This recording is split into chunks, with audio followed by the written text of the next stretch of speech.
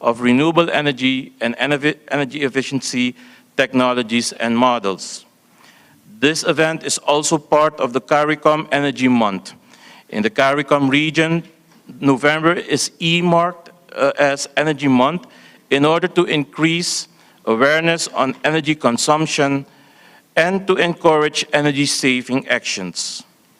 The initiators of this event want to make sure that as much as possible, relevant stakeholders are involved in the efforts to promote the use of renewable energy and energy efficiency technologies and models in the region as part of the electrification planning. For this purpose, a number of these stakeholders have been approached to take part in the organizing of this event as partners. Government ministries and agencies, as well as private business, NGOs and professionals active in the energy sector are key in assuring the success of a coordinated effort to intensify the use of renewable resources for the purpose of electricity generation and distribution.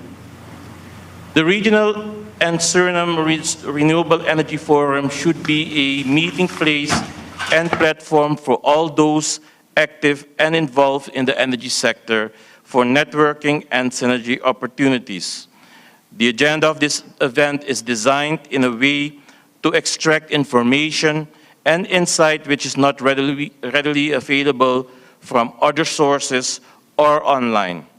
Also, this event will consist of interactive sessions designed to draw out and explore opportunities for investment and development regionally and nationwide.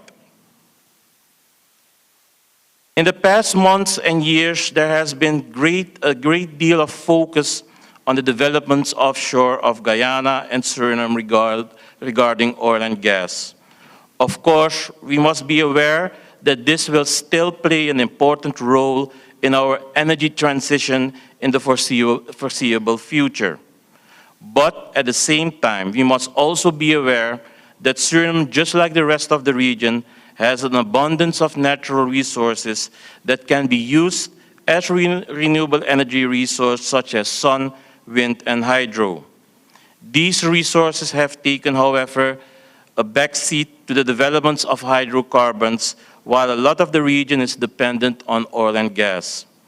At the recent COP27, the commitment was again made to push for a more intensified integration of renewable energy resources in our energy mix. Also, Suriname has committed itself to this as indicated on several occasions by the government. Therefore, the focus regarding our energy policy must not solely rest on the use of hydrocarbons for our energy future, but must at the same time also be focused to promote and further integrate a gradual use of renewable energy resources alongside the hydrocarbons and ultimately phasing out hydrocarbons. To keep the output high, collaborations between public and business community with a recurring character and specific themes will be further developed to achieve targeted goals in the interests of the energy sector in Suriname and thus achieve results in the medium and long term together. The purpose of this forum is as well to have a conversation between public and private initiatives and to align these initiatives regarding renewable energy resources.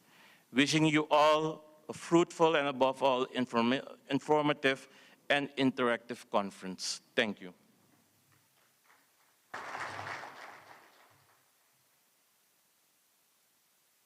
Thank you, Dave. There was a man that once said that energy doesn't automatically facilitate development. We need the right infrastructure in place for energy to stimulate, to facilitate development. It's my pleasure to welcome Orlando Olambera here on stage. He's the founder and the president of Suriname Energy Chamber, businessman and entrepreneur, the founder of a company called Googleplex Technologies that focuses on renewable energy. Give a warm welcome to Mr. Orlando Olenberg.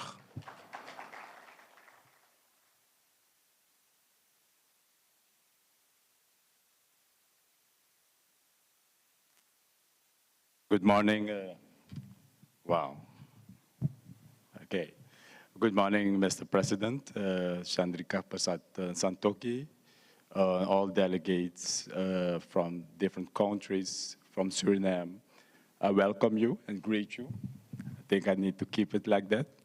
And I think that all protocol observed. Thank you. I came a little far. Okay. I'm not a long speaker. I like doing more than I speak. But I believe that this is a very historical moment for us in Suriname and also in the Caribbean. The reason why I'm saying that it's a historical moment for us is because the way we planned this activity, it was the public sector and the private sector telling each other that we need to cooperate, that we need to work together, that it is not just a one-man show. Both sides, the public sector and the private sector, need each other in order to bring the development. I will not go into the details. I think that Dave said enough about the purpose of this event. But there are a few things that we want to achieve during this event.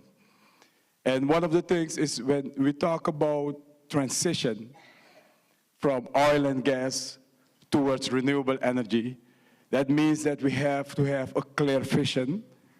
We need to have also the structures in place that can assure us to reach our goals. Out of this conference, one of the things, and I'm always looking at the financial sector, is that one of the things that we see from the private sector is that we need the financial input for the private sector in order to be able to be a part of that transition. We have estimated with research that it's possible to put around 40 to 50 megawatt of solar energy spread around the EPAR network. It won't happen if we don't have a clear vision. It won't happen if we don't have a clear plan. It won't happen if we don't have the finance available. It won't happen if we don't increase the capacity of the private sector to be sure that we are not just subcontractors, because that is one of the things that we really want to deal with. We don't want Surinamese companies just to be subcontractors. We want Surinamese companies to reach the level that they can be active participants, that they can be contractors in some of the big projects that will happen. What we want is all-inclusiveness. And I'm going to end with this note that we always say, and that is something that we say, one is too small to be great. The public sector needs the private sector, and the private sector needs the public sector. This is the energy that we want to breathe out. This is the kind of collaboration that we had aimed to achieve at this conference. I welcome you, and I hope that by the end of this conference, we are both satisfied with the results that we will achieve in Suriname and over the Caribbean. Thank you very much.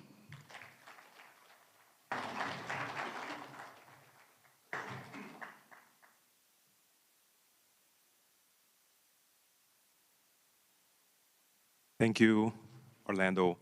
The following speaker will do his presentation through Zoom. And is the representative of the Caribbean Bank, Mr. Lewis. Mr. Lewis is an accomplished environmental engineer with experience in infrastructural development. He has led the implementation of water and sanitation projects across the Caribbean. He has supported environmental planning and policy development at the regional and international level, meaning he's a seasoned professional and he knows his craft. I would like to welcome Mr. Lewis to speak.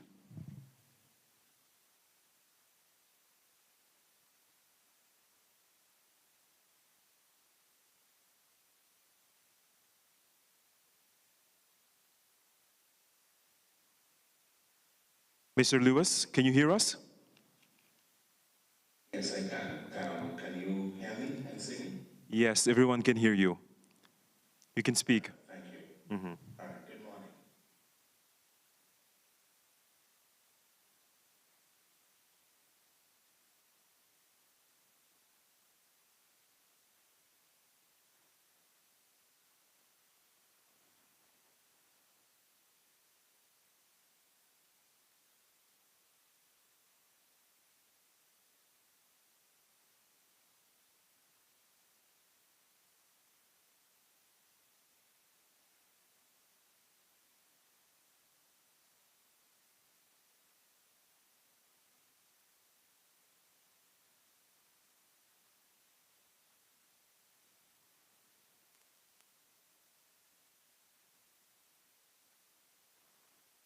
It's much pleasure to make the remarks on behalf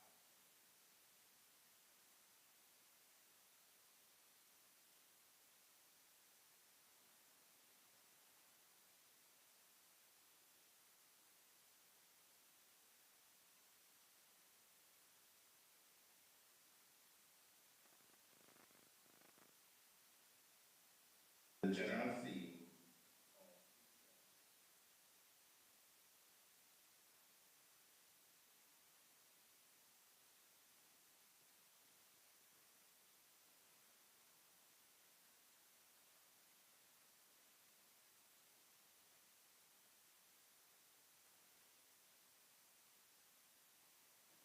all Caribbean countries have embraced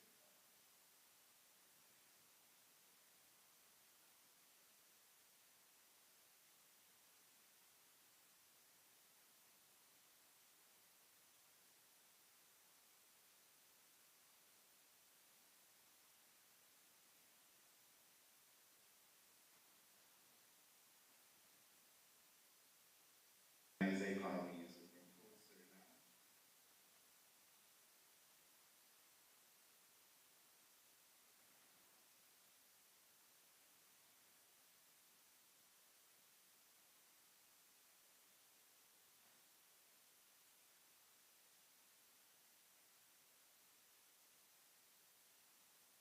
Has always made a significant contribution.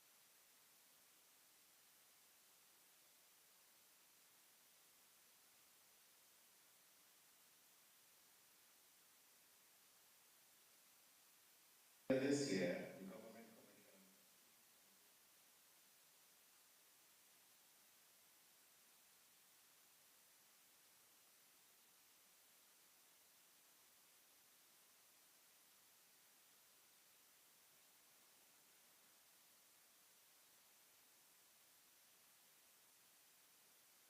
main a key rationale of pursuing renewable energy. Next, energy importer.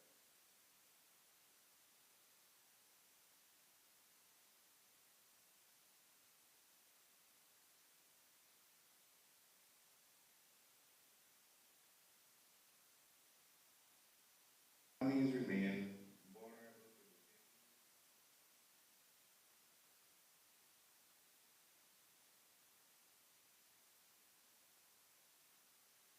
and escalating oil prices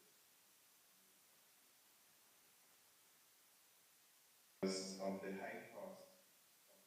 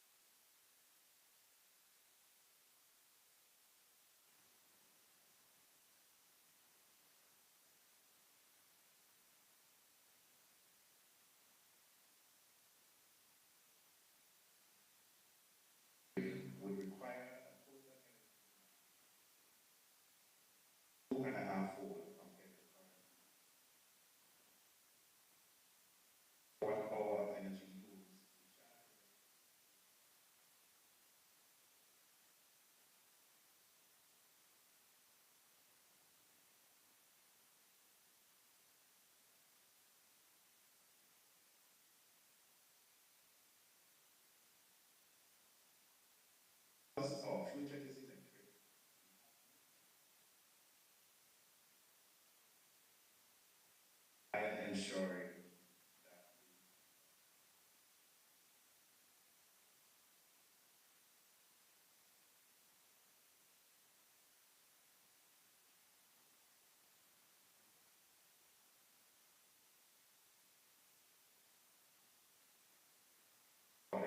as of 2020.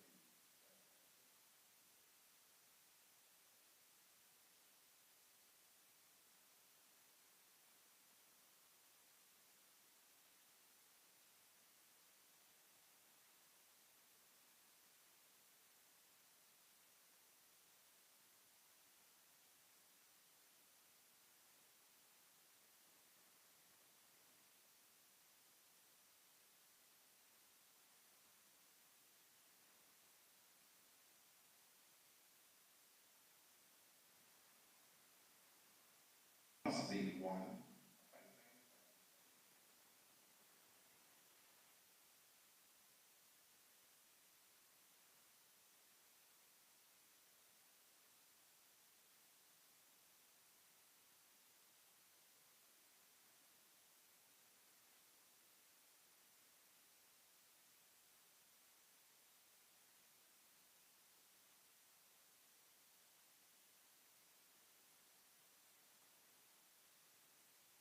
Analysis conducted by the bank.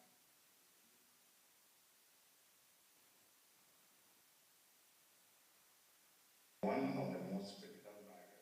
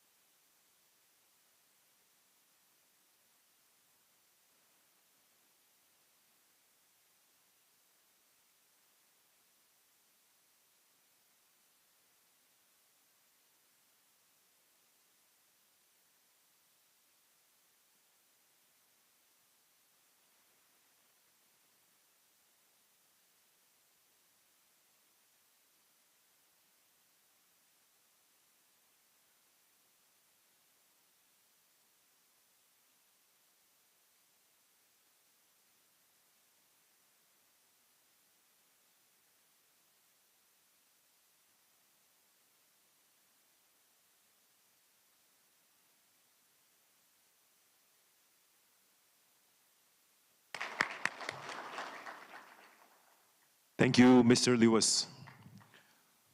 And now I would like to welcome Country Representative of IDB, Antonio Gonsalves. Mr. Gonsalves has experience working in international finance and development industry.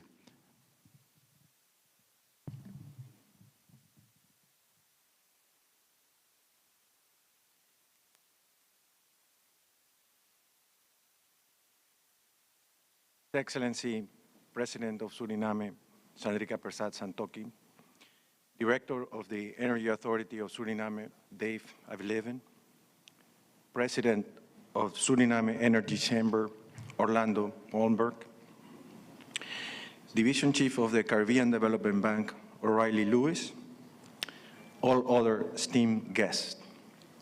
Good morning. The IDB is certain that the implementation of energy efficiency and renewable energies projects have a great potential in Suriname and in all the Caribbean region, and can bring a plethora of benefits to the country and its populations.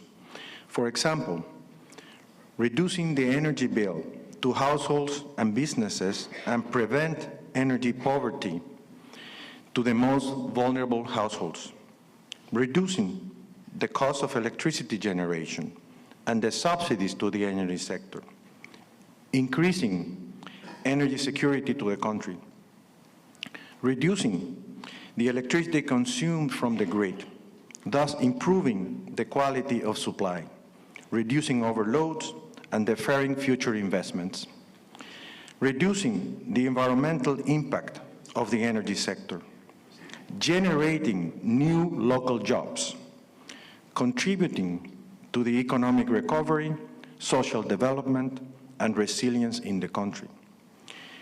It is not so simple to mobilize these types of projects.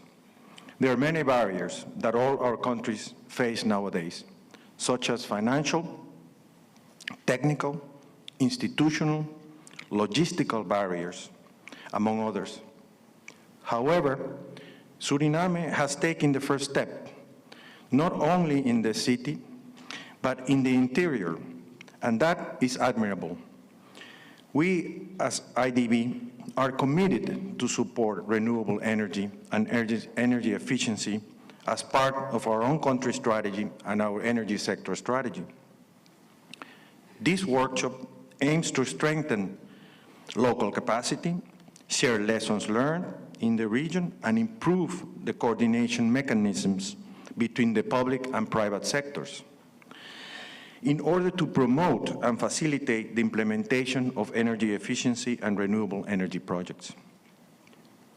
As you know, we're very active in the energy sector, working on projects to upgrade the electricity grid, digitalize the operations of EBS, improve energy efficiency and electrification in the hinterland, and diversification of the energy matrix with renewable energy. Our energy specialists and the whole team based in Paramaribo are dedicated to fully work with you on this. In this workshop, we're going to see and discuss some of the projects where the IDB has been involved, such as the recently inaugurated solar mini-grids in Godoolo and other solar mini-grids implemented in the interior.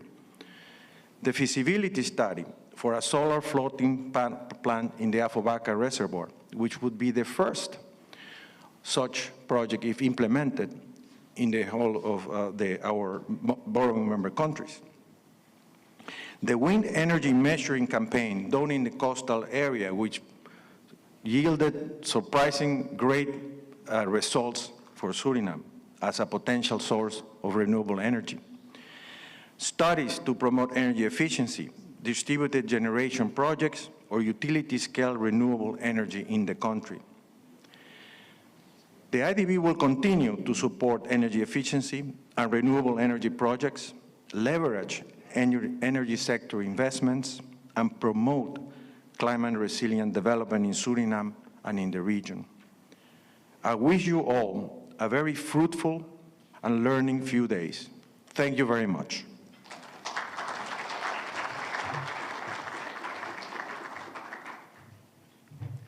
Thank you, Mr. Gonsalves. The next speaker is the representative of the CARICOM, Mr. Joseph Cox. He will do his presentation virtually. Mr. Cox. Okay, thank you very much. His Excellency Shan Santoki, President of the Republic of Suriname, Ministers of Government, partners, specially invited guests, members of the media, distinguished ladies and gentlemen, all a very pleasant good morning. It's my pleasure to greet you on the occasion of this opening session of the Regional and Suriname Renewable Energy Forum 2022. The importance and timeliness of this forum needs no articulation and represents a fitting end to CARICOM Energy Month 2022 as it provides an invaluable platform for knowledge exchange and shared learning from implementation experiences within CARICOM. The theme for this year, Our Future is Electric, reinforces the importance of our focus on increasing the share of renewables in our regional energy system. Electricity produced from renewable sources is the fuel of the future. This is important not only for addressing climate change, but also for providing energy security and safeguarding the long-term economic development of the Caribbean community. As the world changes, the CARICOM region must also transform the way we produce and use energy. Indeed, upon contemplating the current dynamic within the regional energy space, the recognition that the future is electric is not a road paved with good intentions, but gives voice to an unvarnished truth. Indeed, despite the expressed cynicism of detractors, this is not the molding of some esoteric concept grounded in fanciful thoughts, but reflective of careful deliberations informed by new partnerships, between automakers and electric vehicle startups, and bolstered by advancements in battery range and heightened governmental efforts to reduce carbon dioxide or CO2 emissions. However, as we transition on this new path, we must remain cognizant that the cost of electricity within the region has been persistently high over the past 2 decades, and even during periods of relatively low oil pricing, regional prices are on average around 4 times higher than in North America, with the obvious adverse impact on our region's competitiveness. Similarly, globally, mobility represents roughly between 20 and 25% of final energy consumption.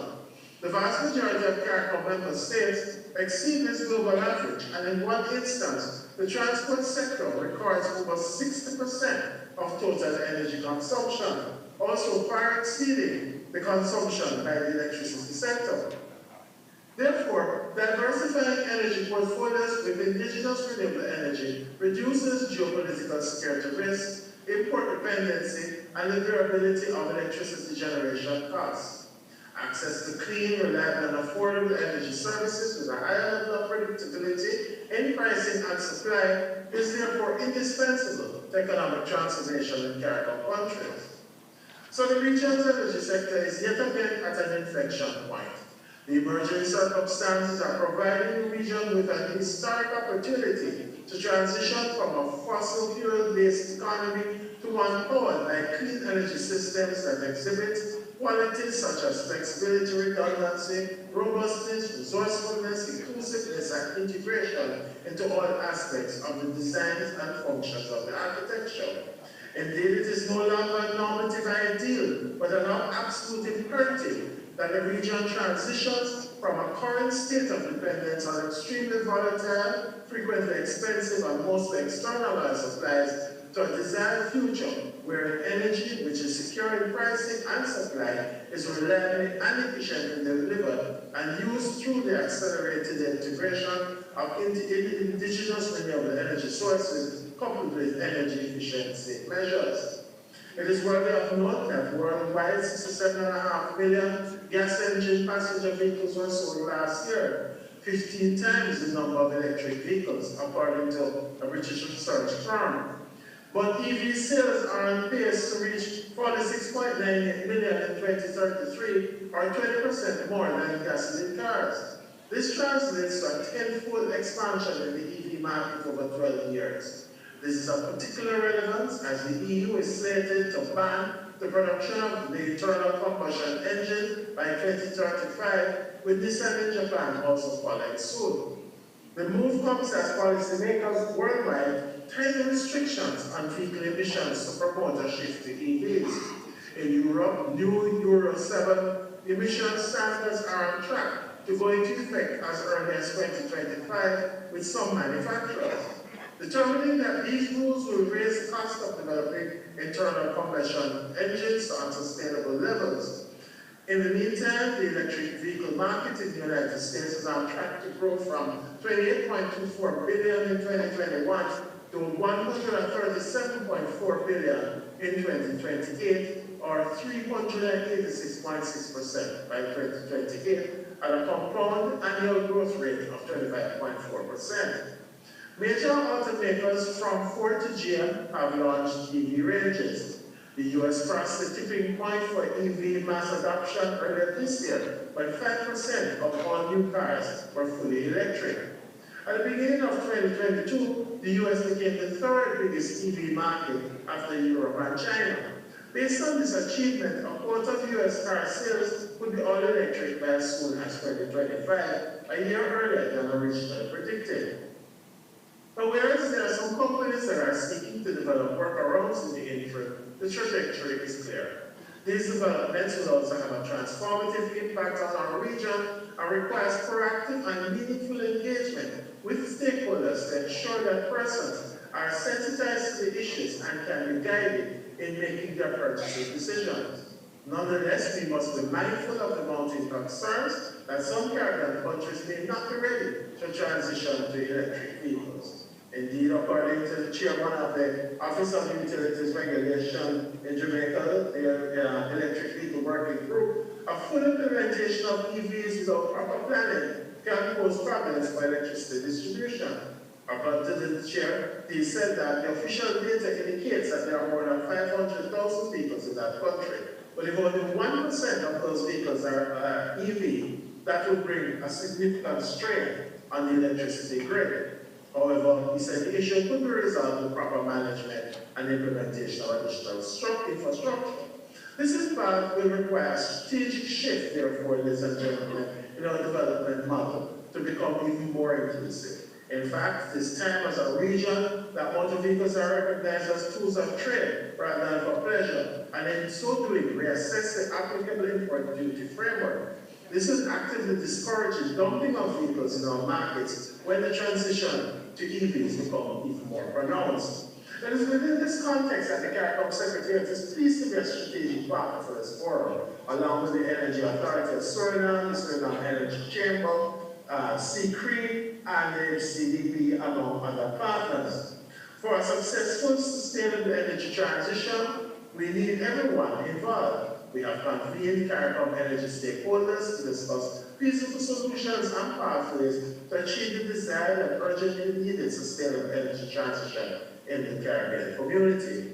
CARICOM's position is that renewable energy is key to the region's energy and economic security. The Secretary continues to engage with regional and international partners to address the risks associated with the sustainable energy transition and to promote and scale up private sector investments in renewable energy. For the next 3 days, as regional energy stakeholders connect and engage, we will learn more about what worked well and what did not, as we seek to move regional energy systems forward, leaving no member state behind. As outlined in the CARICOM energy policy, our goal is to provide citizens with access to modern, reliable, affordable, and sustainable supplies of energy. This includes enhancing policies and regulations to encourage investments in renewables, developing capacities through training and technical assistance, and mobilizing resources for projects. We commend Suriname and the other member states for their efforts to promote a shift to renewables and energy efficiency. With ambition, innovation, and partnership, we can collectively reduce our carbon footprint by accelerating the deployment of renewable and low-carbon sources of energy and the electrification of end-use sectors. Optimizing the use of renewable energy sources, coupled with the implementation of energy efficiency measures, holds the key to transformation of regional energy systems to become resilient, secure, and sustainable. Let us therefore seize this opportunity to take the region further along the pathway to our electric future. I thank you.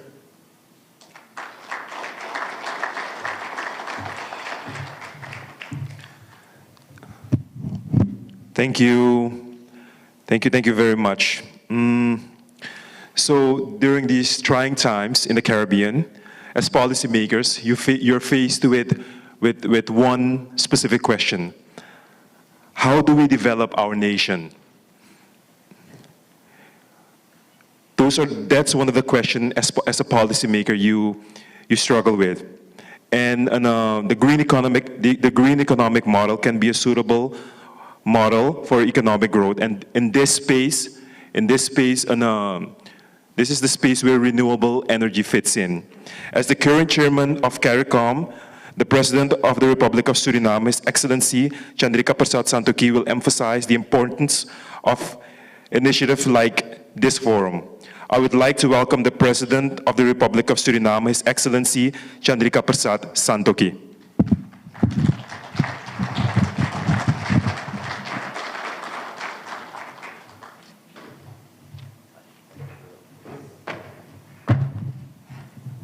Thank you, Master of Ceremony. Good morning, everyone. Minister of Natural Resources, Mr. David Abiamovo, the IDB Country Representative of Suriname, Mr. Antonio Gonsalves, distinguished guests, energy authorities, representatives of CARICOM and foreign guests, representative of the private sector, ladies and gentlemen, good morning once again and welcome. As chairman of the Conference of Heads of Governments of CARICOM, I am pleased to address you at the concluding event of the CARICOM Energy Month 2022. The regional and the Suriname Renewable Energy Forum in Paramaribo to discuss our sustainable energy future. The main objective of this forum is to strengthen the commitments of Suriname and the region to integrate renewable energy as part of its energy matrix. This event will sure contribute a great deal to promoting a more intensive use of technologies and models for renewable energy and energy efficiency as part of a joint public-private effort. The Caribbean Community CARICOM has committed itself to addressing the 4 aspects of energy security and ensuring that energy-related services are available, reliable, affordable, and sustainable for its citizens. These 4 aspects of energy security are as important to Suriname as they are to the whole region moving forward. Energy, ladies and gentlemen, remains a strategic priority for all CARICOM countries as the region confronts unprecedented challenges in a worsening climate, ongoing international political tensions, and declining economies. The region is in the grip of a volatile global oil prices, which reach record highs this year. It is therefore a priority to decouple the region's economies for important fossil fuels that provide more than 80% of the region's energy needs. Suriname is fortunate to stand out as we are energy independent regarding our power generation, and it is with 50% renewables for an important part of the hydropower that we are able to realize this. In this new post-COVID world, there is an unmatched eagerness in the Caribbean to push forward with the energy transition. While, however, opportunities abound and investors are waiting in the wings, the lack of a framework and cooperation is slowing down our progress. The significant increase in the pace of investment required across the region necessitates unprecedented participation of the private sector. The need for enabling regulatory frameworks has become even more urgent if we are to achieve our regional and national sustainable energy targets. It is evident that capital remains abundant, as frankly are projects opportunities. However, the need for regulation and coordination of the effort is as well, if not the most important action to be taken at this moment. As the incumbent CARICOM chairman, I'm aware of my responsibility to prioritize the CARICOM energy agenda. For that reason, during the recent G20 Bali summit, CARICOM presented the regional policy position that it will optimize indigenous natural energy resources. This stimulates the region's sustainable development with a well-considered mix of traditional and renewable energy sources. As a region, we are not immune to international economic and political developments. The geopolitics of energy affecting supply and demand undermine a post-pandemic economic recovery.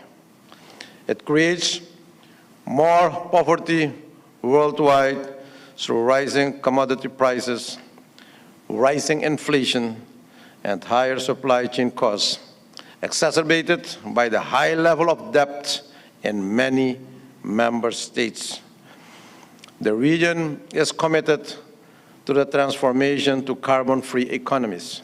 However, the financing of the energy transition remains a crucial point for the member states. There is a need for innovative financing mechanisms that are appropriate, affordable, and accessible for small energy markets in the CARICOM, such as the Caribbean Resilient Fund. Therefore, it is important that CARICOM member states, and of course Suriname, need to keep on optimizing their potential renewable energy sources and increase the proportion of renewable energy in their energy matrix. The month November since 2013 has been earmarked in the CARICOM member states as CARICOM Energy Month. The activities of CARICOM Energy Month are focused on the engagement of decision makers from the public sector and industry, together with academics and other civil society actors. This is a moment where we as collectivity can reflect on where we stand regarding our renewable energy-based policies individually and as a region. It is also the right moment to increase awareness of energy consumption and to encourage energy-saving actions. The theme for this year's CARICOM Energy Month 2022 is Our Future is Electric. Considering the goals of the Energy Month in CARICOM, and especially this year's theme, I applaud the joint local, public, private, and regional initiative of the Energy Authority of Suriname, the Suriname Energy Chamber, and the Caribbean Center for Renewable Energy and Energy Efficiency. They organized the first regional and Suriname Renewable Energy Forum as a way not only to commemorate the Energy Month, but more importantly, to be a call to action. Achieving the targets laid out in the CARICOM energy policy requires accelerated action to deploy clean energy in the member states. This conference will convene CARICOM and Suriname energy stakeholders to identify feasible opportunities, pathways, and innovations, especially for managing the risk posed to the sustainable energy transition for the Caribbean community with a view to fast-tracking the transformation. This event, ladies and gentlemen, provides a clear opportunity for CARICOM and Suriname stakeholders who are interested in supporting sustainable energy development with the region to examine and agree on practical approaches for transitioning CARICOM countries to new energy ecosystems that support resilience building. The goal of this conference, aimed at aligning public and private initiatives for the generation of electricity through the use of renewable energy sources, is therefore timely. The government of Suriname has emphasized the importance of renewable energy on numerous occasions. Besides the upcoming developments regarding the oil and gas sector for the future of Suriname, this event thus directly streamlines the government's vision and policy. These 3 days must provide space and opportunity for leadership and industry innovation. Partnerships are key for project implementation, whether between strategic, international, and local players for utility-scale projects, but also increasingly between the business community and project developers who can provide optimized energy solutions in the growing distributed power market. This will contribute towards building our regional and international network, facilitating interaction, future engagement, and public-private partnership. One thing we should not overlook is that apart from being a post-pandemic situation, there are global financial and development risks, along with increasing impacts such as climate change.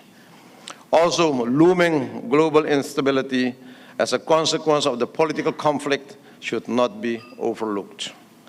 Unfortunately, all of this will have an impact on energy generations, demands, flows, and prices.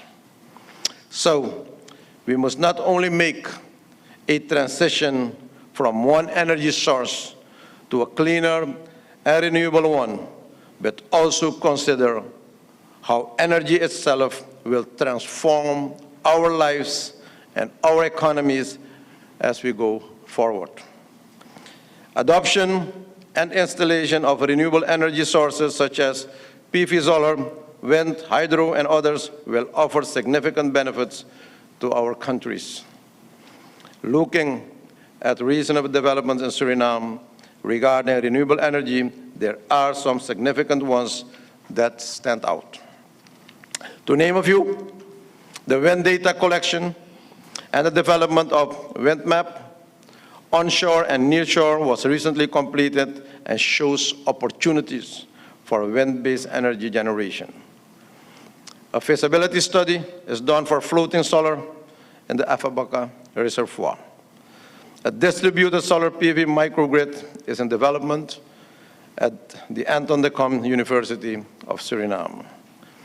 And earlier this year, two grid-tied solar plants in the rural areas Nikeri and Koroni were completed and put into use by the EBS.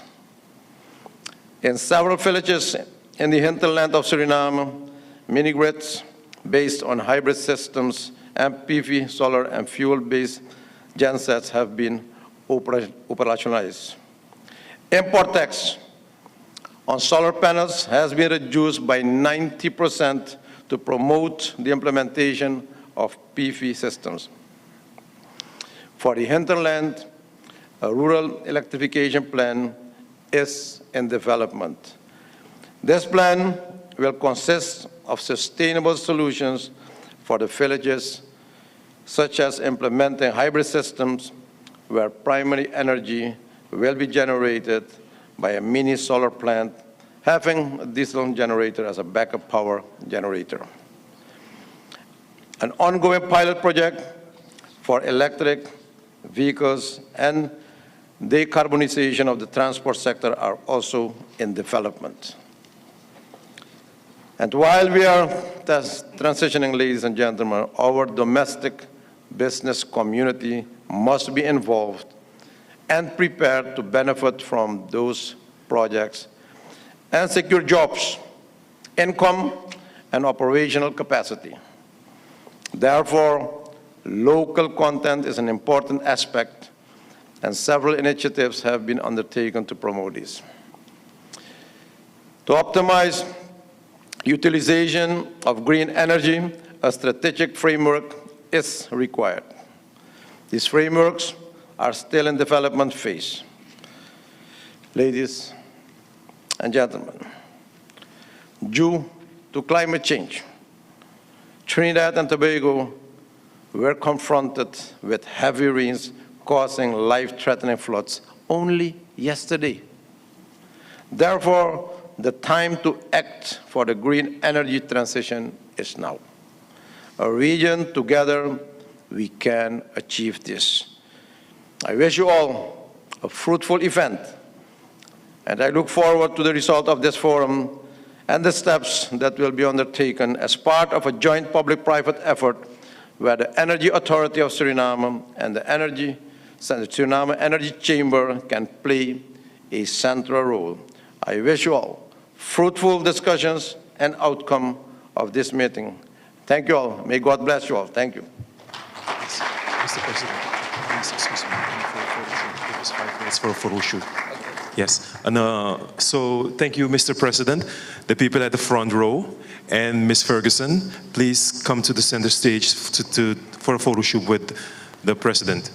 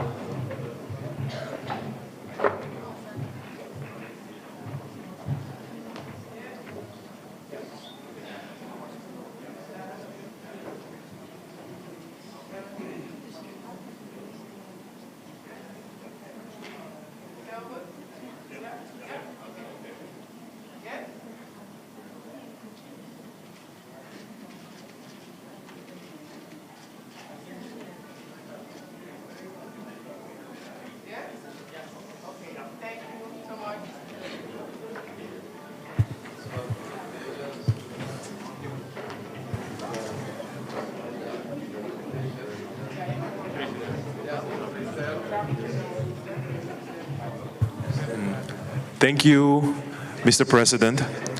I would ask everyone to stand up for the President to exit the building.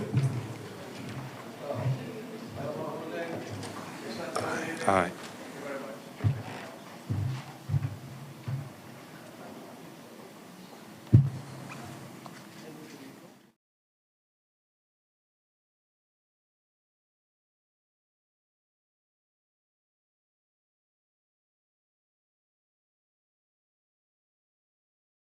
Networking break. 15 minutes. 10 minutes.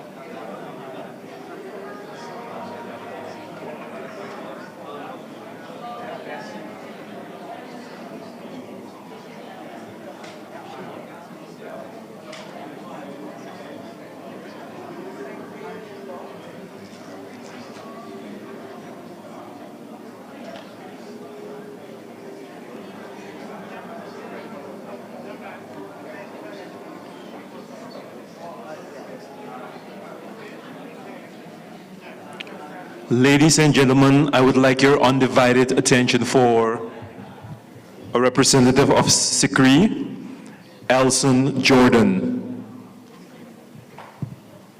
This presentation will happen virtually. So, good morning, colleagues, and thank you, Mr. Master of Ceremonies. All protocols being observed. I'm honored and delighted to bring the closing remarks to the opening ceremony. The exposition now is kind of awkward, but I nevertheless feel a sense of duty to briefly share with you my takeaway from the trend of the presentations that we heard earlier this morning. The presentations really painted a picture that was daunting in many respects, but hopeful, because I believe that we the Caribbean people, as others have gone before, rose to the challenges of the day and crafted solutions and recommendations that responded to the challenges of the day in time. I believe that our generation today do have the knowledge, the resources to enable us to provide responses that will be lasting and beneficial to those who will come after us, and certainly for the benefit of our children and our children's children. Just a synopsis of the points that was raised this morning. I was particularly impressed with the thought again that one is too small to be great. And certainly that was very poignant. And certainly it speaks to the collectiveness and the need for that of the regional effort towards this enterprise if we're going to craft solutions that are going to be efficient, timely, and responsive to the needs of our people. I was also particularly interested as well in the notion that we don't want to be subcontractors in our own development, but we want to be contractors. We want to be so engaged that we lead the development of our region. The representative from the bank, Caribbean Development Bank, spoke. Really, was a startling figure again. 80% of the region's energy needs are imported, and obviously that have the cascading impact on costs for the region, the loss of foreign exchange, and certainly the importation of inflation, which is very prevalent now in our times, and obviously the impact on the pockets and livelihoods of our people. And so I was particularly moved with his presentation and the fact that he's looking to convene towards the end of January a forum to review, repurpose, retool the region's regulatory framework so that that becomes a bit better fit for purpose. The representative of the NB, again, we committed the bank's work and resources to develop the region, and that was shared within the context of the understanding the role of renewable energy, impacting new jobs, greener economies, repurposing, revitalizing legacy industries, and certainly identifying and supporting new industries for new jobs. And certainly the closing comments by the President of Suriname, His Excellency, as well as he spoke from his capacity as chair of the CARICOM community. And, you know, as referencing as recent as yesterday, the flooding in Trinidad and Tobago, which indicate that regional heads are very much engaged. There's a conversation about regional development and the impacts of climate change. It is real. And so I'm honored and delighted that this conversation is engaging regional heads at the highest level, and the confirmation that this is high on the development agenda for the region. And so as I close this morning, I just want to ask us to a call to arms again. the bridge is burning. We need to get up and get going. And so the timeliness of this conference entitled the Regional and Suriname Regional Energy Forum, the future is electric, is timely, it is relevant and needful. And so I hope that as we go into the final hours of the year, the closing months, and we enter 2023, that our people will emerge with greater clarity, they will be stronger purpose, and certainly energized to take forward the agenda for renewable energy across the region 2023 and beyond. Thank you, and I wish you a good 3 days as you engage in what is the frontier for the region. I thank you. Goodbye.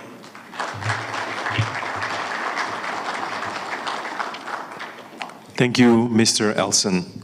We continue our program with a cultural performance from a multicultural group that symbolizes the multicultural component of our country. As all of you know, Suriname is a multicultural country with different ethnicities. So this group symbolizes that. And their dance has a message, and the message is collaboration towards a better future. The leader of the group is Tanisha Manishant. And please welcome Tanisha and her group.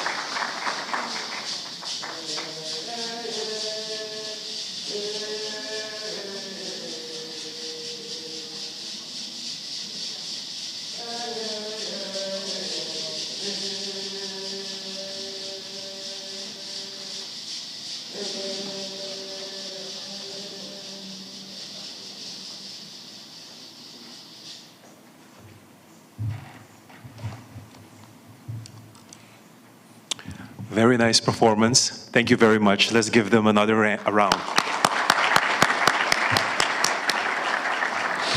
So we continue with our program with a presentation of Mr. Joseph Williams from the Caribbean Development Bank. This will also be a virtual presentation, assertive actions for accelerating progress on sustainable energy implementation. Mr. Williams, can you hear us? Yes, good morning. Thank you so much. Just trying to share my presentation here. One quick second, please. Thank you.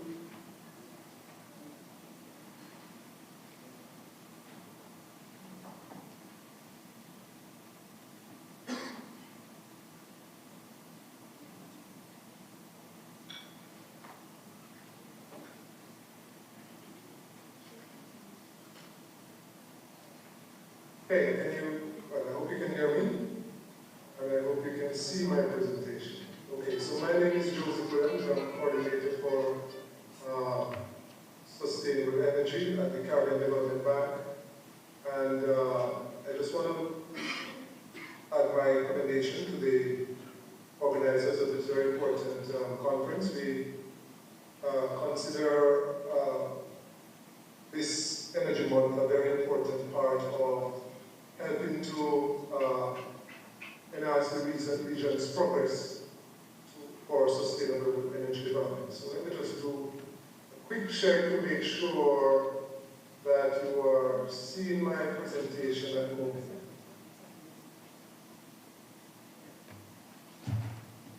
We can see your presentation. Thank you so much. Okay, so CDB considers itself a very important strategic partner in the energy transition of the region. As a matter of fact, in the Caribbean, CDB is the financial institution with the largest membership of Caribbean countries. So all CARICOM countries and associate members of CARICOM are members of the bank, with the exception of one, I think. So we have pretty much the largest footprint in terms of international organization and membership in the region, from financing organization, I meant to have said it. And we think that that helps us to bring a certain advantage to the fore in terms of ensuring that lessons, experiences can be leveraged to the benefit of all the members. So we think that's very important. Our role obviously is around financing, the investment, support policy, technical assistance, advisory, thought leadership, financing mediation. We are intermediary for Green Climate Fund, Adaptation Fund, EU SIP, a range of other funding channels globally, as well as we have a number of development partners with whom we work, or with which we work, to ensure that we are able to support the funding arrangements around energy in the region. And of course, coordination is an important dimension, ensuring that we optimize the resources we have, because obviously, being small, resources being scarce, we want to make sure we avoid duplication and ensure we enhance impact. So we see the bank sees its role as being very important in this energy transition landscape. The issues in the energy sector are well known, I don't have to elaborate those. Suriname, Trinidad, Guyana are blessed with hydrocarbon resources. And as the President said this morning, and other speakers, it's very important that as small states, we explore and develop all our resources, including our hydrocarbon resources, because hydrocarbon will be necessary for many years in the future, and we need to leverage those resources to help us, even in the very transition that we're trying to make to renewable energy. So that's a given. But by and large, most countries are energy insecure, and they are import dependent, which means they are exposed to market barriers and the volatility and so on and so forth. And so the energy transition for them is about SDGs and it's about climate, but it's also about just in energy security, energy independence, to be able to have more stable economies that are less exposed to the risks of the energy market. So the reasons are many, but I think all the countries are aligned in the context of moving in the same direction, trying to make the transition. And so we understand those very well, so we don't have to spend a lot of time on that. If we were to use the regional, the CARICOM countries have established a target of 47% renewable energy in the electricity mix by 2027. If that is extrapolated to 2030, that figure becomes 55% by 2030. So the target of the region collectively, when you look at all the countries combined, CARICOM and the associated states, it's really 55% of their electricity generating capacity should be coming from renewable energy, which means that by 2030 there needs to be about 3,300 megawatts of renewable energy capacity installed across the Caribbean. At least, because when you adjust those factors, those numbers for capacity factors, variability, and demand growth is going to be much more, probably close to the order of 7,000 megawatts, 7 gigawatts. So that's the kind of target that the region was established way back in 2013 in the context of the regional energy policy. So if we were to use that as a point of departure, what we could say is, we could ask the question, where are we in terms of the target? And at the end of 2021, the region was just about 12% in terms of the nominal renewable energy capacity installed relative to the total generating capacity. And so we are far away where we should be somewhere about 32% at this stage. So the point here, I use all that information to make the point that there's a big gap between where we are and where we need to get to.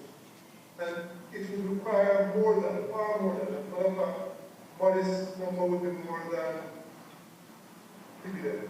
But if we use $1.5 billion per year investment in renewable energy, it gives a good sense of just to begin to make significant progress towards the target, the kind of investment we're talking about. That is significant when you compare to the average of $75 to $100 million investment in renewable energy across the region, all countries, over the last 5 years to 7 years. So it's a big gap between 75 million and 1.5 billion. And so we are not short of resources. Solar is available in all countries. The technology is well known, it's mature, and it's available. Wind is available in most countries, but when we think about offshore wind, it is available in all countries. And that is where a massive opportunity exists. Hydropower is well known. Suriname has been a leader in the region, and has derived much benefit from hydropower. Hydropower has potential, especially in the continental countries, maybe Guyana, Suriname. And we do admit that this is also under stress because of the matter of the climate change, the impact of climate change. But geothermal in Eastern Caribbean also holds significant potential. The message though is that we have an abundance of resources. The gap is large in terms of the targets we have set ourselves and our NDCs.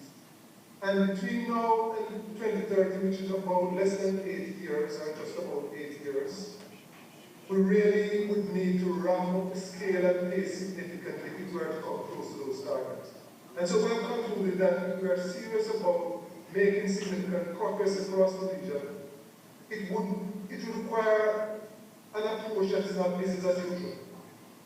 And require some urgency and boldness in our action. In fact, the bank considers that we need to be more assertive in our approach as BMC, borrowing member countries and partners. And so the bank has developed and proposed an approach called, a framework called Accelerated Sustainable Energy and Resilience Transition to 2030 as a means of galvanizing, mobilizing energies and support in all countries towards a more assertive approach to really making progress in terms of scale and pace.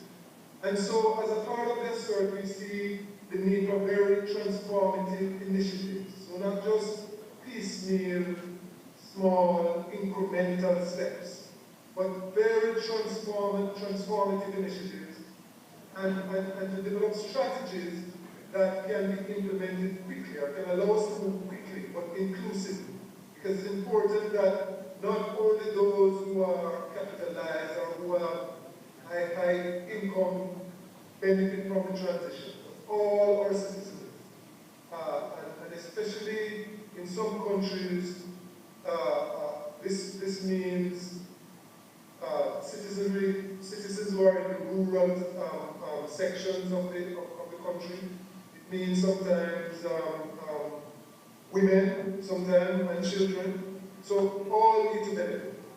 Building stronger partnership and coordination of resource mobilization is a key dimension, because what we're saying is that obviously the magnitude of the task is not such that CDB, which is relatively modest pool of resources, will not be able to do all that needs to be done. And all our partners and other development banks in the region, we need to find a way to make sure we collaborate and coordinate in a way to provide greatest impact as we provide or seek to access the financing that's affordable and relevant. And so, what are some of the transformative initiatives? And we are calling these transformative initiatives assertives.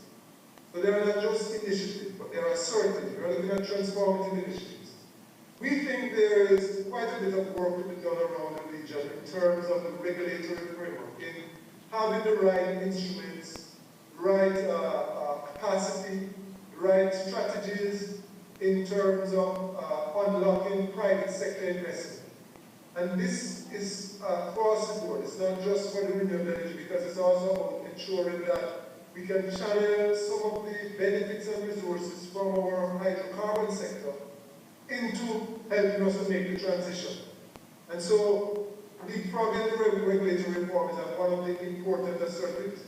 We are looking at also the possibility within the public sector of supporting a wide-scale initiative of the public sector, so led by CDB in collaboration with partners and the government. The question is, if the governments are all aligned, if the governments, a large part of their public expense is the utility bill, the energy bill, then it seems like a logical thing for us, governments and countries, to see the public sector facilities as a kind of low-hanging fruit in this quest. And so the idea here is to look at a strategy to pursue energy efficiency and renewable energy integration in all the countries in a way that becomes a transformative impact a transformative initiative that can impact the market in a significant way.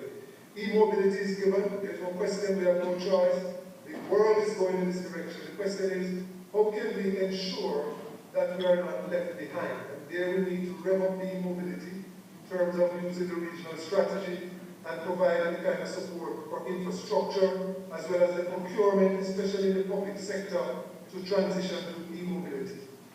The green hydrogen is becoming a big important area. The President this morning again alluded to the fact that the energy sector is not just a supporter or a driver, but it can become a leader in the broader sense of the green energy sector.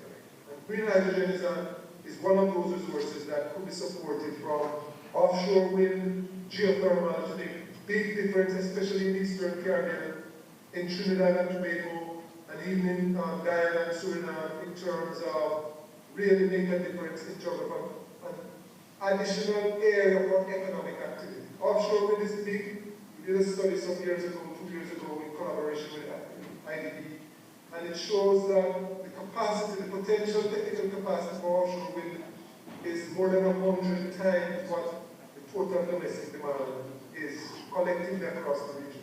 And so this is a big area for us, and we think we need to move on it. We have started some work with geothermal, but that needs to be scaled up significantly. And in order to make the variable renewable energy as impactful as possible, there is the idea of battery energy storage initiative that can help to develop the business models and to help to scale that up in a significant way, not just to support variable renewable energy, but also to improve efficiency in the electricity sector.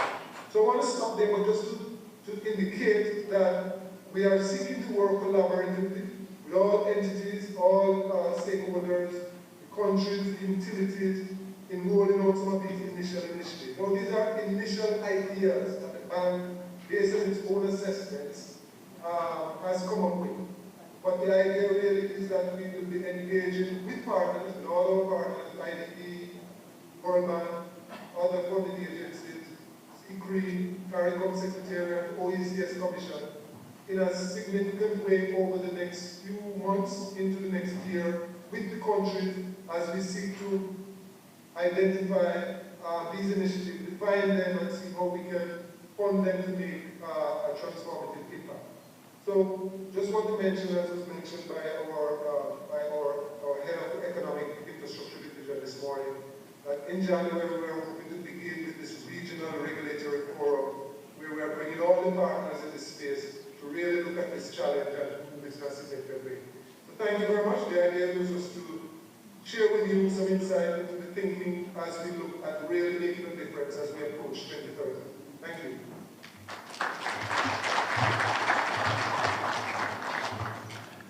Thank you, Mr. Williams. Very insightful presentation. I would like to welcome the Minister of Natural Resources, the Honorable David Abiamofo. Mr. Abiamofo has an extensive experience in civil society, has worked with communities for approximately between 5 and 10 years. He's also worked at the university at the public administration program, coordinator of the public administration program. Also 10 to 15 years of experience working for the government, Ministry of Foreign Affairs, Ministry of Natural Resources as the minister now. Mr. the Honorable David Abiamofo.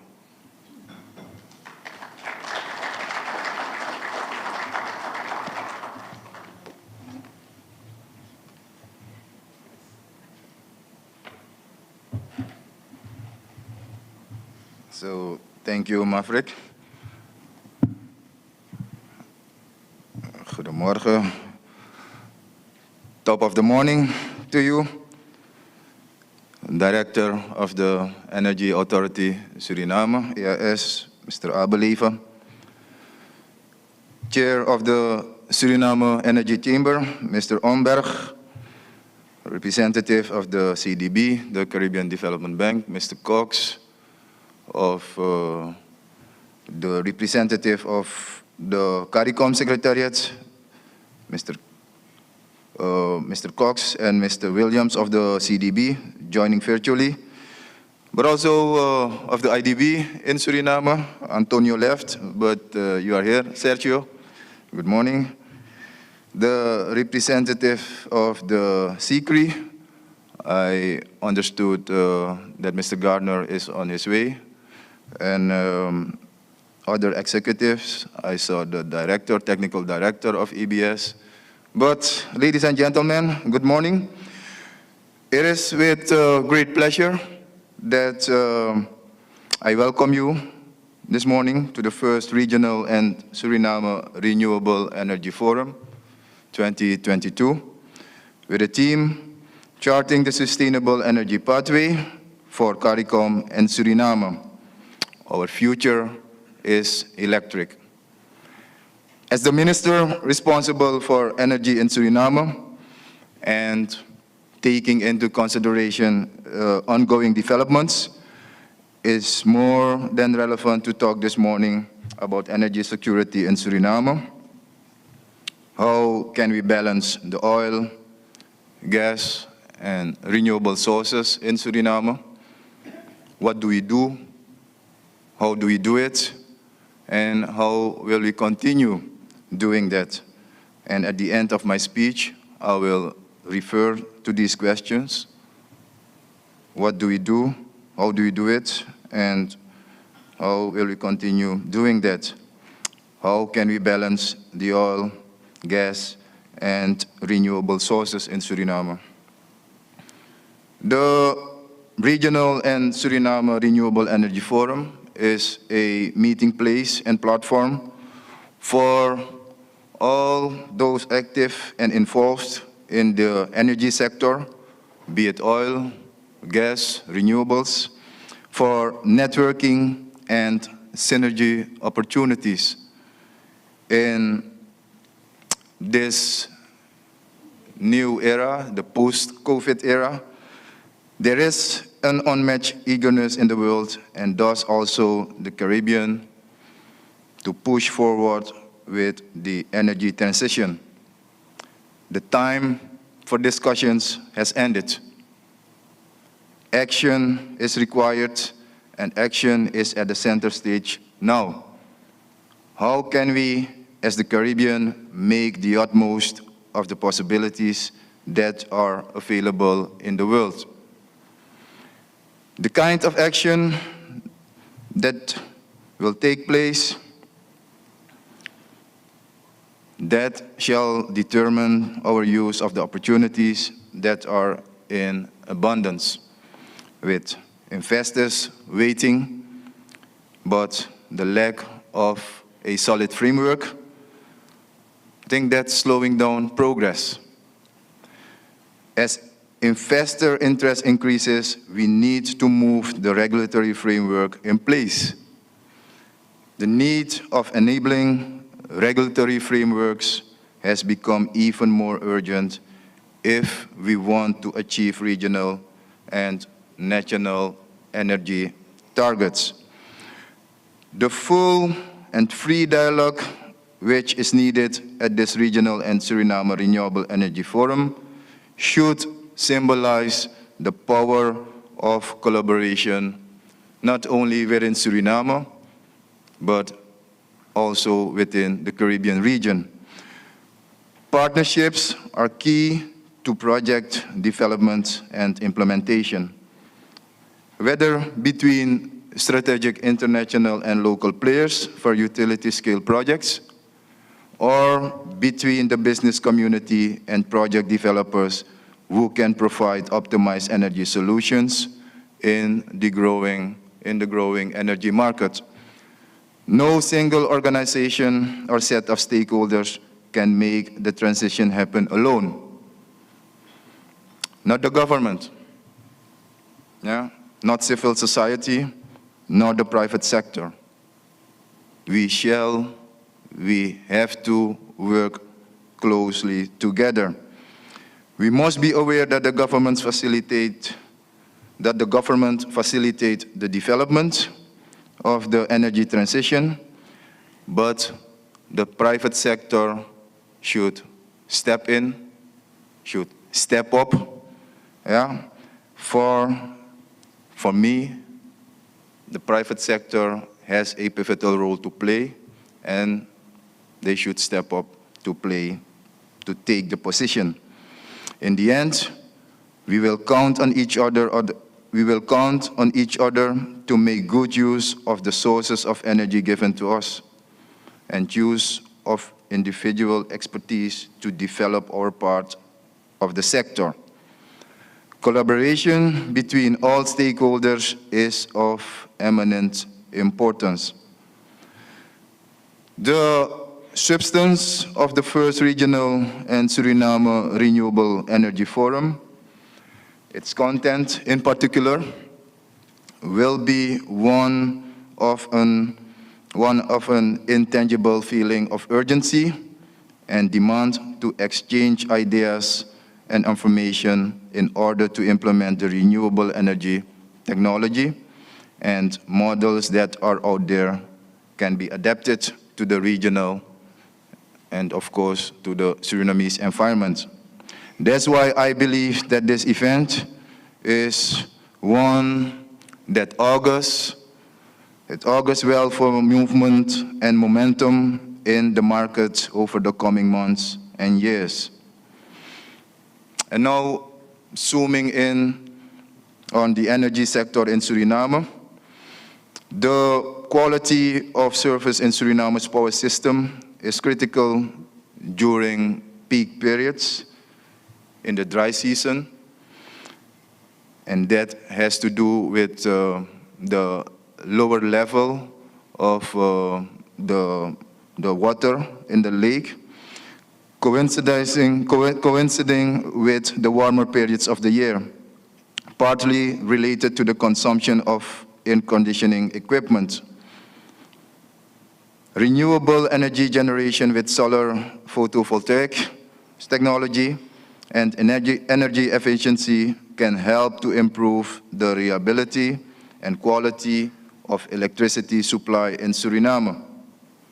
Also, renewable energy can contribute to deferring additional investments in the new generation, but also in transmission and distribution infrastructure and reduce overloads in the power system. Currently, electricity is highly subsidized by the government, and it is my firm belief that renewable energy, but also energy efficiency, can increase the affordability of electricity, especially by reducing the energy bills to the most vulnerable customers, as well as bring economic savings to the government. Of course, besides the fact that they contribute to the reduction of CO2 emissions and the creation of new green jobs. Due to the quality of the solar resource in Suriname, despite the rapid fall in the cost of solar technology, solar generation will likely be a good option for small-scale installations in poorly interconnected areas of the country. Some small-scale projects have already been developed, including ABS solar project in Achoni, as well as other mini solar grids in different villages in the interior, for example, Godolo, but also Guyaba, Pikinsley. More of these small-scale installations are being implemented or in preparation to be implemented.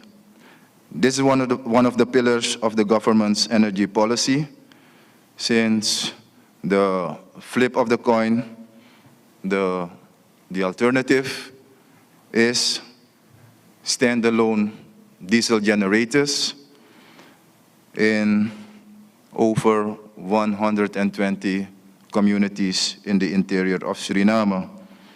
So one of the main goals of our policy is to make sure that we install the off-grid solar, hybrid solar systems in different villages in Suriname.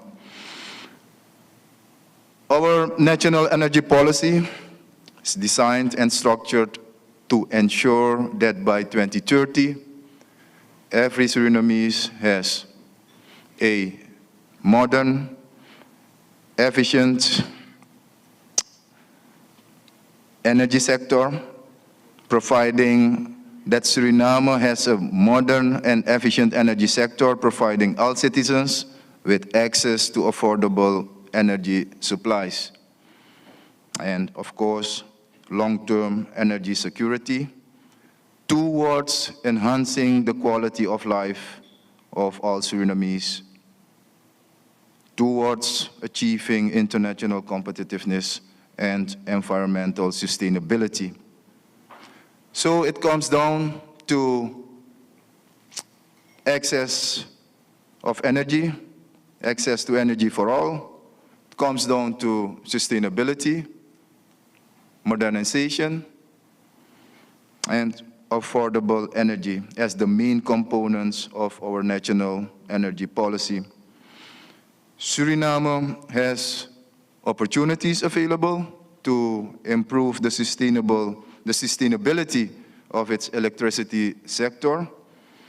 The main objective that Suriname should address regarding achievement of 100% electrification by 2030 should be one that can stimulate future growth through clean energy and sustainable economic activities. we can undergo an ambitious energy transition and grow the economy up to fivefold, while keeping greenhouse gas emissions from energy generation at around the current levels.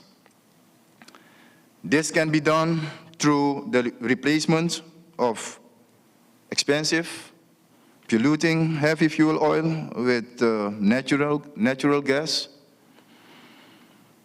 as a bridge to an energy system built mainly from hydropower, solar, and wind power. Alongside the national low-carbon energy transition, targeted investments can be made in the underlying infrastructure of a broader low-carbon economy to create jobs all over the country and enhance livelihoods. This includes investments to enhance digital connectivity in underserved communities, to improve transportation, improve access to finance, and create micro and small low-carbon enterprises. It also includes targeted support for indigenous and tribal communities.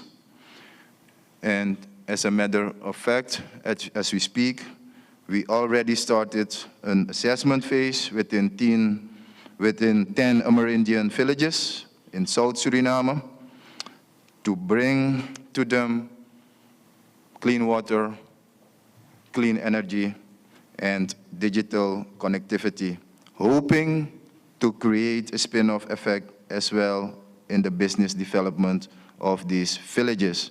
And I want to thank IDB for supporting us in this endeavor.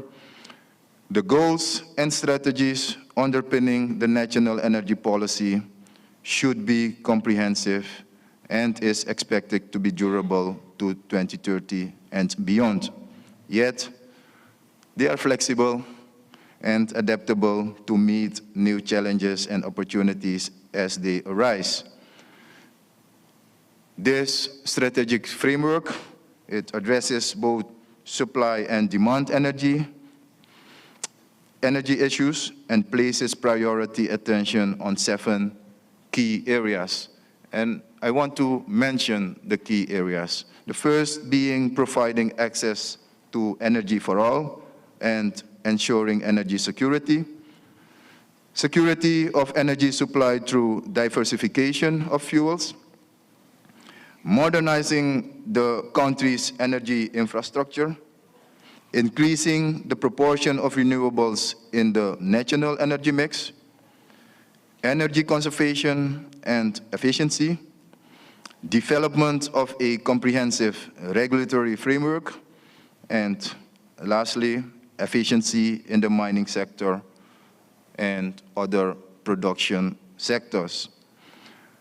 By focusing on these 7 priority areas, the national energy policy will ensure that by 2030, all citizens will have access to energy and there will be energy security, advancing the economy, contributing to international competitiveness and marked reductions in poverty. Through the policy, Suriname will set the foundation to enable it to take further advantage of renewable energy sources. The policy will also provide strategies to ensure effective promotion of conservation and efficiency in the use of energy sources amongst all sectors of society, thereby creating thus a more sustainable Suriname. To conclude, I want to refer to the questions I asked at the beginning of my speech, and the answer is simple, but yet challenging. Because as a country, as a region, we have to acknowledge that we have to collaborate Now, more than ever, the opportunities are numerous. The opportunities are numerous, but we need a regulatory framework to be able to work closely together in order for us all to be able to benefit. Suriname will establish a new national energy policy in the coming period with the input of all relevant stakeholders. I want to thank the Energy Authority Suriname, EAS, for organizing this forum, of course, with the support of the different partners, IDB, the ministry, CDB, CCRI. Thank you, audience, for being here this morning and being here the coming 3 days.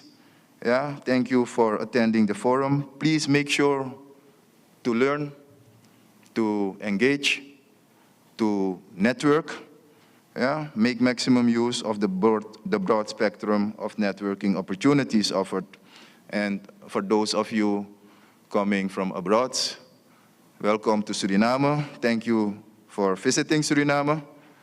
It was a very good choice, and make sure you enjoy the country while being here the coming days. Thank you all.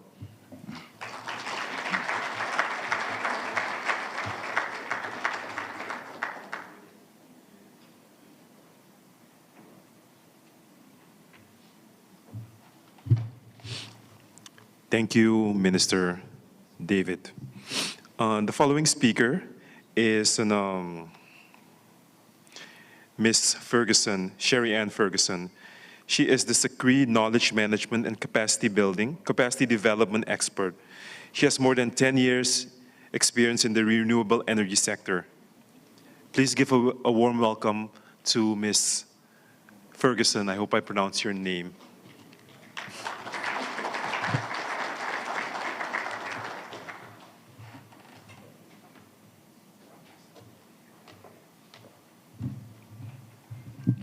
Good morning, colleagues.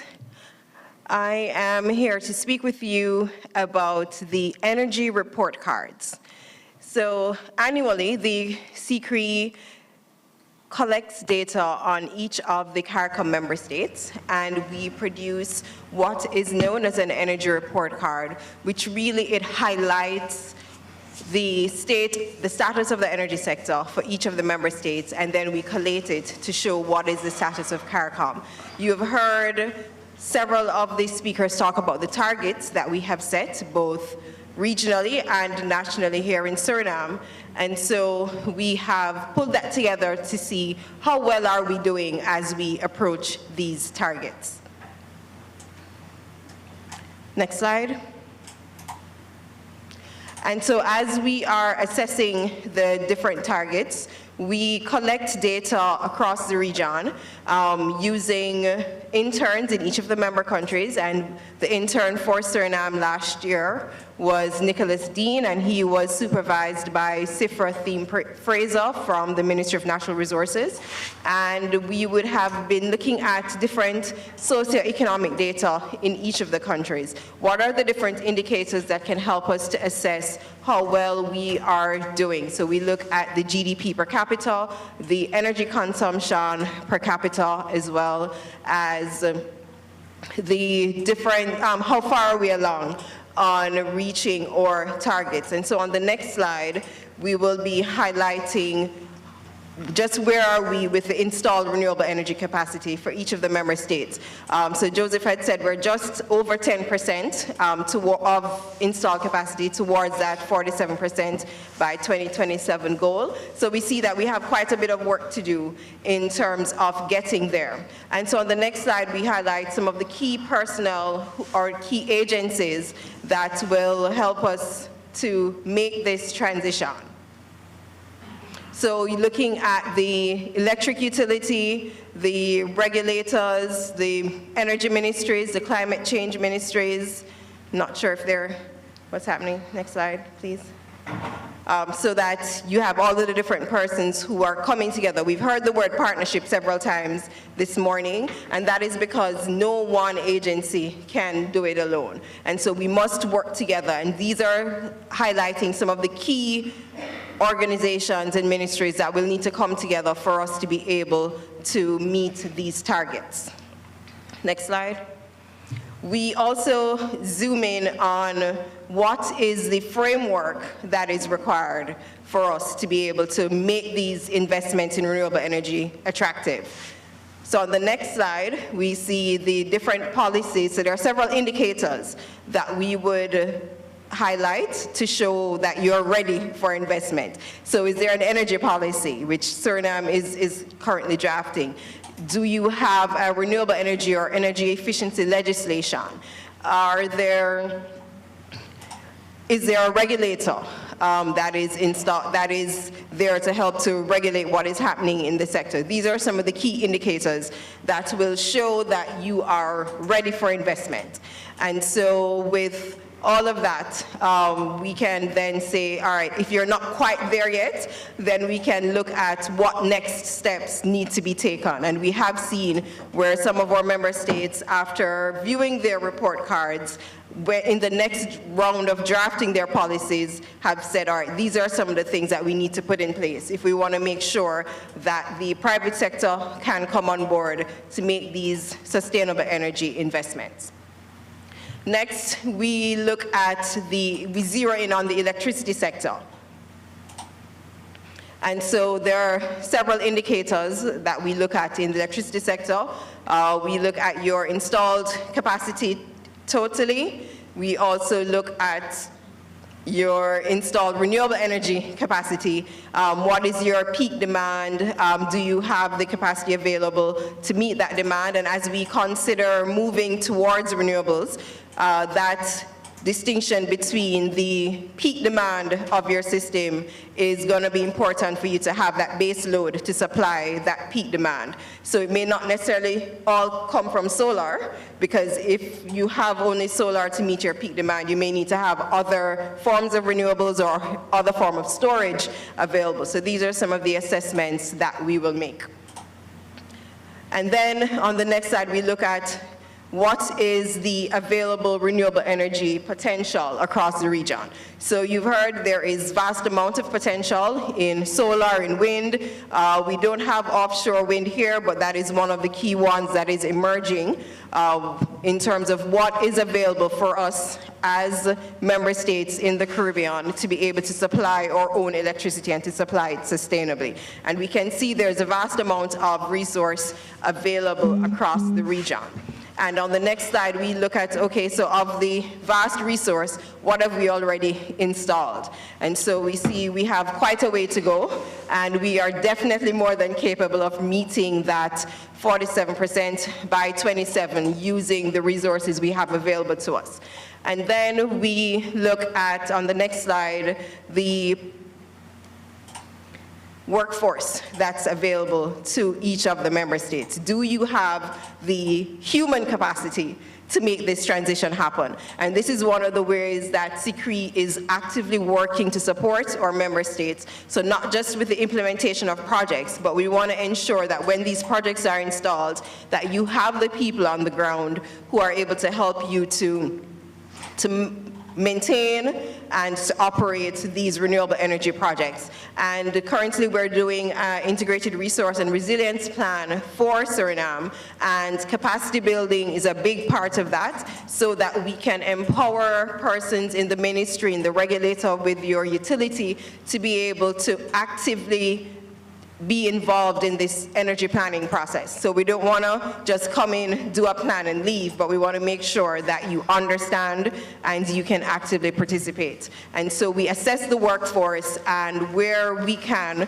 or where we can find partners, we supply that support to give you, to help to build that human capacity.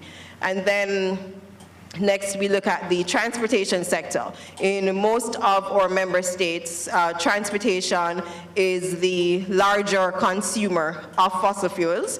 And so looking at how many electric vehicles, how many hybrid vehicles are on the road, and how we can help to have the right policies to support you in making that transition. And we have the regional electric vehicle strategy, which is designed to guide our different countries, our different member states, in making that transition to an electrified transportation future. And finally, because of the inextricable link between climate and energy, we also like to highlight what are the different national determined contributions that each of the member states have made. So on the next slide, we are highlighting what are our emissions. We know that worldwide, we are very small if we compare ourselves to the other nations. However, we still have a part to play and to lead by example in what we're doing. And now I'll take the next few slides to just highlight some more what is actually happening in Suriname. All right, so in terms of the performance, in terms of installed renewable capacity, it's at about 31%, which generates about 50% of the electricity for Suriname. And on the next slide, looking at your key stakeholders, who I think are all in the room today, the Ministry of Natural Resources, I can't see the names from here, so I probably shouldn't try to call them.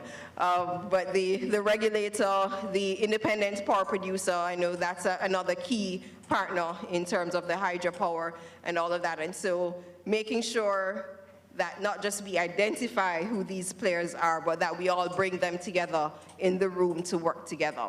And then next, we will look at the policies. So I mentioned on the next slide some of the key indicators. So we see where you're doing a lot of the work. There are several of these policies and legislations that are being drafted, which is good. And so we want to ensure that whatever support we can give, that we allow you to make that framework attractive for investment. We recognize the governments cannot do it alone, and so we must ensure that the different policies, the different legislations are there to make investment in renewable energy attractive. And then we will take a look at the electricity sector on the next slide. Some more of the, highlighting some more of the policies here. We can move to the next one. All right, so looking at the installed renewables versus the fossil fuels, so looking at the different fuels that make up the energy mix. So we know hydropower is that large segment of renewables for Suriname. There's also some solar power, and we know we've heard of some of the other projects that are coming on in the pipeline, and I think that is what is highlighted on the next slide. So there are several activities that are taking place. There are several projects that are ongoing. So the renewable energy investment is definitely happening in Suriname, and that is something we are encouraged to see. On the next slide, I think we look at some of the energy efficiency projects that are taking place with the street lighting, as well as we know that in building capacities, not just for persons who are already in the industry, but there are programs for persons coming up in school. So there are programs at the Antonicom University, as well as at the Polytechnic Institute for persons who are interested in the sector to be trained here. And then I think we look at transportation in Suriname. Is that the next slide? Right, so in terms of the transport sector, we did not get a report of any electric vehicles. Not sure if that was missed or, but there's definitely a lot of opportunity here for this, for electric vehicles to be included in the mix of vehicles on the road in Suriname. And finally, looking at the climate change framework for Suriname. So we see the different contributions, and I know forestry is definitely one of the priority sectors. And on the final slide, you'll see where you have a significant carbon sink. And I know maintaining and managing that is a big part of the strategy in balancing out the emissions from energy and industry. And so with that, I would like to say if there is anything you would like to know about the energy report cards, whether for Suriname or for any of the other CARICOM member states, that you can visit the SICRI website, sicri.org/ERC, and you will find the most recent energy report cards for each of the CARICOM countries, as well as the collated CARICOM card. Thank you.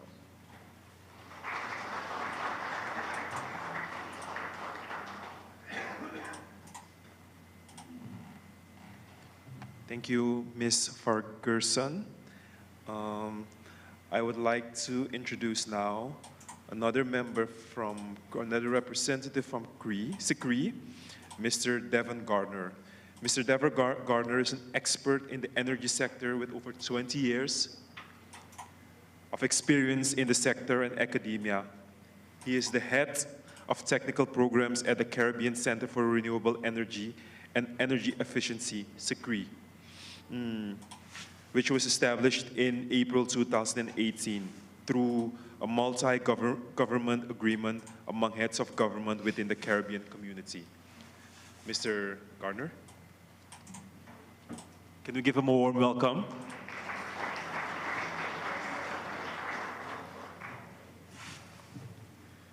Thank you, Mr. MC, Honorable Minister. All protocols observed. I see many good friends and colleagues in the audience. I will seek to get as quickly as possible into today's presentation because I know that time is against us, but I would like to certainly take stock of the fact that what we have here today is a first in its kind wherein we are merging a regional forum within the context of a national forum and seeking to, on the one hand, look at the high-level aspects of our energy security within CARICOM, but at the same time, looking at the specificities of a member state, which is Suriname, in terms of its own domestic interests and intents, but also at its own role within the context of the larger regional energy agenda. So I pretty much call this a Caribbean connection, but of course it's really talking about where we have been over the last decade, pretty much moving from what we call the Caribbean Sustainable Energy Roadmap and Strategy, which is the CSERMS, to now where we are emerging towards energy security strategy for the region. So if we go to the first slide, I will tell you quickly some things about the SICRI, and then I will get into the specificities of the presentation, because of course I know many of us are not fully familiar with the SICRI. The SICRI, you have heard, is an institution of CARICOM. That has been said quite a few times. And its establishment really happened in April 2018. Nevertheless, that establishment had started as early as 2014, well, as early as 2013, but really in terms of the formal inclusion of the SICRI's establishment within the CARICOM process, that started in November 2014, when the head of government, the Prime Minister of Dominica, requested that the SICRI become a part of the agenda of ministers who were looking at energy matters within the region in terms of its determining its establishment and its best path for establishment. The SICRI went through significant amounts of consultations at the national levels, at the, and at regional levels, before eventually emerging as a fully legal entity after the agreement establishing it was adopted by heads and signed by heads in 2017, July 2017, and then of course the instruments of ratification making it become a legal entity in April 2018. And of course we didn't waste time, we quickly moved to operationalizing the SICRI in May 2018. If we go to the next slide, there you can see that we operate within a strategic program that has 7 main pillars. And the apex of our strategic program pillars is that of climate resilience. And you shall see why in a minute. Sherian spoke a while ago about the inextricable linkage between energy and climate. You know, and it turns out that the rope that would save you from breaking your neck when you're bungee jumping is the same rope that could also cut your neck in the process. Because the energy sector, certainly the use of fossil fuels, the burning of fossil fuels, or the combustion of fossil fuels to produce energy is the dark side of climate change. It's really what has resulted in a significant amount of what we call anthropogenic climate change. But it is now emerging that it's a function of how we manage and reorganize and redesign our energy sector that can help us to become more resilient to climate change. And as we seek to advance our energy development, we really look at it within the context of security and resilience of energy supply. So if we go to the next slide, I just want to highlight a couple of quick things about climate. One, it's getting hotter. The numbers are there to show it's more than 1%, 1 degrees warmer than it was in pre-industrial era. Scientific papers are showing that. I refer you to the Intergovernmental Panel on Climate Change, which has published a number of assessment reports, most recently the 6th. If we go to the next item, we'll see that rain is more variable. That's important because, again, those are issues that I will speak about in a while where it regards renewable energy. Next, we will see that sea levels are becoming higher. There are absolute measurements that show where there have been coastal erosion and sea level rises, even here within the Caribbean. So it's not just a pipe dream, it's something that is real and is happening. And that has a lot of implications too, because Suriname and many of our countries have significant investments along the coast. And not just on the energy supply side, but even a lot of those demand centers are located in coastal areas, and this will be important. If we go to the next slide, the next item, we'll see also that there's more hydrometeorological extremities happening. Floods, hurricanes, storms, they are more extreme. They may not be, some people say it's more happening. There is always debate over whether it's more of them happening, but what is undebatable is that they are more extreme. The once in a 30-year events are now happening once every 5 years.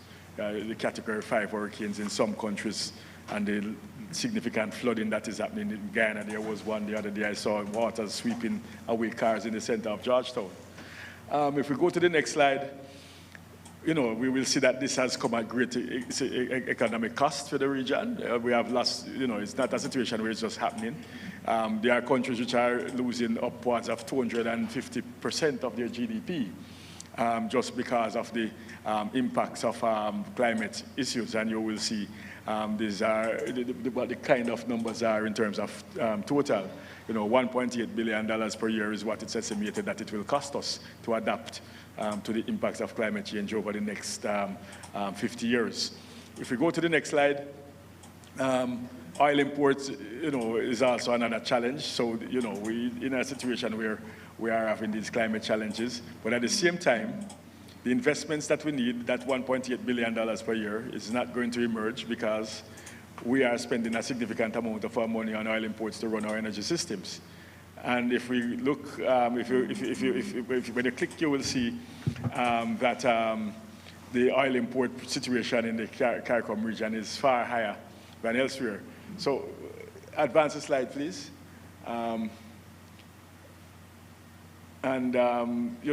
What is average in the region is about 67%.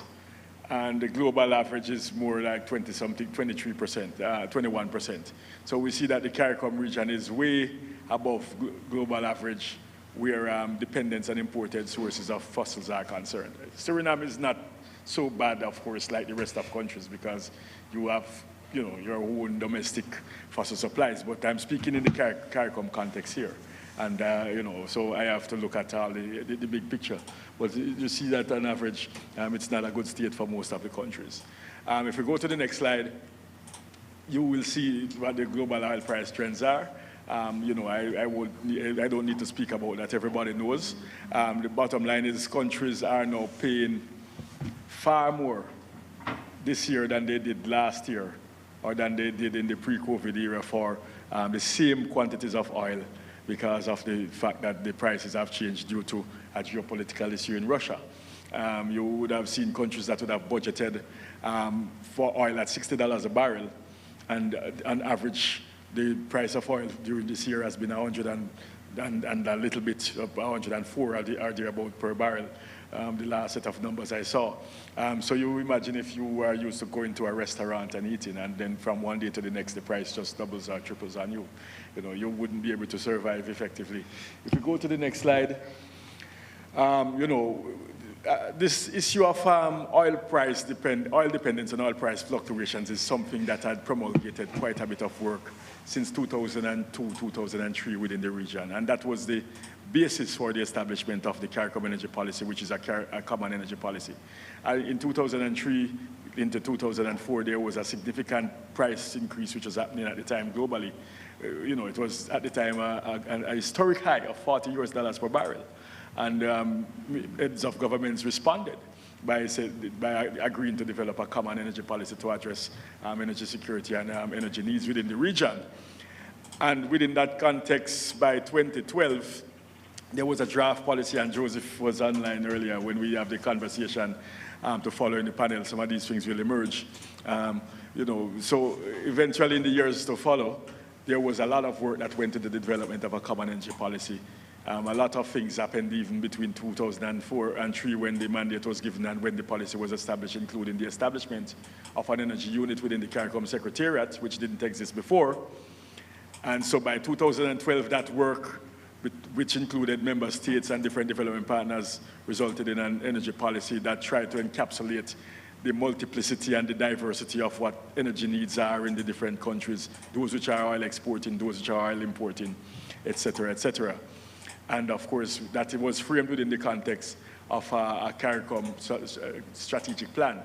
And then there were, of course, other strategies, including a regional climate change strategy, a comprehensive disaster management strategy, and a human resource development strategy, which then anchored the strategic aspects of CARICOM. And then we use that strategic aspect of CARICOM to frame what we call the energy aspects of the CARICOM strategy, which is the CSERMs, which was derived from the energy policy. And the CSERMs, the Caribbean Sustainable Energy Roadmap and Strategy, was developed, the baseline was developed in 2012 and approved by ministers in 2013. And you would have heard earlier that there were targets that came with those. And within the context of that CSERMs, we have been working steadily over the years to build out sub-strategies of the CSERMs, including sub-strategies related to climate resilience, sub-strategies related to energy efficiency, sub-strategies related to things like quality infrastructure, and of course sub-strategies for electric vehicles. And now we are looking at a energy security strategy as the next step to replace the CSERMs. And of course at country level there are different programs that are linked to the strategy. If we move to the next slide, and I'm going to be going through some of these very quickly, you will see how it frames the policy then to the CSERMs.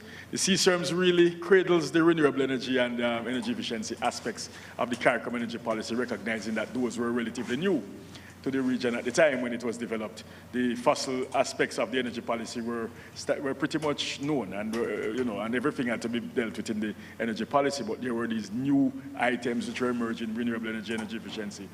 All countries had options for renewable energy. You'd have seen from Sherian in a report card presentations. More importantly, every single country had significant opportunities for energy efficiency, even those which are oil-rich. And so those were emerging as major strands that every country could corral around. And that, in a sense, represented a sustainable energy pathway for the Caribbean, even while those countries which had the fossil resources were developing those. And so the CSERMs sought to cradle and build those out and help to orientate and guide countries on how to implement those aspects of the energy policy. If we go to the next slide, we will see pretty much what it's, what the CSERMs is. In a sense, it was really to help with the sustainable energy planning arrangements and implementation arrangements so that countries could, in a sense, have a strategic way to approach renewable energy and energy efficiency design and development in their, in their own space. And of course, it is also intended to help to keep the conversation around sustainable energy going, similar to what we are doing here today, and also to ensure that the the implementation is indifferent to who is in charge and who is implementing. The targets were intended to ensure that, there was always a goal to which we would all aspire, regardless of who is in the leadership role. If we go to the next slide, this is how the CSERMS was developed in 2012 under the baseline assessment, that the number of assessments were done, which fed into the setting of the common targets. And the targets that were set were for 2017, 2022, and 2027. And of course, there were some actions, and policies, some priority initiatives, policies, projects, and actions, and so on, that were linked to the CSERM. So it didn't just come as targets, but the targets also come with some actions that we should be taking.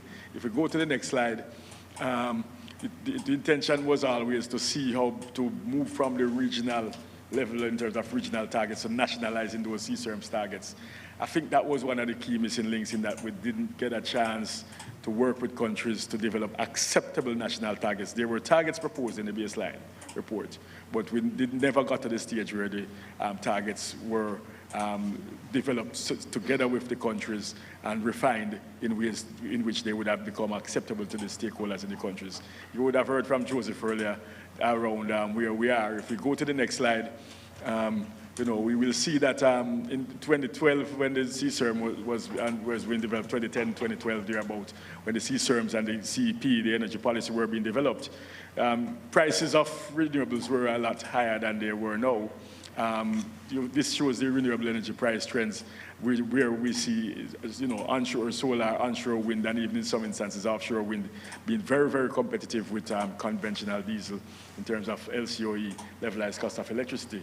So much have changed since the CSERMs would have been developed in terms of the baseline approach to the CSERMs. And that is one of the drivers why we need to, in a sense, shift our strategic countenance towards looking at what is more realistic and practical, given all the tools that we have available, including the better quality and quantity of information and the far superior technology that we have available now, and the better know-how that we have available to us now. If we go to the next slide, we will see that all countries are looking to pursue different degrees. They are already pursuing renewables. Some have more than others, but regardless, there is still the fossil dominance in a majority of the countries that we need to work on. And we believe that the rate have been anemic, and you would have heard it from Joseph. Next slide will show that the targets have not been significantly moving. If we go to the next slide, we'll see that the targets have been pretty slow in moving. So by 2020, we were at around 11%, 6.2 relative to almost double where we were in 2012 when we did the baseline.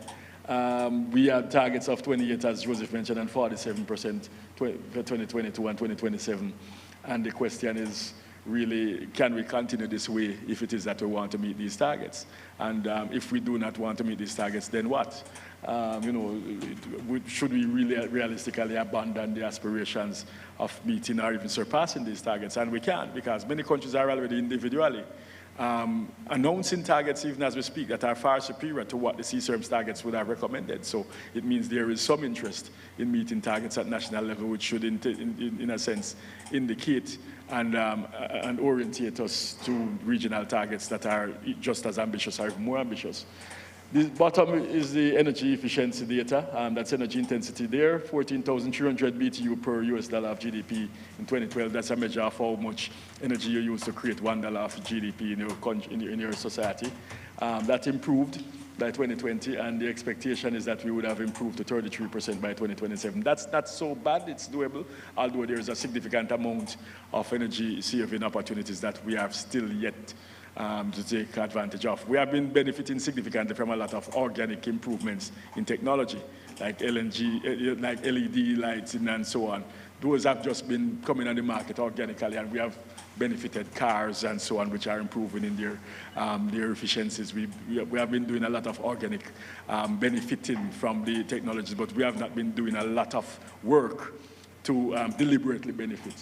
If we go to the next slide, one of the problems I think we have in terms of why we haven't been so successful at implementing the amount of renewable energy that we should be implementing is because we have typically taken the approach of tacking on the renewable resource as a centralized generator, similar to what it's used with the thermal generator. So we have simply been adding renewable generators at the end of the chain to the system, or replacing thermal generators with renewable generators. We have not really started to think about how to reconfigure the system and allow the system to become more modern and more flexible. And better able and capable of optimizing the use of the various technologies and the various resource options that are available to us. And that's a big part of the problem why, to a large extent, you find that many countries have significant amounts of renewables. There's a lot of indecision because of the large amounts of investments that are required for the system in this configuration to integrate the renewables because of inherent issues with renewable sources. I spoke about climate earlier. Renewable energy sources, resources are the most climate sensitive resources there are. And if we are going into a world where climate is more volatile and less predictable than it ever was, then it means that your solar resources, your wind resources, your hydro resources are becoming far less predictable and far more volatile in their degree of durability and of availability. And unless we are able to solve those variability challenges that we have with the renewables by reconfiguring the system in ways and means that allow us to optimize the performance of the various renewables that are contributing to it as a whole, we are going to always underperform.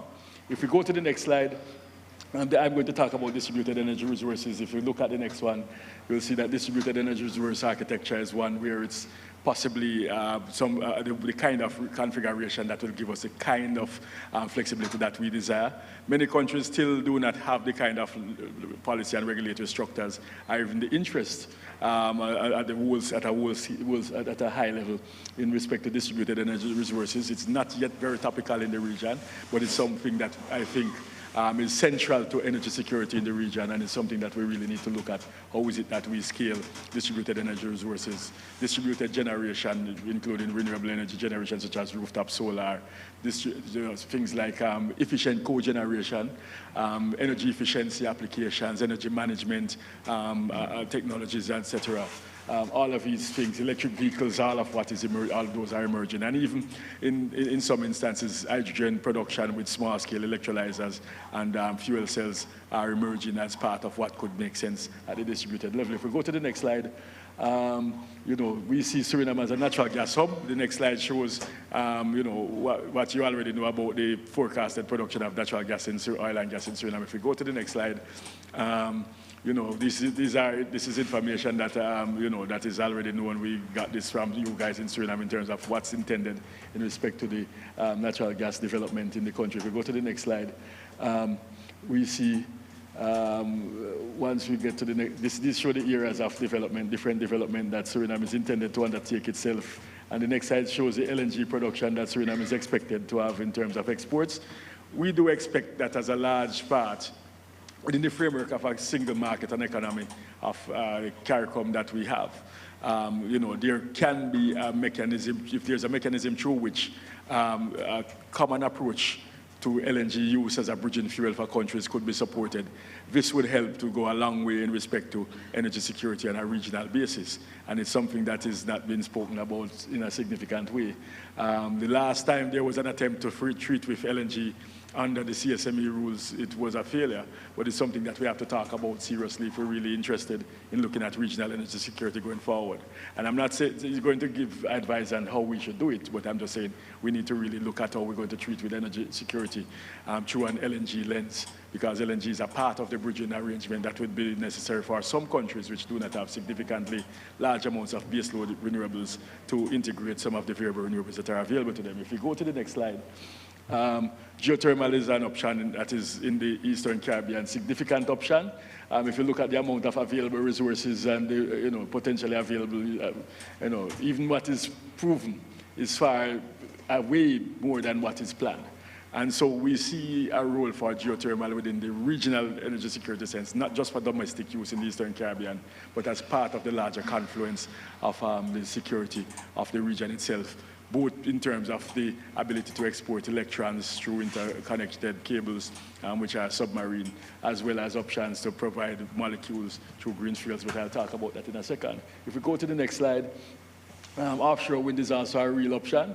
Estimating the potential for offshore wind, we have done some work there. The CECRA has done some work there. We spoke about that previously. I've just put that chart there as a reminder. If we go to the next slide, this is what the potential looks like across the region. And this is crude estimates of the potential for offshore wind at this stage. We're talking about many gigawatts in terms of the total that's available in the countries.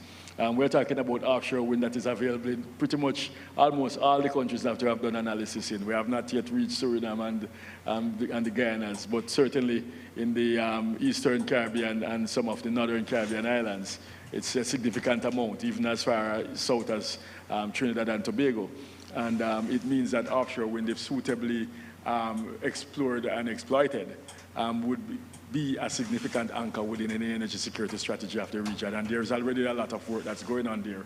The key is to figure out how is it that we're going to coordinate the work that's going on to make sure that we optimize the use of the resources to the benefit of the region as a totality.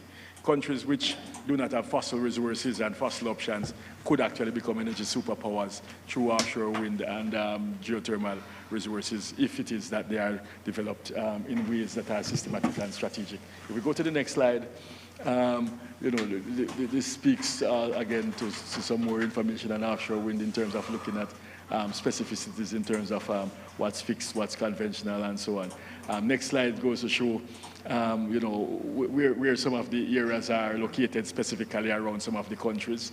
If we go to the next slide, we talked about interconnection earlier. It's a clear and present opportunity that is already here for some countries in the region, for some areas in the region. Of course, outside of the land-based neighbors like Suriname and Guyana, which is an obvious option for interconnection, there are the islanded countries which could also benefit from submarine interconnection. We're looking at pockets of interconnection in areas where it is the bathymetry makes it economically viable and technically feasible to do so. If we go to the next slide, we'll see one option on which we are now working in St. Kitts and Nevis. This is one country. And as close as they are not yet interconnected, but we are doing work now to support through the CDB and the CCRI and other partners to support the interconnection happening between the two islands of the Federation of St. Kitts and Nevis. If we go to the next slide, hydrogen I spoke about earlier.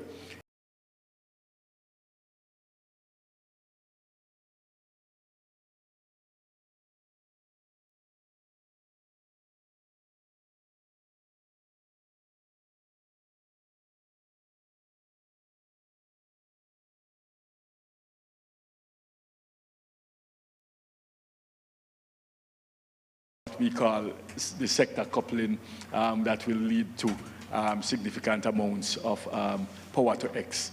The key piece of the puzzle in terms of every single thing that we are seeking to look at now is one that we call electrification. Why electrification? Electricity is the most effective way, is the most cost-effective way of moving energy from point A to point B, and regardless of all that fuels may look at, like thermodynamically, we are scientists, many of us, we don't like to see the thermodynamics of losing energy from the conversion process of fuel to electricity and back to fuel in some instances, or heating to electricity and then back to heat. It doesn't seem thermodynamically sensible, but it's what oftentimes is economically viable, it's oftentimes what is most convenient. And we are at the stage now where the technologies are allowing us to do it in ways and means that are actually very much more efficient than it used to be. So the electrification is one of the key pieces of the energy security puzzle. And by doing electrification of end-use sectors and greening the power sector to produce the electrification power through renewables and other sorts of supply, and doing it efficiently and effectively, this is a key piece of the puzzle.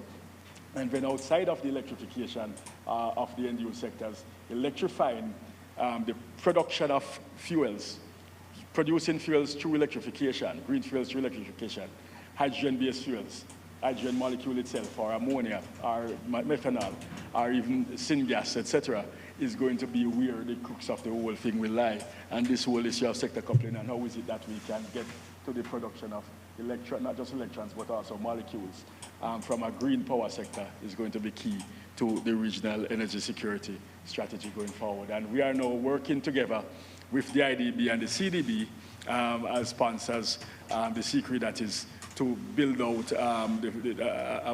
the first vestiges of a detailed study that will tell us what that energy security strategy will look like. So at this stage, ladies and gentlemen, yes, at this stage, ladies and gentlemen, I have about 2 slides left, so I will wrap.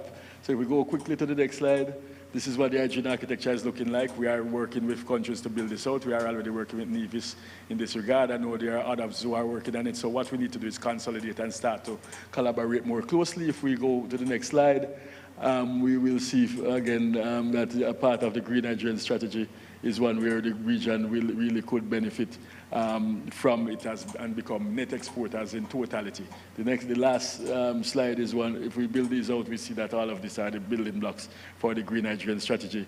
And then, of course, the last piece of the puzzle is to look at those emerging opportunities that are not yet commercially available. The ocean thermal energy conversions, the waste-to-energy options, and so on. OTEC is a significant one that could give us many of those puzzles that we are seeking to get at this time. So I will stop here and say that the bottom line is, ladies and gentlemen, that at this point, the energy security strategy for the region is one that can be achieved if there is sufficient, collaboration and partnerships. We heard the word partnerships a lot. But the region is energy rich. Not necessarily fossil fuel rich in all countries, but every country is energy rich, fossil fuel rich or otherwise. And if we are sufficiently systematic in how we build those resources, we will be okay. Thank you very much.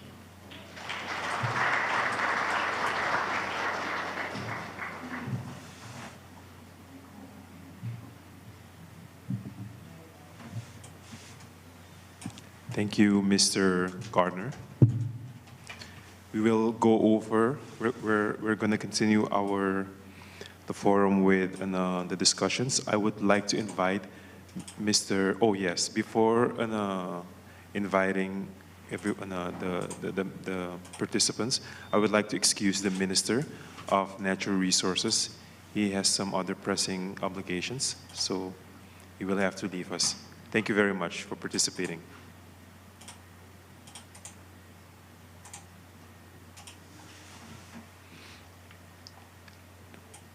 Yes, I would like to invite the Director of the State Oil Company, Mr. Jagisar, to participate at the discussion.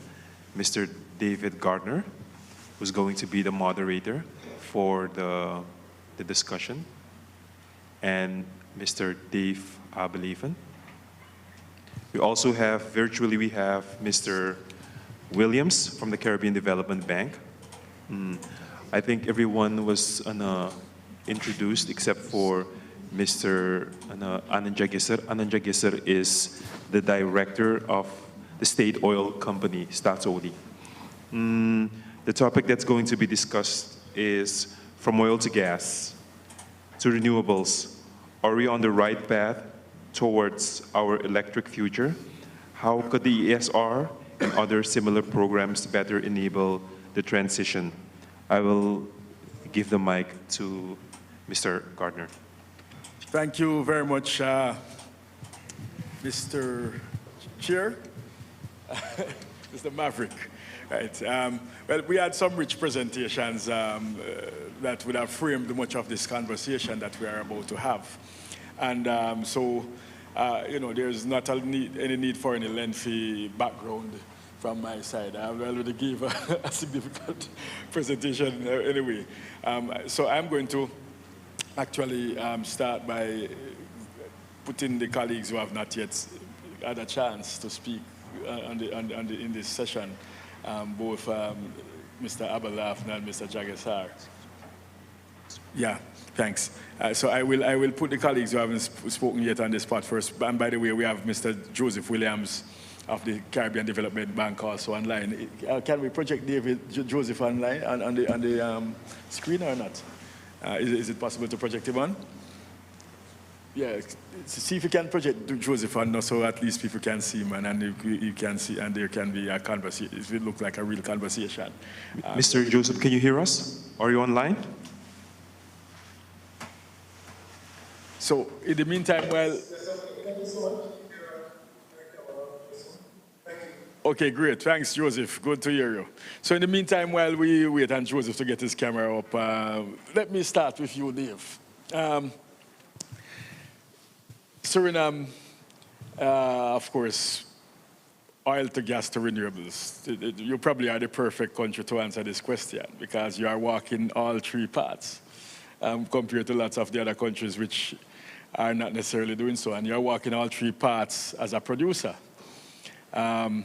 Some countries are, like Jamaica, are walking two paths as simply an importer, such as the oil and the gas path. But Suriname being an oil producer, expecting to become a gas producer, and of course having had a history of renewables use, certainly in hydro.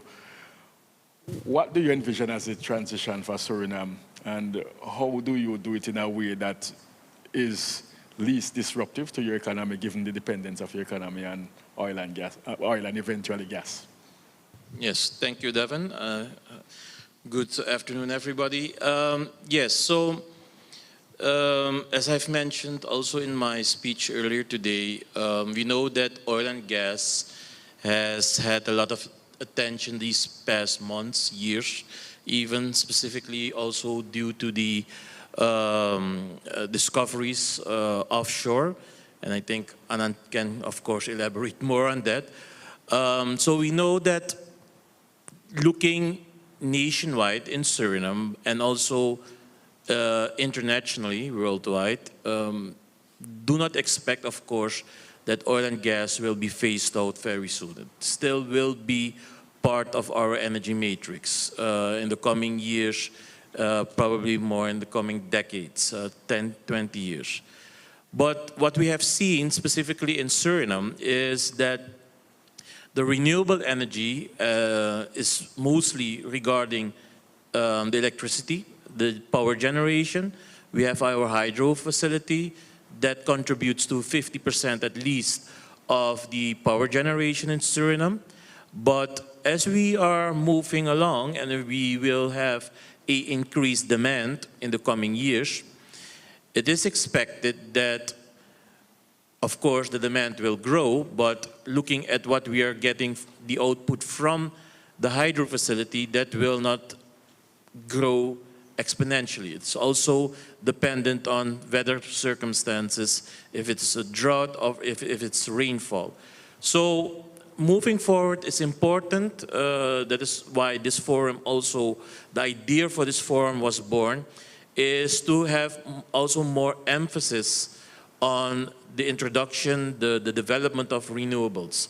And that means that alongside the oil and gas development, for the coming years, we should be able also, we should also focus on integrating gradually the use of renewables such as solar and even eventually wind. Things like the grid will be, of course, an issue, and the grid stability is something that we certainly will, of course, also have to look at in order to connect, of course, the increase of renewables to the grid. So there's a lot of homework to do. One has to do with the grid, distribution network, also distribution network, transmission, and the other side has also to do with the gradual introduction, gradual expanding the renewable energy resources as part of our matrix alongside the expectation of the oil and gas development. So we have to start somewhere, and looking at solar at this point, that's only, what, 2–3% of the total power generation in Suriname, so it's not a lot. And we can do certainly more. Thanks a lot. Thanks a lot for that, Dave. And to Mr. Jagisar, so you are Statsoli, you are known as an oil company. But you have been operating in the renewable space in recent times. Where do you see your portfolio heading over the next decade? Well, as a matter of fact, you should not sell a product, but you should sell a solution. At a certain time when the people don't want energy anymore from oil sources, you have to be able to provide them from whichever sources there are. So we see the developments in the world. People want cleaner energy. So we try to keep a good eye on it. We're not a big company, so we cannot do a breakthrough research on hydrogen, for instance. But you know, we're keeping an eye on several opportunities in Suriname. So gas is seen as, you know, twice as clean as oil. So we have this God-given nature source in the offshore. So that's one of the stuff that is going to be developed. But you know, some interesting stuff out there. I mean, the current generation of power with oil in Suriname, I would say it's about 17 US dollar cents. And with solar, I see a couple of friends here. I mean, long term, you're talking about between 8 and 5 cents, US dollar cents. But we will have to make the regulation work as well. I mean, if the selling price of electricity is 6 cents, then the people don't have a lot of incentive to produce that. So what we're doing, as a matter of fact, we're burning very expensive fuel to generate power, just because it's the default model. So there are a lot of opportunities, but specifically on Staatsolie, we are looking to sell a solution. So that's in the future, if people want only from renewable sources, we will have to do it. And we're looking into solar. Maybe one last interesting remark. I think, you know, the intermittency of the renewables is an issue. But of course, we in Suriname, we have a great opportunity regarding that. And that's, we have a hydro lake. So you can do your solar in daytime, save out your water, and generate by night from the hydro. And I see the solar people here, so they have made the solar system so smart now. You only need a half-hour battery that adjusts the intermittency during the daytime, and you can just work it out with the governor of such a big power plant. So we have plenty of opportunities. We have to put our heads together and try to develop it.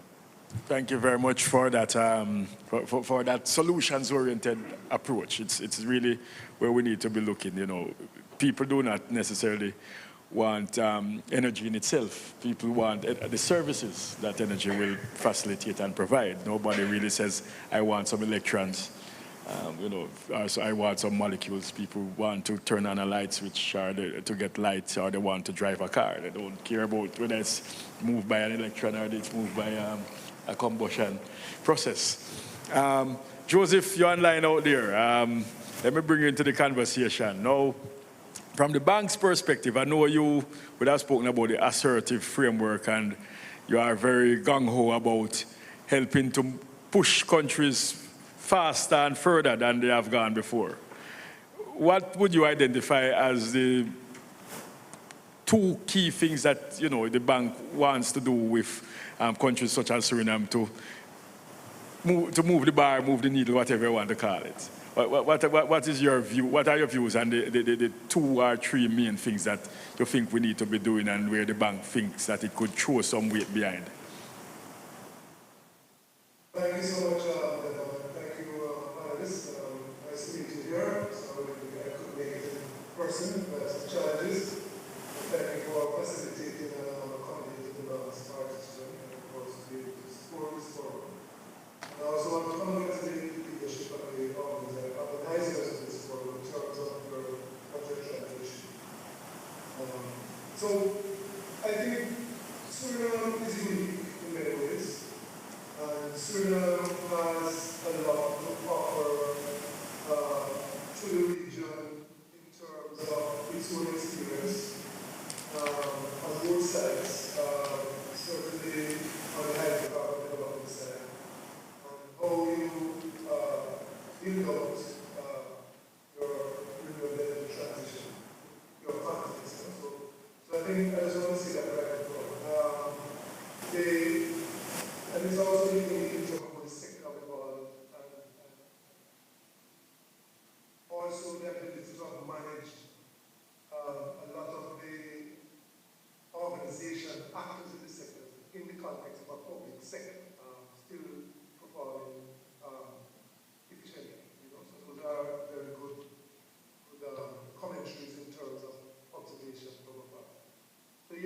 Governance, I think 2 points to touch on. So one, I think the Minister made some very good points this morning about appropriate, suitable, fit for purpose. Well, these were his words, but this is what I took away from it. Regulatory framework. And in the context of Suriname, there are some uniqueness that have to be taken into consideration, given all that Dave just mentioned a while ago. So there are uniqueness, but we're questioning having that fit for purpose approach to regulation. Now, some of it will require learning because the instruments that are available and so on, we may not have all the experience. And that is where I think collaboration is very important. So the first point is moving as quickly as possible to having that framework in place. I mean, the AAS has its role, is doing what it has to do.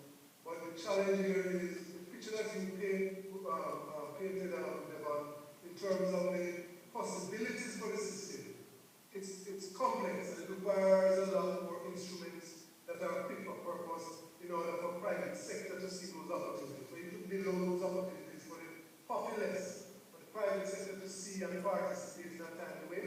It will require very proactive and timely. You have to really move at pace to make sure we take true advantage of those. So I would say that the first opportunity for government to lead to do some important things with the important stakeholders, and the bank will be willing to help and support and participate in that. I know the IDB is also another bank in the region, and we work closely together. So I can speak in the context of the development bank to say this is an area that I think banks can make a big difference, because with that, you will unlock a number of opportunities that the private sector will step in to provide solutions in a timely way. So that's the first. I think the other thing that is important is the whole question of the integration, broader cooperation, and how we can leverage the benefits, the strengths of a Suriname, of a Guyana, of Trinidad, in helping the rest of the region. Some of it, and before it was considered a kind of one-way street. Now I think there is an opportunity for it to be a two-way street and a win-win situation. What do I mean by that? The fact is that a lot of markets globally are going to be characterized by rules that require that products be of a certain color, meaning they're green, they need to be green. But that to happen, especially where you have very strong hydrocarbon resource, it means you will now have to find ways to utilize more of your renewable energy resource to change the color of your output. In some cases, Suriname is unique again, because you have that hydro-based power, a great capacity there, so you are unique. But in many other countries, it will require the kind of trade between those countries that can put up large offshore wind plants, for example, or geothermal plants, to provide the hydrogen molecules, the green molecules, to put in their system, their downstream sector, to be able to get the legal requirements of the global market. So we are the portals always seen as energy from the hydrocarbon producer going to those countries that are less energy secure. There's an opportunity over the next decade for that to be a more balanced, integrated approach where all the countries can benefit. So I think the role for integration, whether it's in the connection, whether it's helping to leverage a regional security strategy, is also an important role, I think, for Suriname in terms of the broader strategy for the region. And again, the bank will be willing to work with and prepared to work with all the partners, the government of Suriname, to see how we build that out in a way that can be most efficient and effective in the shortest time. Thanks very much for that, Joseph. Yeah, it's on now. Yeah, so Dave, let me go back to you quickly before I go to the floor, because I want to go to the floor at some point before we close today. And I want to close at 1 under that. 1:15, okay, Dave says 1:15. So, distributed energy resources in Suriname. What's the picture and what's your vision for the picture of distributed energy resources, and how can institutions like the CARICOM and the CDB help you to get there? Yes, I think as Anand also mentioned, and also Joseph, there are a lot of opportunities indeed. Anand mentioned about the floating solar. That is certainly a very big opportunity. I know that, for example, regarding wind, there is some measurements, some wind measurements that has been done. But regarding our hinterland, we know that there are also some challenges there regarding electrification. But also, there are also opportunities. There are also solutions for that with the use of solar. Moving forward, one of the things that is also... Talk a little bit more about like the distributed stuff in the customer premises. Yes. Rooftop PV, solar water heaters, distributed CHP, energy efficiency, energy management. How you, I know the regulators' role is not necessarily behind the meter per se. No. But the regulator is also, as I understand in the law, to encourage the utility to ensure customers are as efficient as possible and ensure that the system has the most optimal benefit. How do you see all of that, Bashir? Yes. One of the important things that is also we have to look at is the regulatory framework. One of the things that has been done is, of course, the 2016 adoption of the legislation, the Electricity Act. But the Electricity Act is on a higher level. The lower level regulations between 2016 and that needed to come in place between 2016 and now hasn't been done. So we are looking together with the EBS as part of the electrification sector planning that we're now doing with several stakeholders, also with Staatsol, is looking at how could we integrate some of these programs into that. And with the help of the IDB, the CCRI, the IRP that we're now doing, those are specific things that we look at how we can integrate into the electrification planning moving forward. Having said that, it does mean that regarding the regulation, we have to do our part. Not everything is yet in place in our country. We have to do much more regarding that. So that is certainly one thing. Secondly, capacity building is also one of the more important thing that we have to look at. The financing is also one, but also looking at the technical capabilities of our network, our distribution network.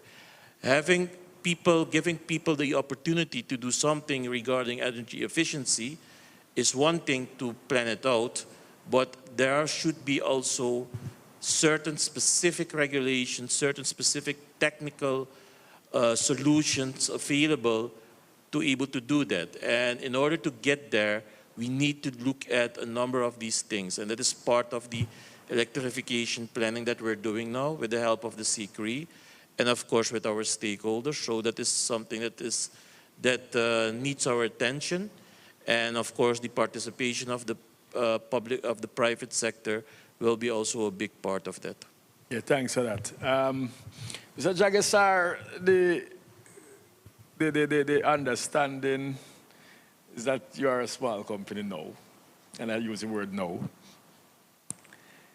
Do you envision Staatsol becoming a significant player in a sense, service as one of the anchor companies within our regional energy security strategy, certainly within the gas and hydrogen futures of Suriname? And is that something that's on the radar? And if it is, I know you said that there are lots of opportunities and you want to be a solutions provider. Is it that you want to wait and see where the opportunities emerge, or is it that Staatsol would be actively already taking steps to put its footprint out there in the region and say, look, we are ready and we want to become a major player in our regional energy security structure as a company that can provide near-term gas solutions when the gas is available, and eventually maybe other types of gas solutions, green gases in the future when those become viable options. How do you respond to this? Yeah, I think every company has the aspiration to grow and become, sometimes they want to become the ruler of the world. But I think we have a strategic plan. So the strategic plan is, of course, based on the environmental factors and internal strengths. which is we have a lot of oil in the offshore, we have a lot of gas in the offshore, but the public also demands cleaner energy. We put that all together and we make a strategic plan. I don't want to, how to frame this. So the amount of gas that we have is, I think, overwhelming for the Caribbean region.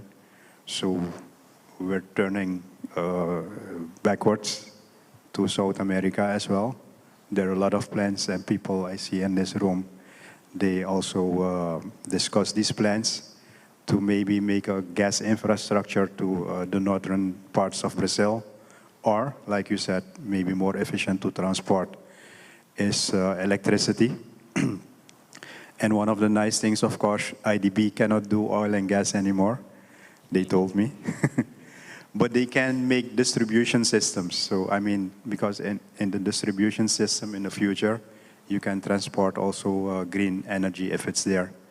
So yeah, we scout all these elements, hydrogen, the process to make green hydrogen is developing. They're making it more efficient, developing new membranes in the process to have higher yields. So we're watching that. We cannot do breakthrough research, but as soon as it is a matter of testing it out in Suriname, we're there to do it. And we've done so with a small solar project. I know ABS, I saw Mr. Eindhoven. They've been building a lot of solar plants. So we're going to go and have a look as well. And we're planning to develop that as well. Okay, thanks. I want to turn to the audience. I know there are many friends in the crowd who would want to ask. So I want to give an opportunity to them to have them ask a couple of questions, and then I will come back to the panel to wrap, if you don't mind. So if we would have a show of hands, and we have a roving mic? Yes, so if we have a show of hands, yes. And then, so we have Dr. Suknandan, and then anybody else, of course, just show your hand and the mic will come to you. State your name and your organization, and then ask a question. Please, for the records. Yes, thank you very much. Good morning, everyone. Manorma Suknandan is the name. I listened carefully to what Mr. Jagisser said, and you mentioned that solar is how many cents compared to... Sorry. Yes. So, of course, solar then is far cheaper. My first question is there any policy and development in Suriname that by a certain year, a certain percentage of the energy should be provided by solar? Because I'm hearing, of course, solar is cheaper. And in the end, the consumer wants something that is cheaper, gives more certainty, and of course, is more cost-effective and efficient for the consumer. I'm missing the consumer part of it. Because in the end, hydro is very stressful. Everybody's talking about hydro, but every, so many months, the price increase and the consumer is feeling it in his and her pocket. So it seems like solar, I'm very careful, solar is the way to go. Is there any policy and development in Suriname to say that by a certain year, 2025 or 2030, certain percentage should be solar? And I've heard that you have started in the interior already with solar projects. The president mentioned, I think Nikeri has 2, yes. So these projects are funded projects. And if they're funded, what about the sustainability? So who is paying for the sustainability of these projects? Because it cannot be just short term. And something that's my third question that concerns me. Am I right that ABS is monitoring or dealing with the solar distribution and anything in relation to solar?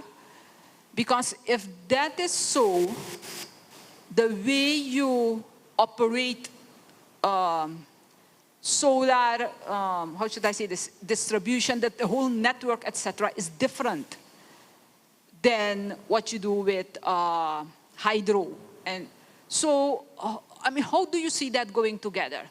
And in the end, is that a thinking or a policy that it's going to be EBS also dealing with solar, given the current challenges that we already have with EBS? So those are my questions. Thank you. Thank you, Dr. Suknandan. I think Dave has indicated he would be best pleased to answer those questions. Not all of them, Oh, yeah. all Well, of them. okay.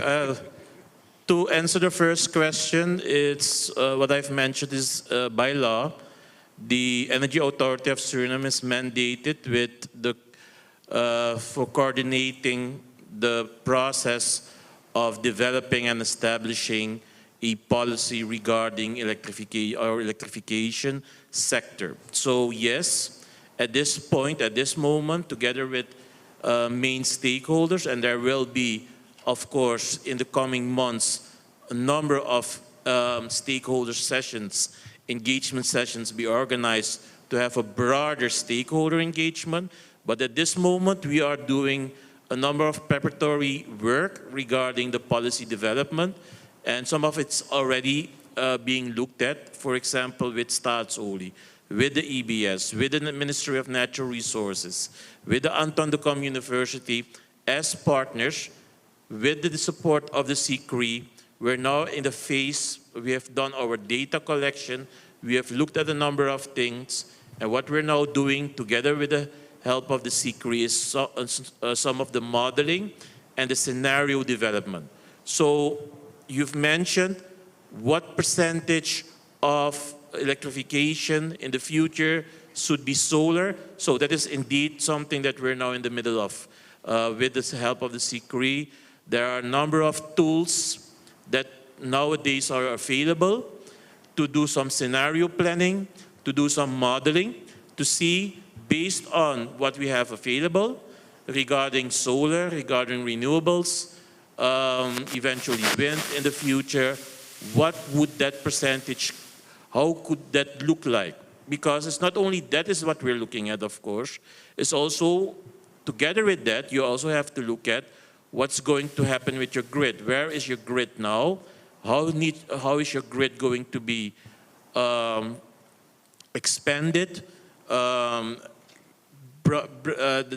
could your grid be improved in order to have that integration of renewables? So specifically on the first question, yes, we're now in the middle of that process, and we do expect by the first quarter of coming year, 2023, that we should have a draft electricity sector plan available. And that's why we will we'll be having some stakeholder engagement sessions in the coming months, based also on the modeling and the scenario planning that is now being conducted with the support of the CCRI. That answers the question of the solar percentage. What about the question about EBS's role and responsibility? You want to take that one too? Yeah, so regarding to the law, and of course there will be some presentations tomorrow and Thursday where the EBS will also share regarding their the work that they are doing regarding solar, regarding renewables, and how that can be integrated, how that can be connected to the grid, etc. So there will be some specific presentations, certainly tomorrow and Thursday. Yes, the EBS still plays an important role, and I know that there are some discussions, there are some issues, policy-wise, etc. We know also that the law also states that the EBS needs to be reorganized. That is specifically something that has been put out there in the law. That is something that is also in process. We're not there yet. There's a number of things that still need to be done, but the EBS certainly will play an important role in all of this. Regarding solar, yes, 2 megawatts have been done in Nikeri, and there are some other projects that are in development. And that will all be part of the policy that is now being developed regarding renewables. So yes, moving forward, certainly, and the restructuring and of course the role that the EBS plays in all of this will also be integrated as part of the policy. And that means certain reforms. Yeah, thanks a lot for that. That's okay, Doc, you got your answers? Oh, the sustainability of the projects. Yes, the sustainability being addressed in the design of the projects. Yes, that is certainly something that is that we are also looking at, because when we're talking about some of these projects, we must be aware that looking at the tariffs right now, that you don't get enough revenue out of the tariffs at this moment to do something, for example, regarding grid expansion or upgrading of your grid.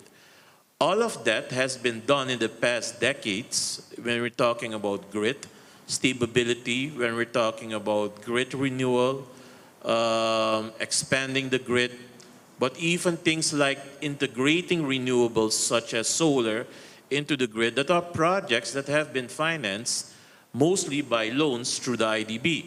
And that has been done the past years, and that will be probably also the case in the coming years. So sustainability is certainly something that we are aware of, that needs to be looked at. We know that there are a number of things going on right now, policy-wise, political-wise, regarding what can we do regarding the tariffs. And something that has been the same in the past decades cannot change overnight. If your tariffs have been much lower than the cost price in the past decades, and you want to keep it, you want to bring it at a level that it's even, break even, or you want to be a little bit higher to have some room for investments, that's not going to happen overnight. We know we are now in an economic crisis. We know that we have some, our economy is not doing well right now. We're looking at the income, we're looking at the GDP, that's going down. We're also factoring that in the electrification planning. Listen, what do we need to do on that side? What do we need to do regarding efficiency? How can renewables, as part of our future, as part of our grid expansion, how can that be made sustainable? It is a point of concern. Certainly, I do not have a immediate answer for this, but it is part of our planning, of our policy planning, to see how can we make this sustainable. Of course, with the help of the IDB, the CCRI, the CDB, we will get there, but cooperation is key, looking at it together and making sure that sustainability is also at the forefront. That is certainly that I can agree with you. Maybe a small addition, Mrs. Sugnandan. So there is good news regarding solar, which is it has a high upfront investment, but very, very low maintenance. So you have to be a star to destroy that solar project. It takes cleaning sometimes. You have some electrical disturbances, but it has very low, it's not like a thermal plant. So if that's your worry, so who's going to maintain this? It has very low maintenance. Thanks. I'm not seeing any answer, so I'm going to ask a question in the meantime. Oh, okay. But while he gets the mic, I just want to ask, Joseph, you wanted to say something?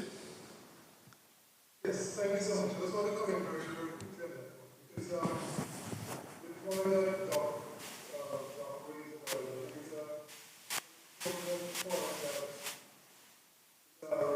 it's a challenge for regulators. Regulators have to look at cost, unit cost, and how that is balanced, and how it's going to be paid for, and so on. The question is what the population is paying for electricity versus, the new options of the technology has to do with that. What I want to suggest is something that we are delicately trying to help the countries to consider. There may be a middle ground in terms of the groundswell from the population and the participate in the distribution. There is that groundswell. It comes with the sense of independence, the whole democratization of the grid and so on. But one of the points when we discuss it with some of the regulators, and we will talk a little more in January when we meet, when we all meet together, is that there may be a way to strike a balance so that that could be supplied from distributed generation. Obviously, the rules around that have to be very clear, and the rules have to consider equity. Because it's not just a question of those who can afford. To design it in a way that even those who are not so up in the income stream, of high income levels, can still participate. So one challenge with the regulators is how to establish a cap that could be revised and looked at while they do other things. So we don't have to wait until everything is perfect in terms of the set of information and all that money. So we are able to create some space for the broader population to participate in a way that even partially offset their supply from the grid. Obviously, I'm not being reckless here, about it, just be a balanced conversation. Because in some cases, it's a matter of how you pay for equity and inclusion, even though some of the costs have to be subsidized. So that's a challenge model to regulator in terms of ensuring that while you try to get the perfect model in terms of the balance and how much utility scale solar will play, we can also ensure that there is participation and inclusion in the process, don't know we that is equitable. That will help you ensure that we have great participation. Last one is on the issue. We are really happy that point around the need to focus on the infrastructure. Because all the things you do on the generation side, that infrastructure is not sound, resilient, flexible. Because we can't do that, we don't get too far. So that CDB is also working with the government, BTS, so we look forward to continuing supporting strengthening of the grid itself as we move forward. Yeah, thanks a lot for that, Joseph. And the couple quick things based on what that those interventions, obviously. One is the point that, as we say in Jamaica, you have to ride and whistle. You can't stop and wait until things are perfect. So that's a very great point around how to manage the integration of distributed generation, especially solar PV, rooftop solar PV, which is very affordable and within the reach of many householders. I think there is, of course, the one challenge we'll have is the price signals. Because obviously it works best in a market where the price signals are realistic. But that's another conversation for later on, as far as I know.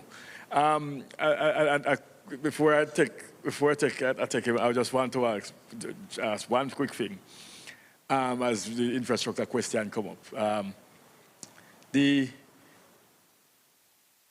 calculations and projections by the International Energy Agencies that 18% of electricity end use, of the energy end use right now is coming from electricity. So 18% of energy end use is electrified. By 2030, they expect that to skyrocket to 51%.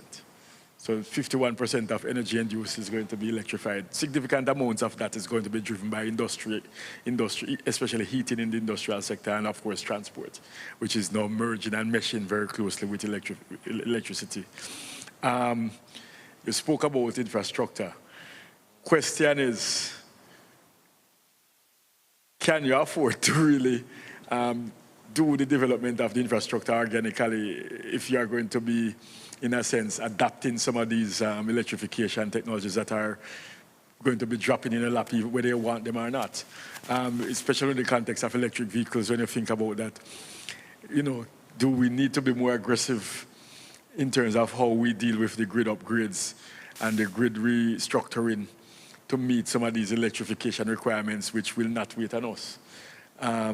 So, it's something to put out there. You don't have to answer now, but later on when I come to the wrap-up, it's something I'm going to test you guys on.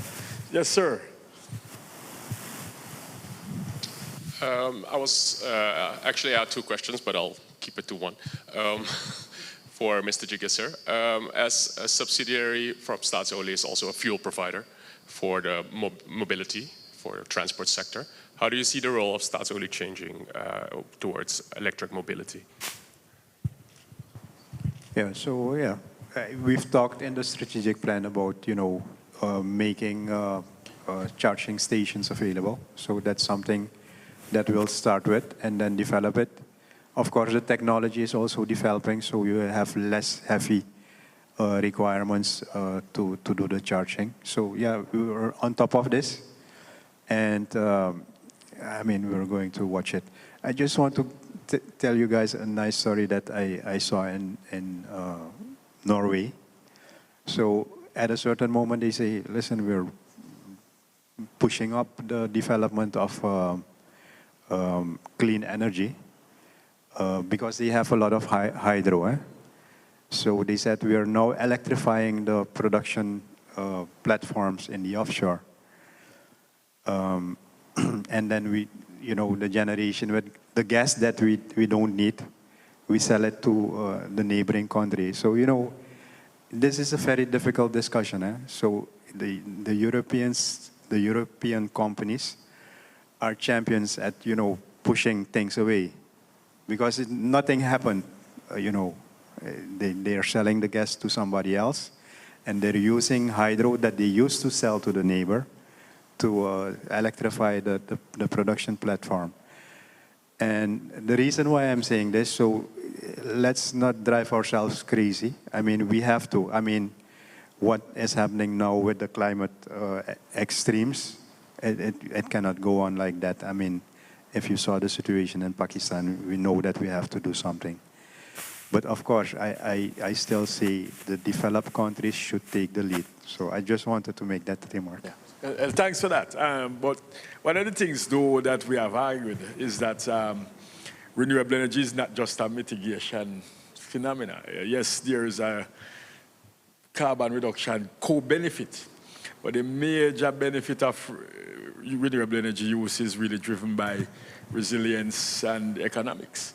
From our side, Suriname, the economics part is probably not as big. But certainly, the degrees to which you have diversification and flexibility in your system will only come when you introduce other options and the kind of technology options that renewable energy provide into your system. The thermal options alone will not give you the kind of diversity and flexibility that will allow you to be able to, in a sense, mix and match and meet all the different circumstances that you're likely to face, whether in terms of a demand disruption, a supply disruption, or in a transmission and distribution disruption as readily. So, like distributed solar would allow you to do some things that you can't do with a centralized thermal plant, etc. So, there are always benefits and, and difficulties on both sides, pros and cons. I have room for one last question in the audience. Well, two? All right, two last ones. You and the lady and then Orlando. Yes. Thank you. Good morning, everyone. Morning. I'm Joy Dos Santos Damon. It's a pleasure to be able to participate on this important. My congratulations to the organizations. As a 19-year-old, my first taste of renewable energy was when I went to Brazil. And I literally tasted renewable energy because of their ethanol program in Brazil. I believe many of you would have gone to Brazil and may have experienced the same thing, this sweet taste. I would like to underline here the importance. We've heard several speakers already talk about sustainability and related terms. The importance of a questioning attitude as Surinamers, as people from the same region, CARICOM, and certainly Suriname as part of the South American continent, Guyana as well. The importance of a questioning attitude, an open mind, With this, I'm saying, how far ahead are we thinking? Because a lot has been written down already. There are manuals and there are programs, and we talk about 2030 and other targets. But are we, as a country, as countries, are we thinking further ahead? For instance, with an open mind, I mean, do we need to stay in the coastal areas? Or can we go further to the south? And of course, it is a complex matter because we have our forests and carbon sink. But I don't think that we need to see it as impossible to perhaps initiate a new, and I'm not inventing this, there are people in Suriname who talk about that, planning ahead and thinking of a new city, a new capital city in the center of Suriname, for instance. And I think all these things need to be taken into consideration. Somebody talked about inclusiveness. So getting as much people involved as possible to discuss these complex matters and to make sure that indeed when we plan energy for the future, that we take into consideration these new endeavors that we can have as a country, as a society. And not just letting us guide by program A or B, but thinking further ahead. That was just my comment. Thanks very much. I can vouch for Dave on that one because the truth is that in the past, electricity sector planning was something that was done by the utility, They used to call it expansion planning.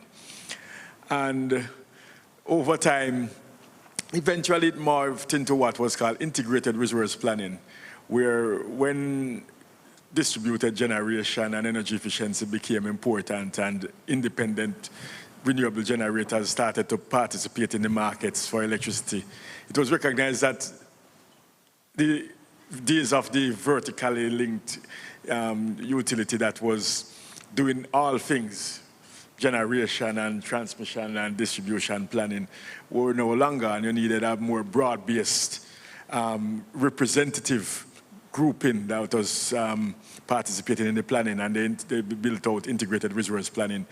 Started in the late 80s and eventually became more popular in the 2000s, early 2000s onward. We have actually, within the context of the region, started to go to the front of the line with what we call integrated resource and resilience planning. That also not just looks at the integration of different types of resources, renewable resources, distributed resources, along with decentralized resources, etc. But we also started energy efficiency as a resource and so on. We also started to look at the resilience with which these resources need to be integrated for the system to be sufficiently reliable and stable and sustainable. And Suriname is now participating in the program to build out an integrated resource and resilience plan. So I would say for the electricity sector, DF is taking the first step. So I will close the questions at this point. I have been given strict instructions. Orlando, you can't spoil your own party, boss. I've been given strict instructions to take no more questions. But there'll be other opportunities this afternoon. So I'm going to give the three gentlemen 30 seconds each to give us, what is the one message that you want to leave with the audience here today in respect to this topic, from oil to gas to renewables. How do we make the transition fast and far? Joseph, I'll start with you. Yes, thanks. I would say leadership is critical. It's not complicated, but it's complex. And so the regulatory framework becomes a very important part, because a lot of things fall in place once you are able to make timely decision there, using the tools that are available and the experiences that are available. So I think the government leading in that space is very important, and I think we have started and are going to put it, but we need to speed that up, and we want to see how we can support you to do that. Thanks, Joseph. Mr. Jagasar. Yeah, I agree. Leadership and collaboration. I think we are one of the three net sink countries in the world: Panama, Bhutan, and Suriname. Let's keep it that way. Thank you, and Dave. Yeah, really nothing to add to it. Is indeed leadership and collaboration is indeed key. That is also, I think, almost the key theme of this conference. But as you have mentioned, when it comes down to this transition from oil, gas to renewables, there's a vision needed, there are strategies needed, there are clear goals needed, and that can only be established through leadership, participation, discussion, and collaboration. And that is something that we're now doing with the support of the CCRI, and of course we will involve all stakeholders that are also here in the coming months to get to our electrification sector plan. Thank you very much. Ladies and gentlemen, we had a very active panel. Please give them a round of applause. Thank you. And so all I will say at this point is there is a cost to inaction. Inaction is not free. When you don't do anything, it costs you. Sometimes we think it's expensive to do something, sometimes it's more expensive to do nothing. Thank you very much and have a good afternoon. Thank you, Mr. Gardner. Thank you, participants. I think it was a very wise man that said once, a hungry man is an angry man. So it's time for lunch. Please follow the protocol. Ladies, they will escort you to the place where we're going to have lunch. I would like to emphasize that this event can be live streamed on the website of EES and on YouTube, and also you can watch it on YouTube and also on their Facebook page.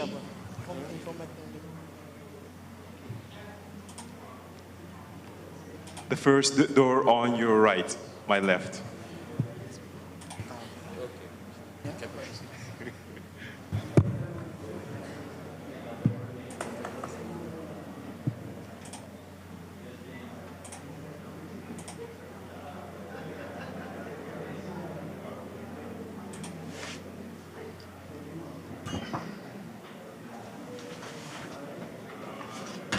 Please know that we're in a little bit of time squeeze, so we're planning on starting exactly at 2 o'clock. Please, this door here, the entrance, or the exit, the door on your right. The protocol ladies will escort you to the place where the lunch will be served.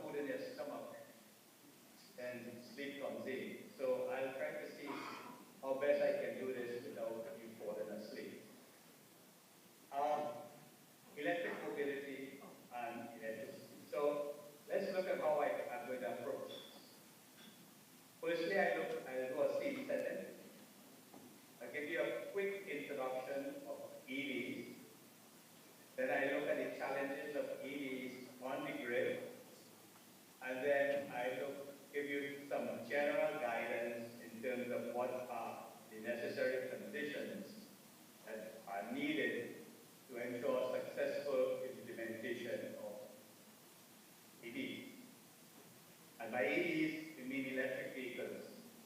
And they can be a combination of hybrids and electric, but I am focusing basically on electric. This seems that if one were to look at Suriname's greenhouse gas emissions, they are quite low by international standards. And if I would just look at the emissions which are not due to the change in use of land, your total emissions is only about 4.5 million metric tons, and of which about 20% is due to transport, which is 910,000 tons, and 1 million tons approximately, which is about 25%, is due to electricity and heat. So put this in perspective with the fact that the world emission is 50 billion tons. And from an aggregate point of view, the emissions from Suriname, just like all the other Caribbean countries, is minuscule. And like I've been telling a lot of people in the Caribbean, your focus should be on understanding how these things impact on your GDP when you implement it. So with this as the background, and we look at the fact that in the past few years, by 2020, there were 10 million EVs produced and on the road, and it is expected that this would be continue to grow. And I have several estimates here. But the main thing is that all of them seem to converge around 2027, 2050, around the same value. So it's looking like around 100 million EVs you're going to have there. So EVs are going to take off, and these are the estimates from Bloomberg using different scenarios, OPEC, and the IEA. So with that in mind, and the fact that EV and many ICE, or internal combustion engine manufacturers, are moving away from manufacturing gas engines and only producing electric vehicles, one would expect that EV is the future, and we must prepare for it. Now, if you look at EV, basically, an EV is the same chassis that you have in an ICE engine, which is the current engine you have, a fossil fuel engine. Same chassis they're going to use, but superimposed on it, I'm going to remove from this EV the gas tank, the gas line, and the internal combustion engine. And I'm going to replace it by a battery pack, which is seen here, and a controller which controls the power output from the battery pack, which goes into an electric motor. And that's it. That's the major difference between an EV and fossil fuel vehicle. Now, in an EV, structure of the EV is that the battery itself is part of the superstructure. And this is one of the issues that you have to take into consideration when you are looking at EV. Now, let's look at the differences. And these are the main differences in EV. And the one that you're looking at really is, I could give you some issues today, how long it takes to refuel. Fossil fuel is minutes. It costs much more to refuel per kilometer, and there are over 2,000 moving parts in this engine. If I go to the electric vehicle, no emissions. I have ranges going from 250 kilometers and above. It takes hours to recharge on a level 2 charger. It's very low cost per kilometer compared to the ICE engine, and you only have less than 200 moving parts in this engine. When we look at the EV, there are 3 levels that you can use to charge EV. Level 1, which is your normal household supply. So in countries where there are 120 volts, you just plug into a 120 volt outlet. Or in countries where there are 220 volts, you plug into the outlet. This is a small charger, similar to what you would do with your phone, your cell phone. Then there's a level 2 charger, which is mounted on your wall, and you have a higher wattage from that, so you can get 7 kilowatts typically from it, and you need electrical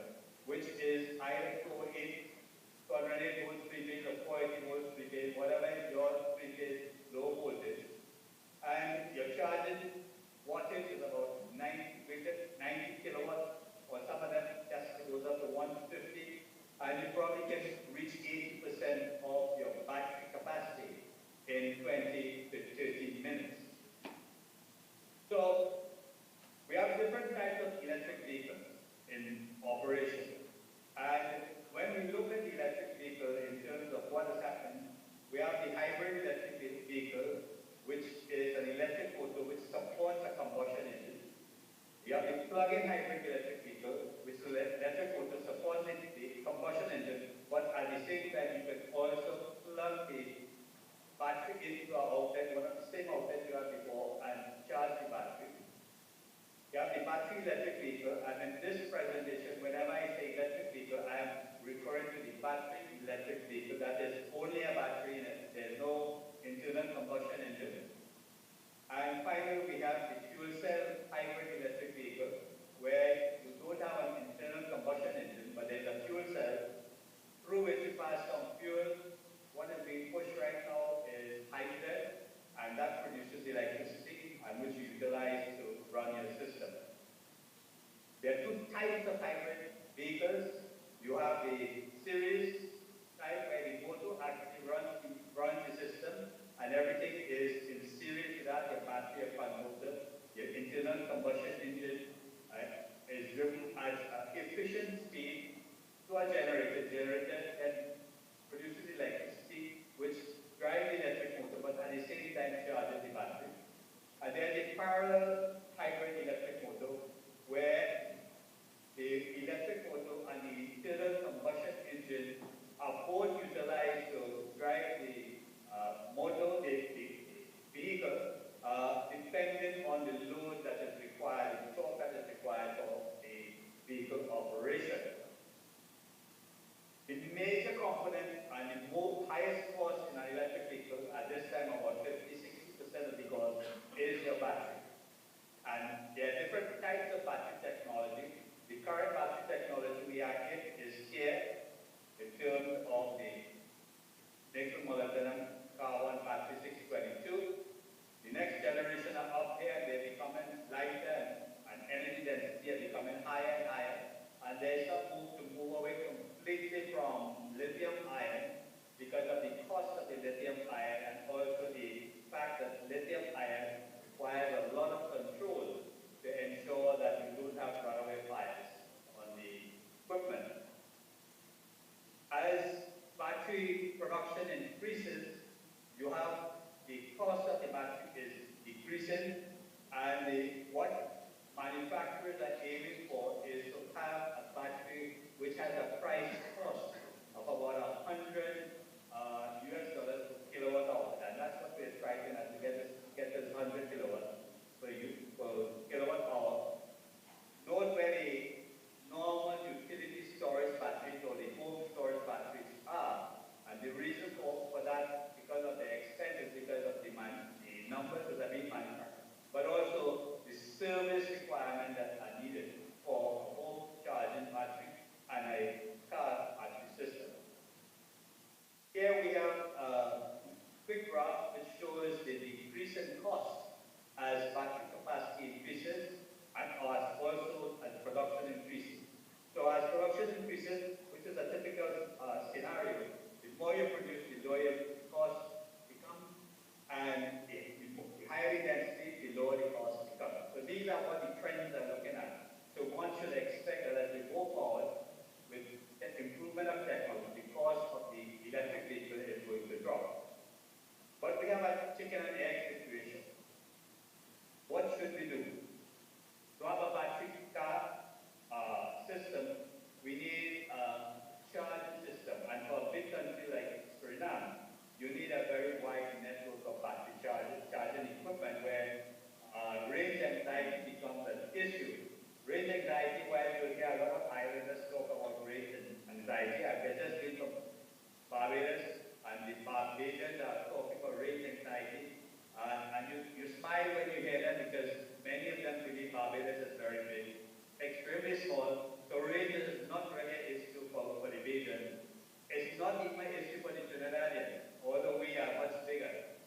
With 250 kilometers in a battery, you can go anywhere in Trinidad and get back in time to recharge at home if you wish. So in a country like the Guyanas, where Suriname is one of them, you have a chicken and egg situation. How do I feed this in?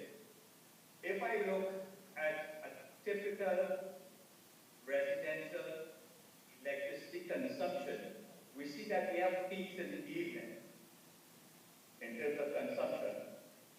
We also see that most people, in terms of recharging charge their battery systems in their cars, and it's typically what happens with a cell phone too. You charge the batteries when you come home. So between 40 to 60% of the recharging occurs during when people get back home. Now what happens when that occurs? What I have here is two levels of charger. The level one is a simple plug into a normal outlet that you will put an appliance on, and a level two, which is a wall outlet. The simple one, which comes with the vehicle, is 3.7 kilowatt max. The level 2 one, which is on the wall, is 7.4 kilowatts. Now let's look at the utility grid here. This is a distribution system with a transformer, with an auto tapped in transformer. And on this line, this is a feeder line to home, there are 4 electric vehicles unplugged. When the electric vehicles are unplugged, this is the normal voltage profile along the line. Notice it's within the max and min values that are required for the system. But from the time I plug the vehicle on, the voltage drops. So it drops below the minimum required. So that's your problem you have immediately with your system.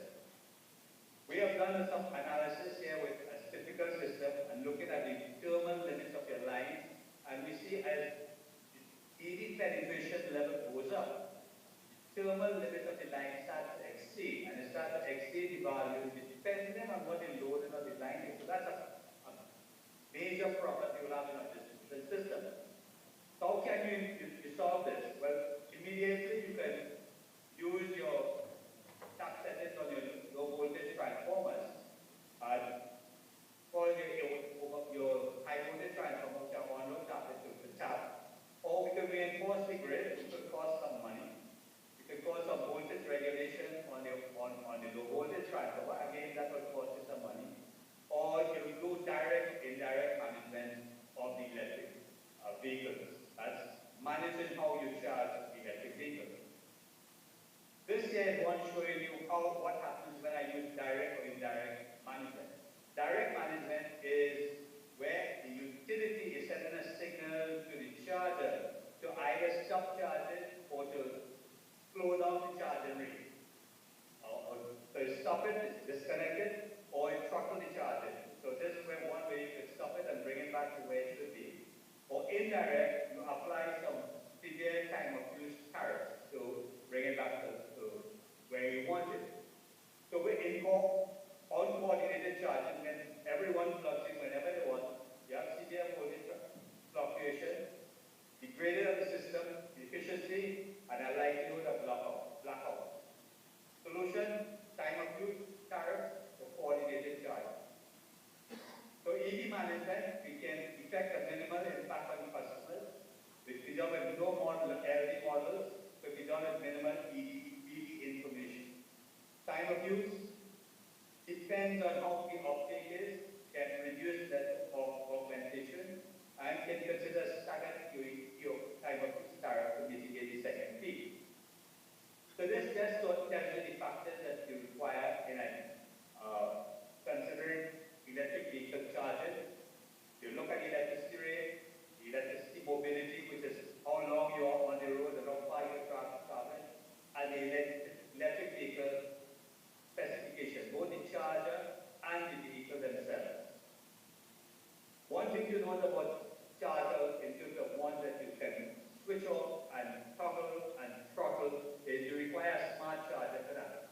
And the UK has already gone that way, but it has mandated that all electric vehicle chargers sold from June 2022 must be a smart charger. And a smart charger is a charger where the utility can send command from head office to either shut down the charger so you cannot charge at that time, or throttle the rate at which you can charge, so you can reduce the rate so as to not go below the voltage value that you want. At UWI, we have developed one of those charging systems where a small microcontroller. Right now, we are discussing this with the utility in terms of having it implemented on all the chargers that come into Canada. Challenges. So there are many challenges in an EV application. Like I looked at, we have the charging infrastructure, and which has to support the charging both at the distribution level and at commercial level. You have limited expenditure to implement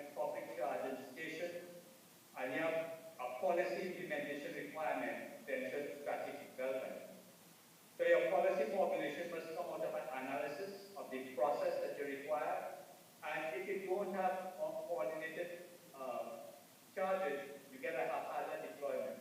For coordinated charging, you get a review and a modifying of all your schemes, and you get strategic deployment. And one of the things that a lot of people miss is the fact that once we go EV, you're going to get the roll-on, roll-off vehicles coming in. Those are used electric vehicles. And you want to ensure you don't get dumped used vehicles which do not meet up your standards and your specifications. So we have a policy framework that we suggest for when you bring in used framework, where we ensure that all the stakeholders are involved before you license the EV. A policy requires strategic deployment of the limited infrastructure. Ensure, and this one is very important, all standards and codes are followed. Allow the EV infrastructure implementation to be coordinated economically, and this would be down for a cleaner environment. One of the things that we miss is that there are many standards for the charger in terms of whether it's a Type 1 or a Type 2 charger, or whether it's a TCS 1, TCS 2, Tesla charger, or Paramaribo charger. I would suggest that your guidance must ensure that we look at this and don't have a proliferation of all different types of chargers. Just like you have gone to a USB-C charger output now, we should start immediately with one type of charger output. So you must have all your standards in place. You must have your safety standards, your battery standards, your charging standards, and your infrastructure standards. And make sure you have them properly defined. The best practices are incorporated from during vehicle-to-grid charging, utility control, your tariffs, your charging protocol, your infrastructure, and your licensing and insurance, how they operate. One of the advantages of the time of use in terms of this graph is this is typically how much this. Some people come home in the evening and they charge and they set the peak up, and that costs you money. If I have a proper time of use charge, we can force people to charge in this area and hence remove the peak that you would get at the evening and ensure that you don't get your equipment being overloaded. So this we are talking about the next generation utility where incorporating the smart grid, the renewable energy, consumer engagement, the distribution intelligence, the operations, and all into one, which incorporates the plug-in vehicle. So if we look at 4 recommendations I would make for update is maintain and adapt support for EVs, kickstart the heavy-duty market, that's like buses, promote adoption and emerging and developing economy. It might be good to push 2-wheelers and 3-wheelers and buses for rural operations because those are cheap and those are easy to implement, and expand the EV infrastructure and incorporate smart grids. Have your projection for 0 to 20% upgrade penetration to 20 to 40. One of them, go very slowly because these require some heavy skills, technical skills, to ensure that your grid is responding properly. General, reinforce your grid when necessary. I recommend that if you're not starting, when you start it, you recommend that you use smart chargers immediately and you look at your tariff to ensure that you don't get overloaded assets. General, I repeat again, smart meters and it's smart meters. This one here is to remove the issue of the overloaded in the distribution system, is to encourage people to charge at one location. And finally, follow your international standards. Make sure everything from the grid straight down to the charger to the electric bill follows international accepted standards. And finally, the skills that you require for EV integration are one, primarily understanding power flow and the physical distribution network. It's not just being enthusiastic about it. These things are going to affect your grid if you do not take care of them. Knowledge of all technical standards are paramount. Understand the retail business and the risks. Understand case, understand your knowledge on regulation, customers network, and understanding methods and systems of communication, control, and network installation. So I think that's it. Thank you very much. I hope I didn't confuse more people.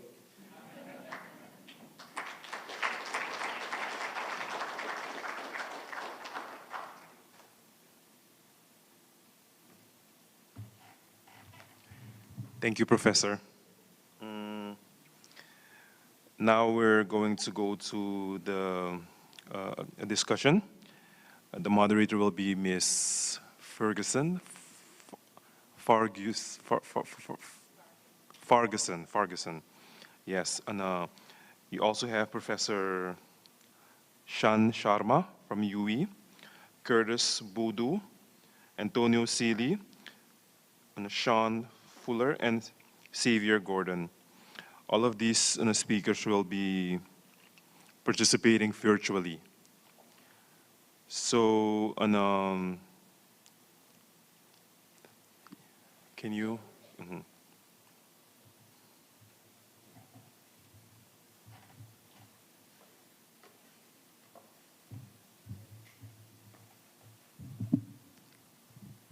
All right, I'll just give the panelists some time to turn their cameras online. I think Professor Sharma has done a very good job, a very detailed job of setting the scene for us to look at an electrified transportation future.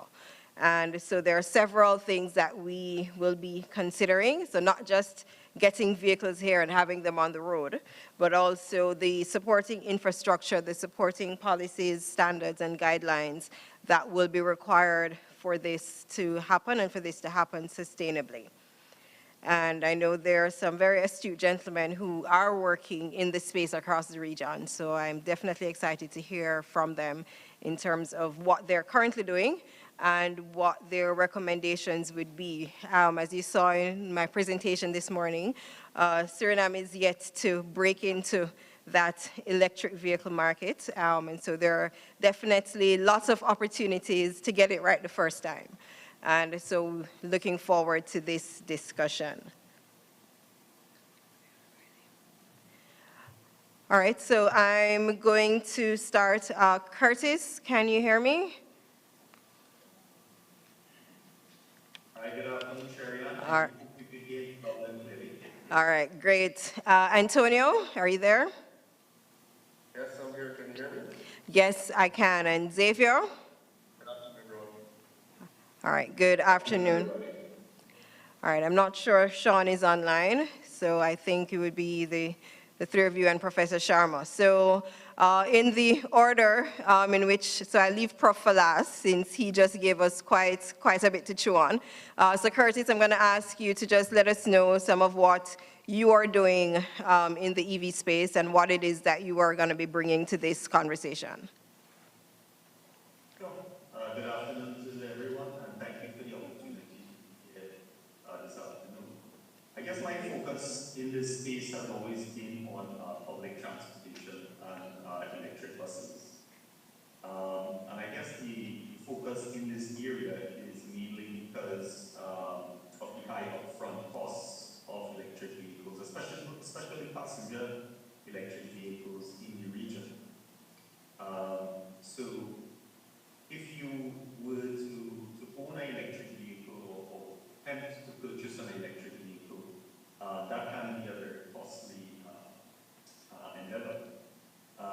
We would find that in the region there are certain sectors of society, especially the low-income sector of society, that don't necessarily benefit from the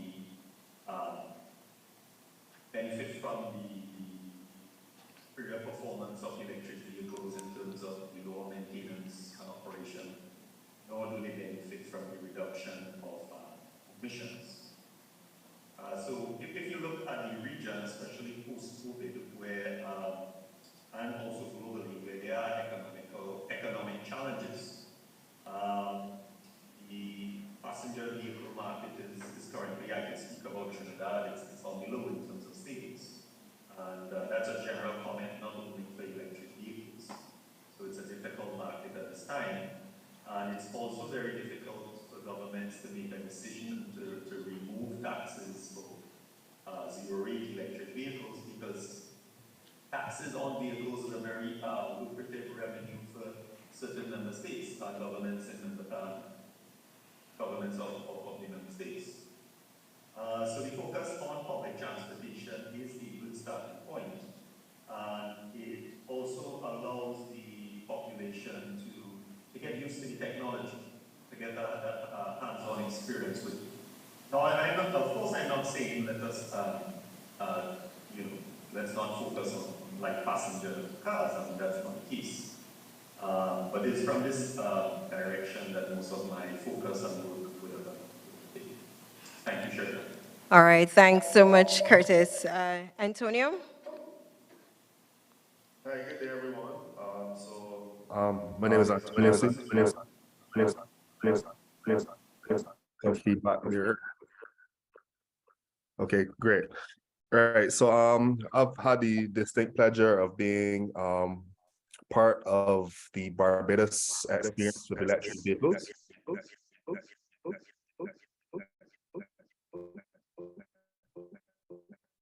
Sorry.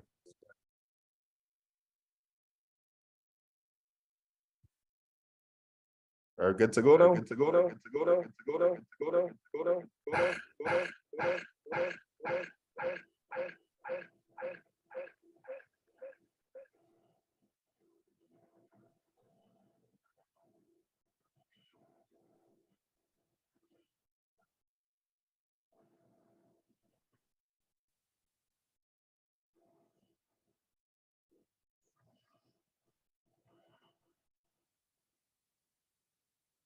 Testing, testing, testing, testing, testing, testing, testing, testing, testing. Yeah, I see two cameras. You have two cameras on. Antonio.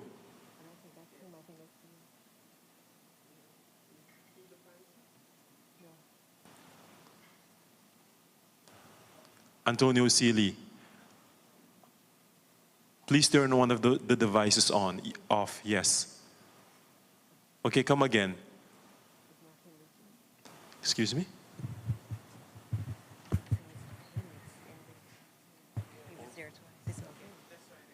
Okay, can you try it again? You're on mute.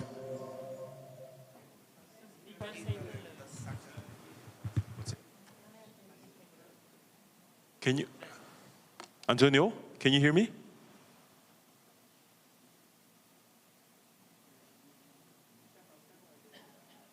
Okay, can you use your earpiece? I think your speaker is on.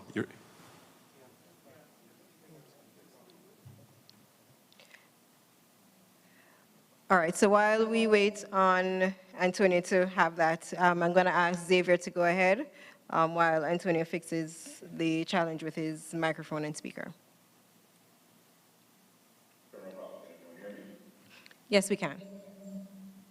Okay, great. So I just want to, echo the sentiments from Dr. Sharma and from Dr. Burton Bodu. One in the establishment of standards, particularly when it comes to charging protocols. As we know across the region in the Caribbean and across CARICOM, we're a mixed vehicle market, bringing in vehicles from all over the world, which obviously is A-okay for gasoline vehicles to a certain extent. But with electric vehicles, just like electricity outlet plugs, there are varying standards. We primarily have the American standard, the Japanese standard, and the European standard. And to some extent, you also have the Chinese standard. With most CARICOM countries being, not all, but most being right-hand drive as well too, we're sort of faced with this dilemma of being close to the American market, which is obviously a source for, used electric vehicles. Market, which is traditionally a big supply.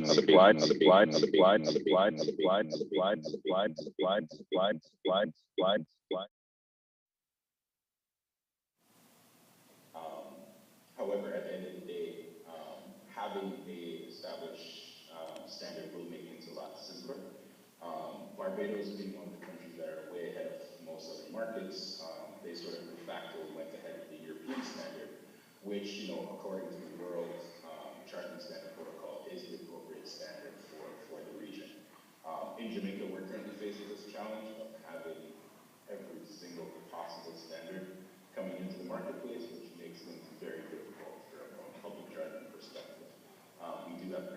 infrastructure going up in Jamaica, but even the vendors in Jamaica that are putting up public charging infrastructure are now having to find ways to support up to as many as 3 different charging standards. The Japanese CHAdeMO standard, CCS1, and CCS2, which simply just makes the dollars less effective. Now you have to, double or triple your investments for the same type of coverage, or rely on adapters. So I definitely echo Sharma's sentiment about establishing standards moving forward. Curtis raised a great point about making electric mobility accessible across the region by ensuring that there's transit solutions that incorporate electric mobility. Private vehicles can make up a percentage, but a minority percentage of transportation needs across most markets. Having public transportation, whether that's buses, minibuses, or taxis that are electrified, enables the benefits of electric transportation to reach everybody within the society. So, starting with mass transit, I think is a very good case. We see that in Barbados. We see that happening in Bermuda. Bermuda is not necessarily part of CARICOM, but somewhat, a neighbor country having deployed electric buses. UTV has had an electric bus for a very long time, and I'm sure they're looking at expanding that and making sure that more students can use and access to electric mobility buses. So I do think that public transport with government fleets is going to be extremely important in helping unlocking the benefits of electric mobility, and should continue to be the focus for all member states in terms of looking at how we can, kickstart electric mobility. All right, thanks for that, Xavier.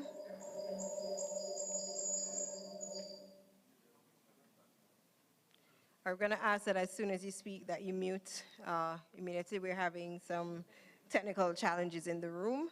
So Antonio, hopefully we can hear from you and their experiences in Barbados.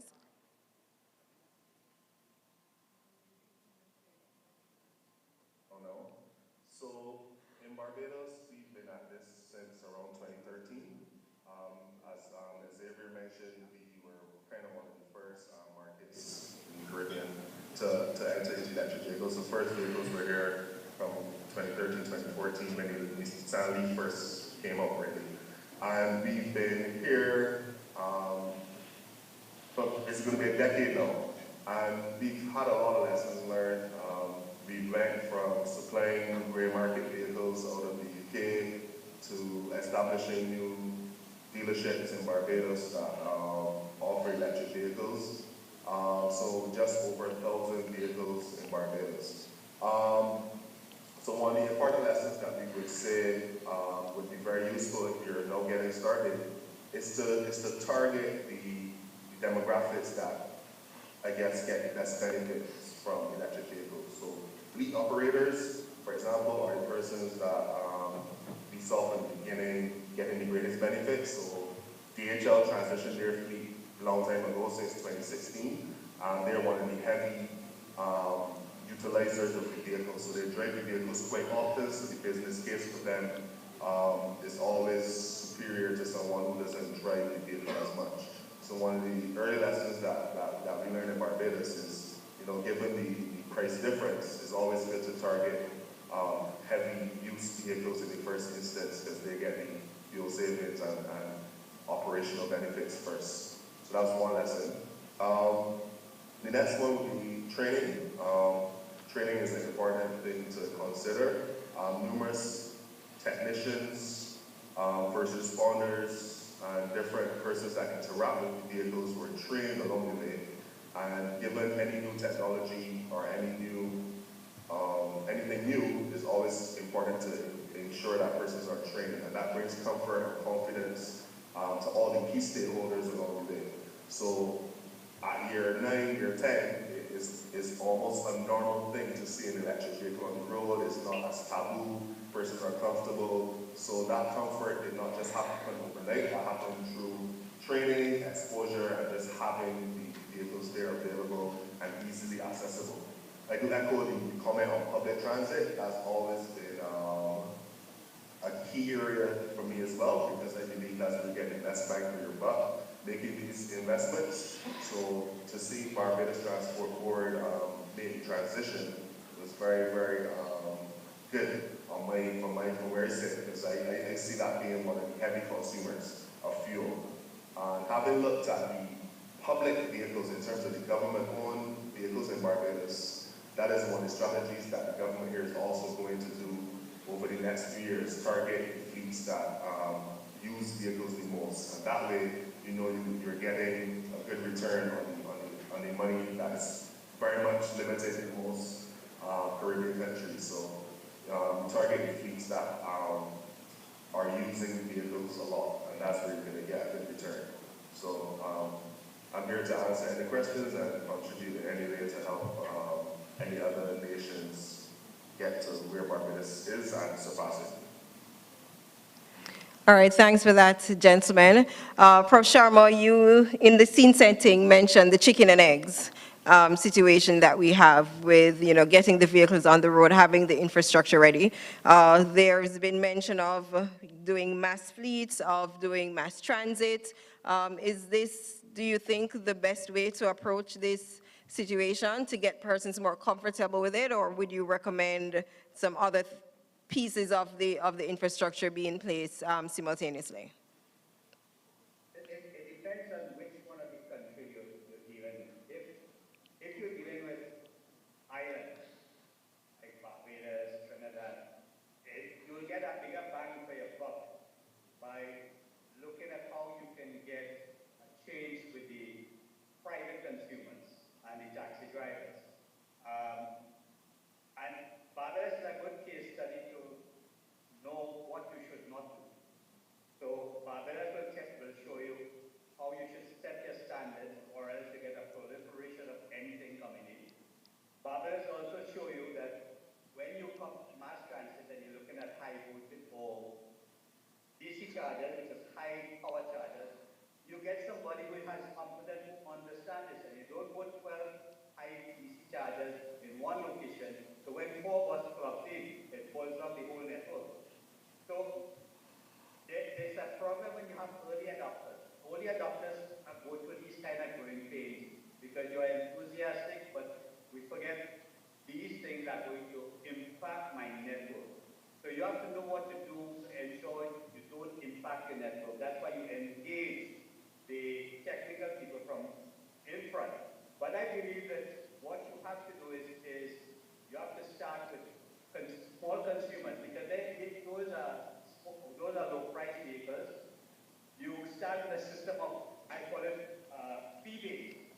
Fee-based, where you give the electric vehicle buyer some rebates on his purchase, tax exemptions, and so forth. And the person who insists on buying an ICE engine, you increase taxes, and that's where the fee comes from. He pays a fee for using ICE engine. You also help to implement what I would call a tax on carbon. So if you implement a tax on carbon, then all that comes into the fee, and a carbon reduction gives you a carbon fee also. And in countries which are net importers of energy, there are many other things you can do in terms of just showing people how much cheaper it is to run an electric vehicle on the utility than to run it by buying fuel. It works very easily in a small island. In a place like Suriname, which is very, very big, a very large landscape, you have to understand how you have to have a good network of chargers. Now, I guess we certainly came from Barbados 1 week ago, and a lot of people talking about getting chargers all over the place in Barbados. Barbados is extremely small. Most electric vehicles charge once and they can go around Barbados a few times. So that's not an issue. That's not an issue. The issue is fleet owners will probably need chargers. Taxi drivers will probably need chargers. I think that's when you drive it. You drive it with your taxi service. You drive it with your fleet owners because they can, wherever they park up, they can charge while they're waiting for their passengers. Or the fleet owners can charge wherever the head office and some head offices are. So that's how I would start. All right, thank you so much for that, Prof. And I'll ask one more question before I turn to the audience, and we already have one question coming in from Zoom. So my final question for now.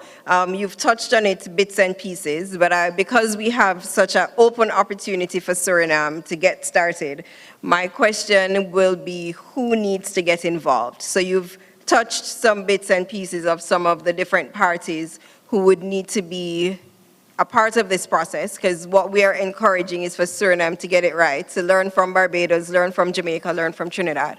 And so my question, I'll begin with Curtis. Who needs to be involved? Thanks, Sharian. Quite a number of stakeholders, in fact. Before transportation was separate from energy.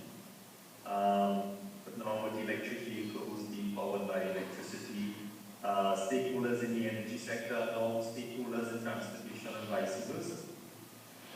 Professor comprehensively mentioned stakeholders, and quite a number of my colleagues here talk about standards. So your Bureau of Standards would need to be involved. Prof. Antonio mentioned training upfront, so training, your education stakeholders, or your technical, vocational stakeholders would be required to be involved. So it's quite a lot of stakeholders. And if you look at the different governance organizations throughout the region related to electric vehicles, Jamaica, of course, has their EV Council. Belize is looking at establishing a similar body. These bodies are vast in terms of the number of stakeholders and their backgrounds. So in the area of electric vehicles, it's quite a lot of stakeholders that need to get involved, and it's always a good idea to get them involved early on. From my experience as well, you also want to include people that or organizations that are a bit hesitant or may seem a bit negative towards the adoption of electric vehicles. So you should also engage them early on and not avoid them as you plan and move forward. Thanks. All right, thanks, Curtis. Anyone has anything else to add to that before I go to the other questions? Yeah, I would like to look at this. One of the stakeholders that is missed all the time is because we have become so comfortable with electricity and the grid that we forget the grid. Your major impact of an electric vehicle, except the impact on your carbon footprint, which is a negative but positive depending on how you're counting it, reducing your carbon footprint, is the electric utility. And that's why I introduced a slide here where I showed you if people start charging randomly, it's going to pull your voltage down on your lines, and it's going to give you power quality issues. So it is important at the beginning that you get your electric utility involved, so that they will understand what is the expected growth of the power consumed in their distribution system. Because most electric utilities are running their distribution transformers close to 90 to 100%. And if you're going to get 3 or 4 kilowatts every night from every house, and that's 50% of the house, even less than that. If 2 houses plug are electrically at the same time, you're talking about 6 kilowatts already on the grid more than you have. And most likely that will send the transformer into overload. It's going to pull off the whole system on that distribution transformer. Everybody will suffer low voltages and you'll have issues. But you can mitigate that if you upfront get them involved so they understand what is going on. All right, thanks, Prof. Definitely an important partner in this. And so one of the questions that we've received from persons online is, and I'm going to ask particularly Xavier and Antonio to weigh in on this, how is end of life being handled for electric vehicles, especially those that have been in accidents or have been damaged from natural disasters, given the volatility of the batteries?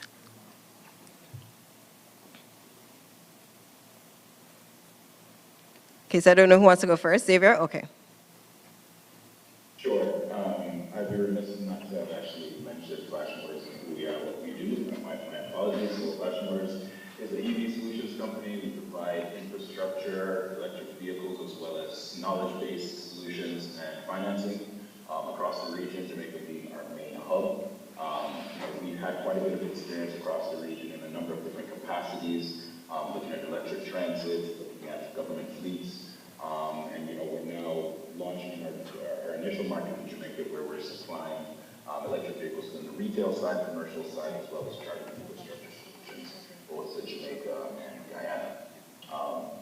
Regarding end of life of batteries in particular, it's very important that when you're line with the manufacturer or the OEM for whichever products it is that you're supplying into the market, there are different battery chemistries that are available in the market, some more suitable for the Caribbean than others. Understanding what your OEM has in terms of planning for end of life, recycling, or upcycling of those batteries is extremely important. For us at Flash Motors, we represent a couple of brands across the region, and so what we have are deeply integrated plans as to how we're going to be dealing with, for instance, vehicles that are, in happenstance, happen to be in an accident. What do we do in terms of one, securing them safely, two, ensuring that there is a plan for what we're going to do with them at, in the case of an accident or at the end of life. So that's going to be extremely important, and that's why having somewhat, Dr. Sharma, we have talked about it, having somewhat of regulations and standards, again, is extremely important because, we need to ensure that there's a total life cycle accounting that's happening when it comes to the integration of these vehicles. There also are existing companies within the region that do battery recycling, primarily lead-acid batteries, that are currently upskilling themselves to deal with lithium iron phosphate or other battery chemistries as well too. And so relying on those partnerships are going to be extremely important. So to summarize, there are two possible solutions. One, working with the OEM to ensure that you have some sort of life cycle accounting into the products that you're importing into the markets. Dedicating a certain cost for the handling, disposal, or transfer of those battery assets. Two, working with third parties that already exist within the region that handle recycling of electronic equipment. And then, sorry, I didn't mention the third one, which is upskilling or sort of upcycling the batteries. So how can you repurpose these batteries for basically second life usage? We see that in Barbados, we are leading the way where we can take some of these used leaf-on-leaf batteries and upcycle them into stationary storage. It's actually a really great application.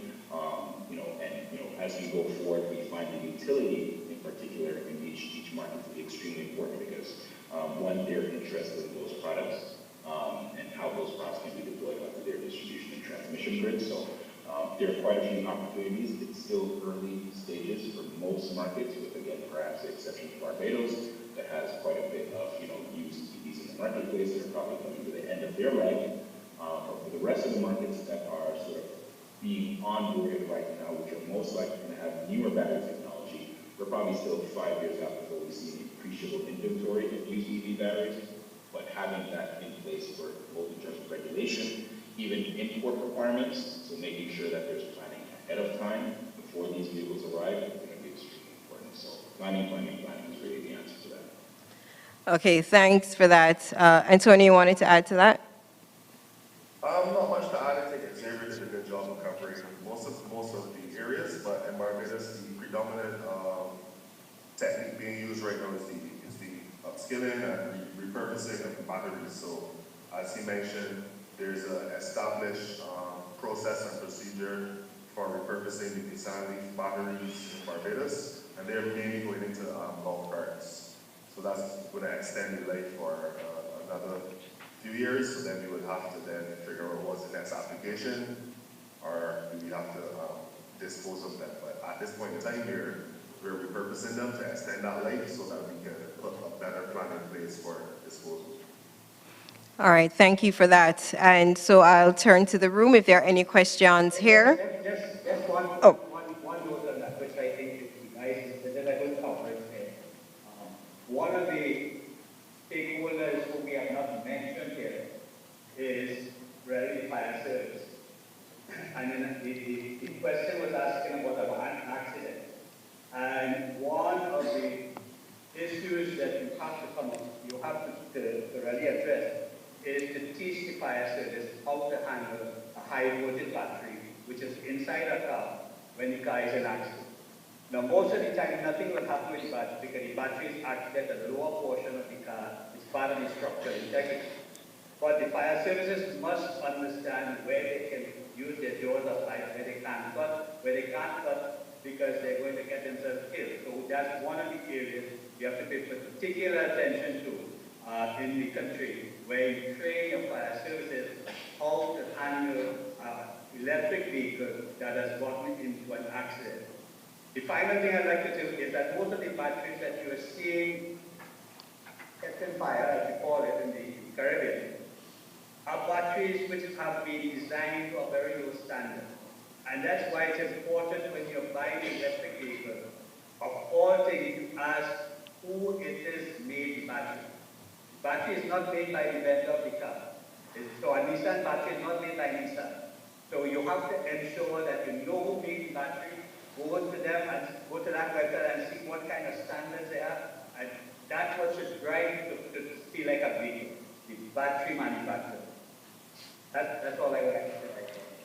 Okay, thanks, Prof. I'm not yet seeing any hands in the room. Also, persons on Zoom, you could raise your virtual hands and you would be recognized.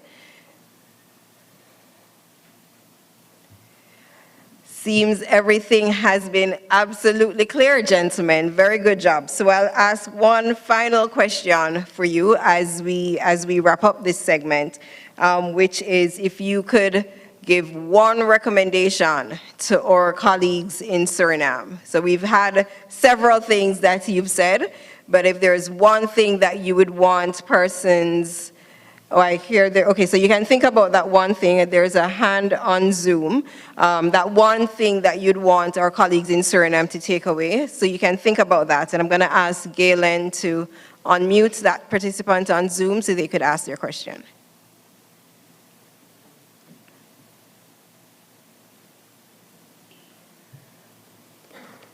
The person who had raised their hand and lowered it, I don't know if they're, yeah, okay, they're back. All right, so Everton, come on. Okay.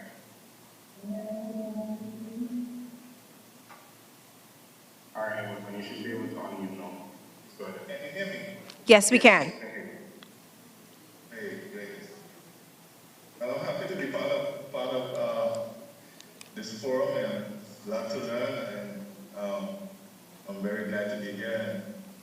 And, my question is that as we look at in the region for smaller countries, I know folks talk about vehicles in Trinidad, but how do you see charging structures publicly affecting the EV transportation around the Caribbean, being that the distance to travel for most vehicles is so close from home, and as people look at what should I say, the industry is looking at how well they can increase the mileage and what you can get from the vehicles. Do you see, then basically, my question is, do you see public charging structures as something that would benefit the smaller islands? Believe it's me who is the question, right? Yes. Yeah, okay. The public charging infrastructure is ready to appease the consumer. I'm talking about the small islands. To appease consumers to get rid of range anxiety, which you don't have. I expect the government of the country to put up one or two of those chargers distributed throughout the island, 1 or 2, 3, you know what I mean? So people know that there is a charger, but you're going to, the installers, which is the government, is going to know in the back of their mind, they're never going to make that money.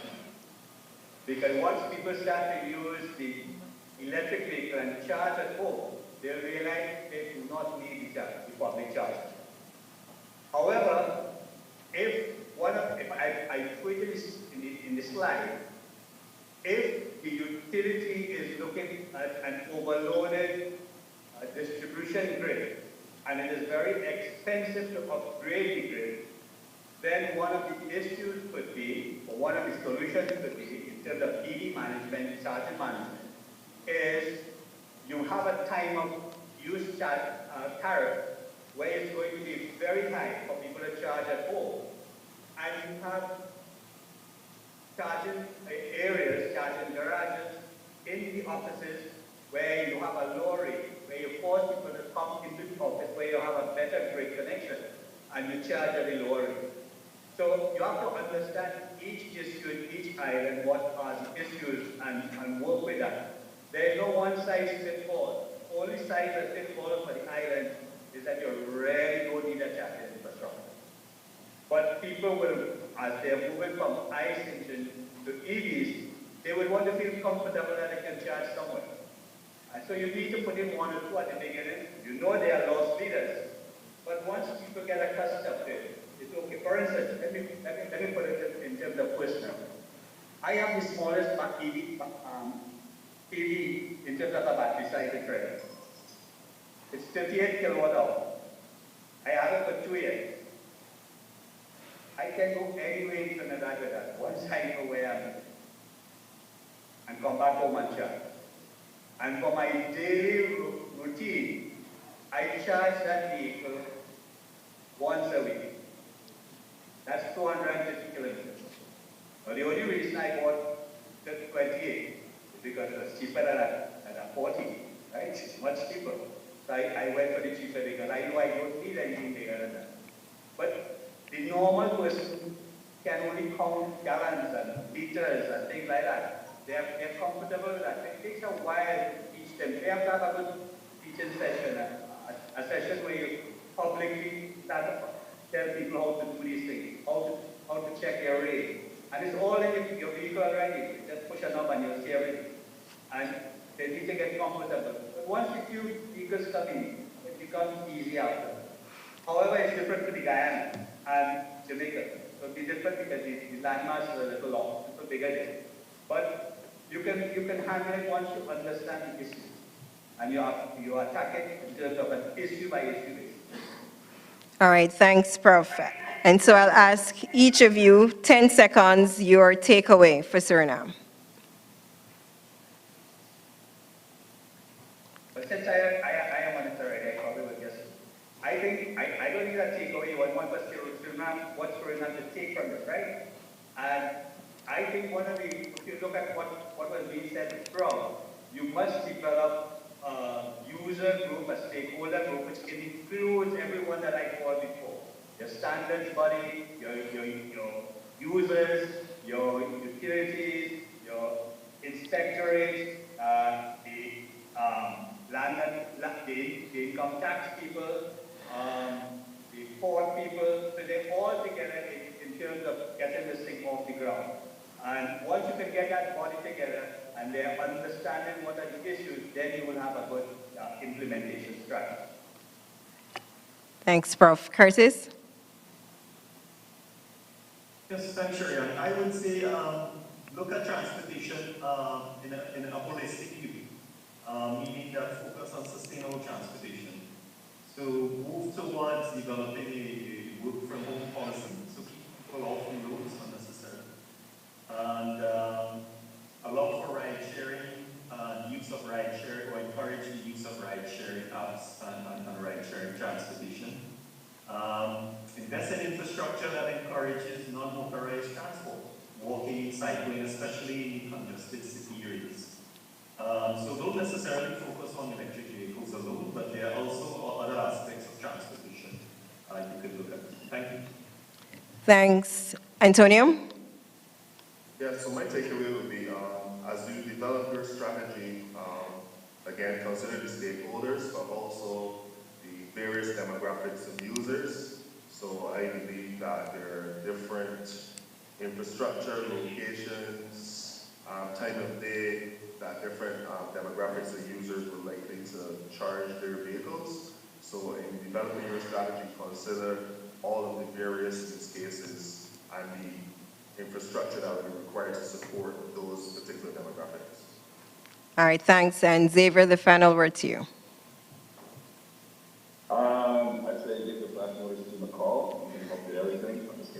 No, Jamaica's been a really good example of catching up very quickly. Barbados, like I said, has been working on this for many, many years. But it is my hope that by next year, Jamaica will be able to match Barbados in terms of deployment of EVs. First and foremost, starting with the important stakeholder of the utility company in Jamaica, JPS has done an excellent job of not only putting out and rolling out public charging infrastructure across the island, which has encouraged private operators to come in and start to do that as well too. So now you have two major networks that are supplying public charging infrastructure. They went straight to the regulator. They have a rate base for it, so they're providing extremely affordable public charging. In fact, the public charging in Jamaica is just as affordable as charging at home, which is pretty much unheard of in most markets across the world. So it's extremely affordable to be able to charge in Jamaica. They've also done a really good job of doing public advocacy and public education, how to use charging stations. They've done a lot of training for mechanics on how to service EVs. They've actually done training, and they're continuing to do training for emergency responders as well too. So those stakeholders are extremely important. Working with the government, Ministry of Finance, Energy, Transportation, because you're really looking at all three of those. We've been lucky as an industry to be able to advocate for reduced duties in Jamaica for the next 3 years, which is extremely important in kickstarting the market. Flash Motors directly works with, not only just the government, but the utility, but also with the importers of cars, new and used, to ensure that, we are working together as an industry to bring in the right type of product to the marketplace, establish charging standards, educate the public, and really work with things like insurance, finance, banks, loans, and then again, going back to how we can engage, the public sector to ensure that not just private vehicle users have access to EVs, but through buses, minibuses, and taxis, that everybody can sort of access that. So you got to look at it holistically. EV Council is a great way to start with all those important stakeholders, and then working together and taking a look at what's been successful. We looked in Jamaica, we looked at what was very successful in Barbados. We adapted that, which allowed us to move very, very fast. I think Trinidad is probably next in doing that, and it's not far behind. And Suriname can be part of that if they wish. So reach out to the rest of us across the region. We'll be more than happy to help. Thank you very much, gentlemen. And so as we look towards electrifying our transportation sector, yes, there are adjustments to be made, but we have several lessons across the region from which we can learn, and we can do it sustainably, we can do it well. Thank you.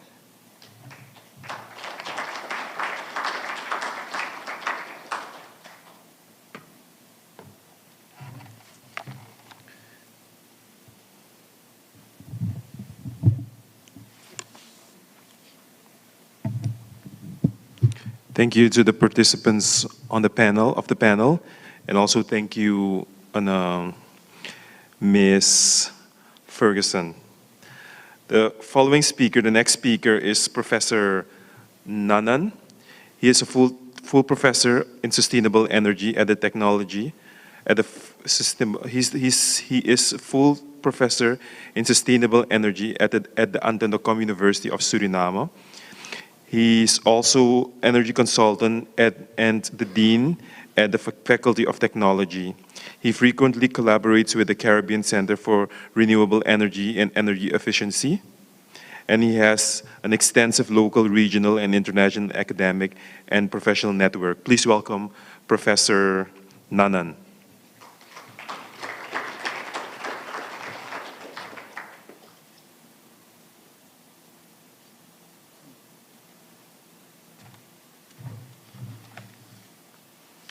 Okay, thank you very much for that introduction.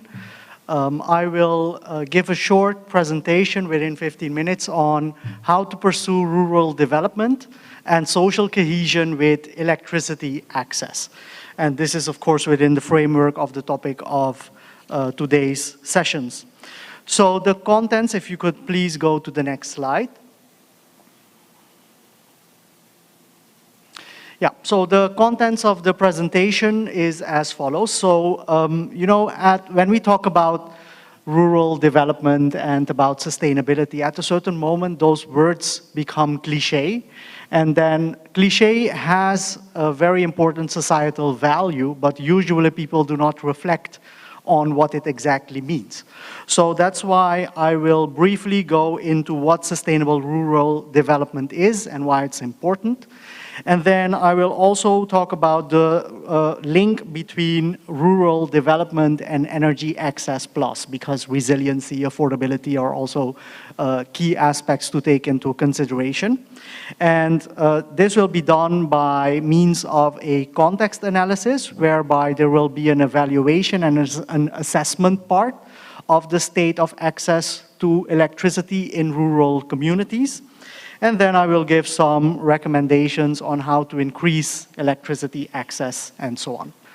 So what is sustainability? Actually, you can find a lot of very interesting and very exhaustive descriptions of what sustainability is. When I was doing my studies almost 20 years ago, we were using a UN definition, which is also a very lengthy definition. But in short, sustainability is nothing more than a balance between environment, equity, and economy.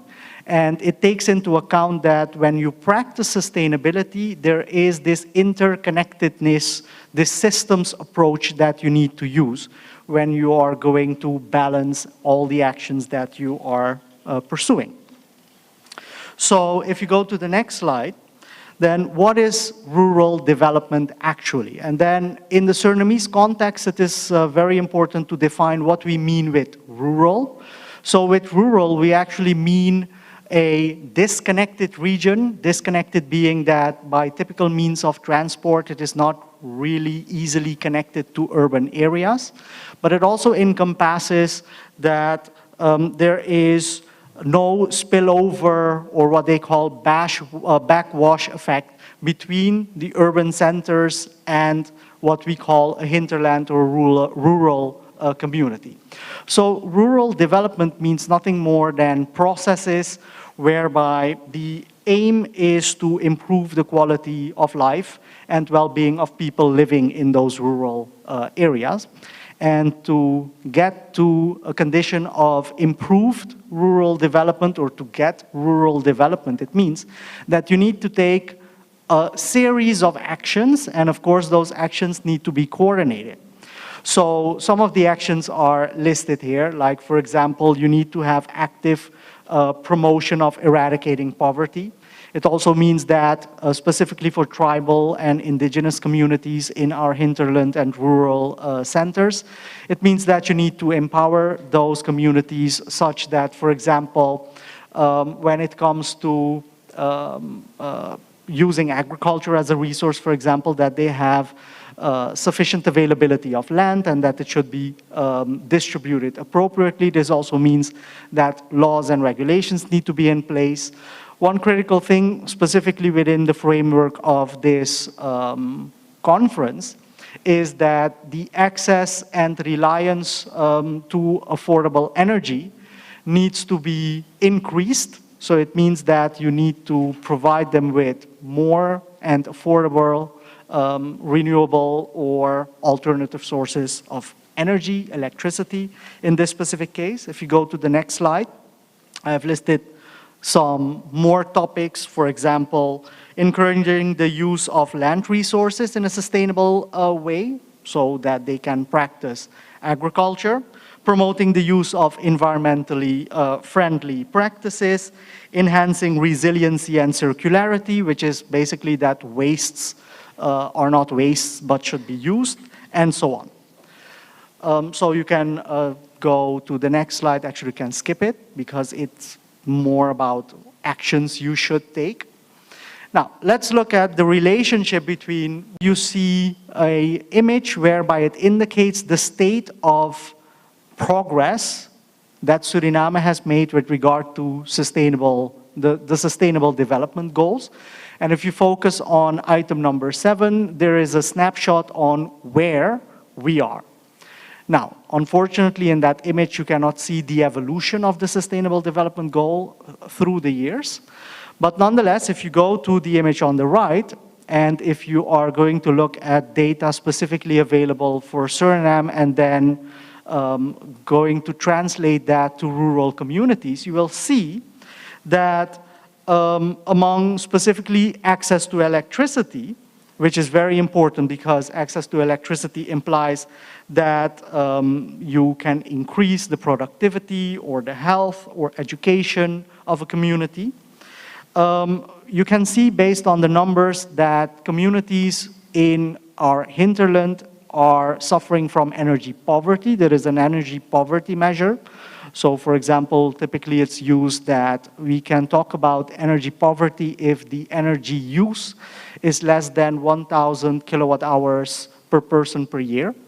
And so based on that number, we are in an energy poverty situation for rural communities. Moreover, if you also look at the availability of electricity, then you can see that a huge percentage of the population has access to electricity, so it's of the order of more than 90%. However, the availability is not continuous, so it's only available a few hours a day. So if you go to the next slide, then specifically if you look at the hinterland districts, and those are Brokopondo, Para, and Sipaliwini, then there you see some relevant statistics being presented, like the population, the size of the territory. And what you can clearly see is that based on data of 2018, the households without electric power service are between 8.5% and 17.5%. And so those are the communities that have absolutely no access to electricity at all.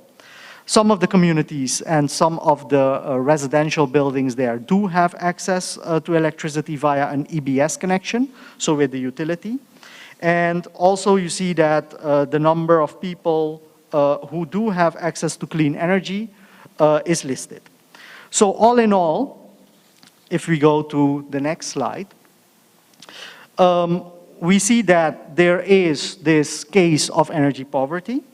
And then if we look at, for example, renewable energy or sustainable energy, a consultancy company on behalf of WWF, Colombia in this case, they assessed various projects that have been undertaken in the interior with regard to improving energy access of rural communities.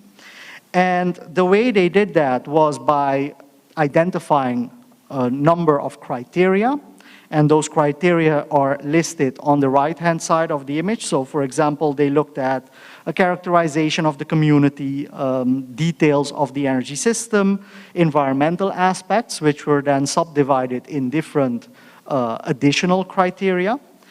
And then what they also did was do a SWOT analysis. It was more in the form of almost a confrontation matrix, whereby they looked at the regulatory framework when it comes to availability of electricity in the interior. And based on that assessment, whereby they evaluated various energy projects in the interior, some very important conclusions were drawn, which of course can then be used for recommendations in this regard. So the conclusions were subdivided within various items, like for example, technical, institutional, cultural, and so on. So for example, from a technical perspective, the conclusion was that the technology needs to be adapted to the needs and the characteristics of the community, which often does not happen. So what you typically see is that technology is simply placed at a location. People are not really involved in the decision-making process. And then what you see after a few years is that such systems fail, and then that's it. If you go to the next slide, what you then see is also, for example, within the criteria of environmental, there the conclusion was that maximizing the lifespan of the equipment through proper maintenance reduces the number of replacements and therefore the amount of waste. Because, for example, I did a visit within because I'm also assisting WWF Guyanas in a project at Galibi. And what you then see is that solar PV facilities were built at location. And what we also heard in the presentation, the previous presentation about, for example, batteries. So a solar PV facility was installed, whereby it was unclear what the state of life of the equipment that was installed at Galibi was. So were there new batteries or were there second-hand batteries which were simply dumped because the company needed to do a community project? But what we also saw is that due to a lightning strike on the grid, everything which was installed and the total value of the installation was in excess of $100,000 simply failed on that moment. And at the moment, because the batteries were left uncharged for more than a year, those batteries are no longer in operation. So the question is, what do you do with them? And actually, no one has discussed this item of what do you do with the batteries afterwards. So this aspect is very important. When it comes to the institutional item, it means that institutional efforts must ensure sustainability, and what that means that simply the community should be involved during the installation process, they should be adequately trained, they should be trained in troubleshooting, they should have a part in the decision-making process. And yeah, so those are very critical items to take into account. Now, if you go to the next slide, there is also a SWOT analysis when it comes to all the projects that were done in the interior and when we are going to look at basically the state of access to electricity, specifically renewable electricity in those communities. Now, the SWOT analysis is done in 2 slides. So we have the strengths, weaknesses, opportunities, and threats. I'm not going to mention all of them. But for example, the strengths are that the Ministry of Natural Resources and EBS are spearheading the energy transition in Suriname, be it that in certain cases it should be more clear what that means. Specifically also, it was also unfortunately not addressed in one of the sessions earlier, is like when you talk about energy transition, we should sometimes also talk about time spans of 30 years, 50 years. And that means that in some cases, specifically in energy transition, you should also be able to have things like a Dutch-style Delta plan. So if you look at the Delta works in the Netherlands, it was decided in the 1950s that they would pursue a certain way of investing in infrastructure, and all successive governments that came afterwards until the 1990s kept on doing what was decided 40, 50 years ago.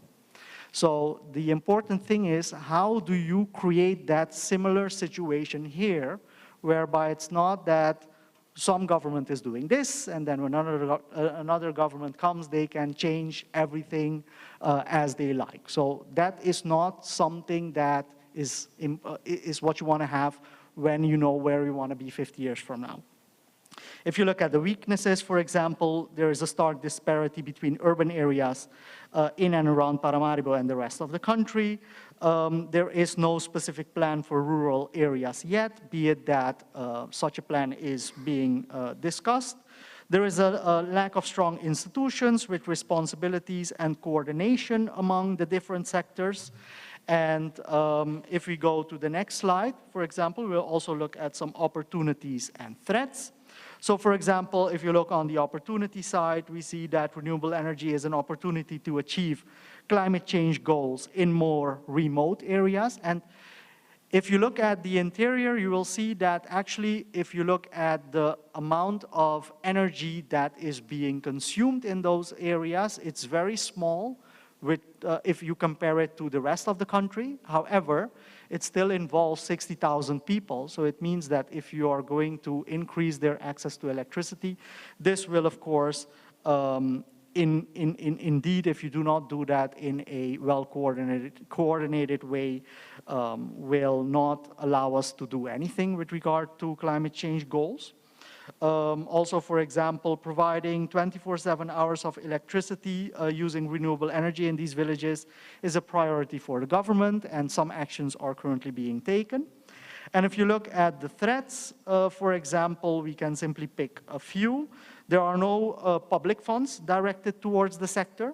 So many of the interventions that are being done is with project funding, which is being made available by donor organizations.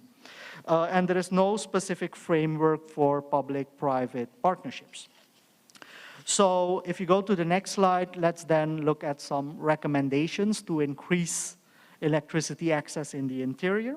Actually, there is this company, Trama Técnico Ambiental, which is a consultancy, again, hired by WWF.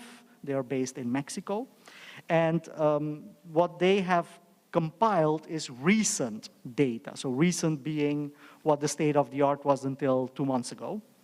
And so within the same topics for which conclusions were presented when we were assessing the status of projects in the interior, they made some recommendations. So on the technological side, for example, the type of technology must be chosen with care and site-specific considerations must be accounted for.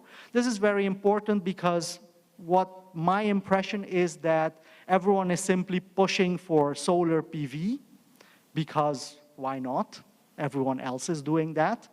But actually you should, under site-specific conditions, check what can be useful for a specific site. And it can maybe also be wind, be it not wind from one direction, but maybe diffuse wind, which also has some options, but no one is investigating that. Demand estimation and system size are critical.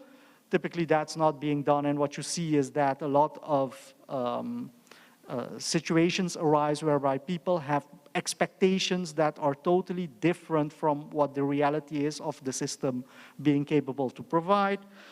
For example, operation and maintenance aspects must be considered. Training, troubleshooting is something whereby you need to involve the community in, and you should also not involve just a few people, but make it a diverse group. Something which has not been discussed at all is maybe for the interior, we need a total paradigm shift. So why not have the decision that the interior will be totally on a DC system as opposed to AC, and then all the equipment, all the infrastructure, all the technology that's being used on the electricity producing side and on the electricity consuming side is DC equipment, as opposed to AC equipment. It can be cheaper, perhaps. Complementary energy storage and backup with diesel generators must be considered because the diesel generator is there. So you should use it and don't just throw it away or dismantle it just because you have solar PV. If you go to the next slide, so for example, for the economic and financial, the electricity that has become available must also be used for promoting economic development.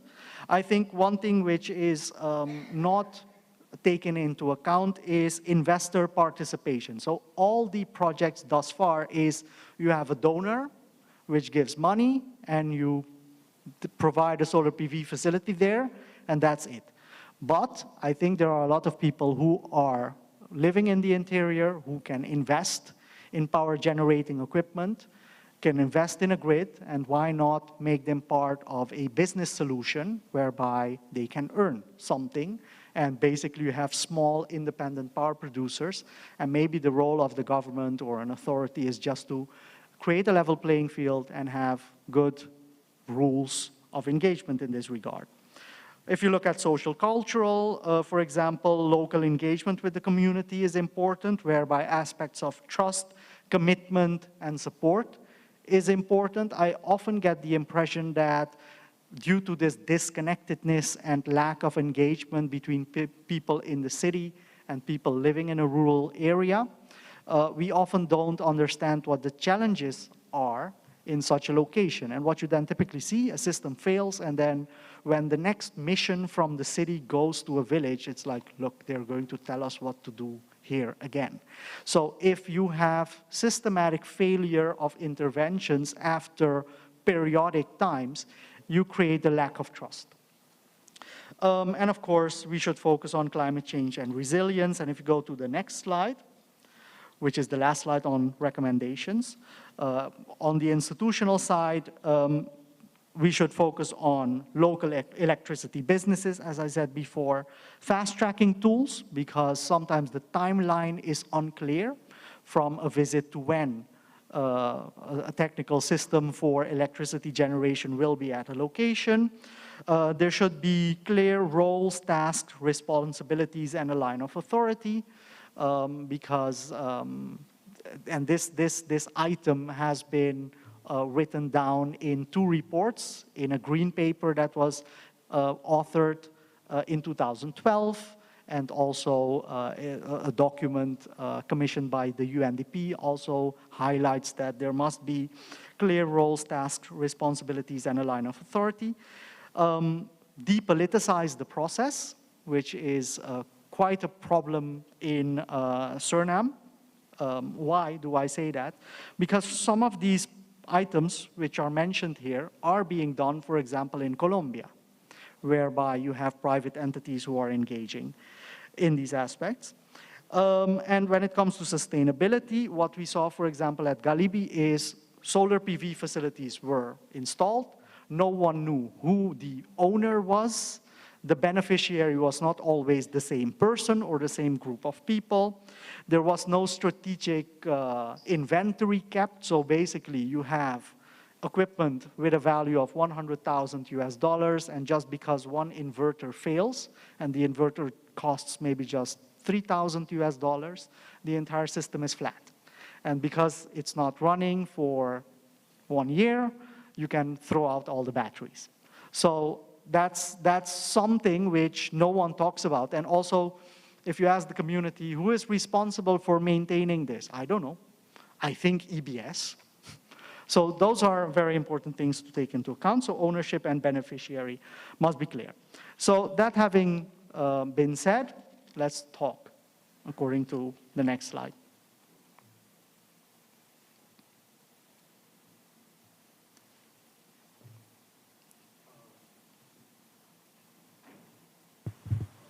Thank you, Mr.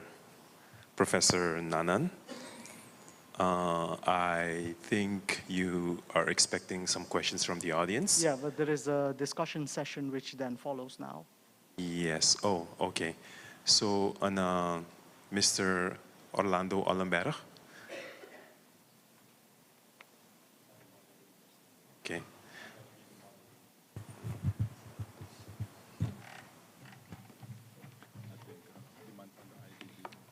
Yeah. Oh, you respond.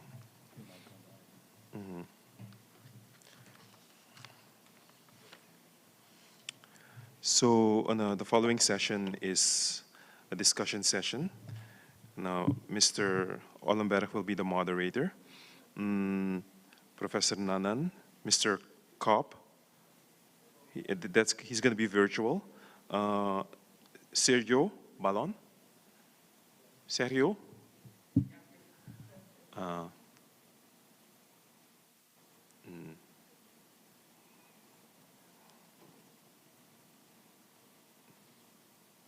And then we have Mr. Williams from Guyana, HECI, Jens Jager. Those people will be participating on the discussion session virtual. Mr. Kopp, are you there? Mr. Williams? Hi, yes, good afternoon. Okay, and Orlando, I will leave it up to you now then. Thank you very much. And thank you, Professor Nanan, for that very critical presentation. Thank you very much. Good evening again from my side. How do you start when everybody's belly is full and we need to do the last session? But still, I think that we got some good information from Professor Nanan. I could see that he is very knowledgeable about the electricity process in the interior. I want to welcome all of my guests also online. Mr. Ryan Kopp, Mr. Sergio Balon, he's here right in our midst. Yes, Mr. Ryan, we can hear you. Felicia White, welcome also. Horace Williams from Guyana, welcome, and Jens Jagger. Felicia White, excuse me, then should also be part of the panel.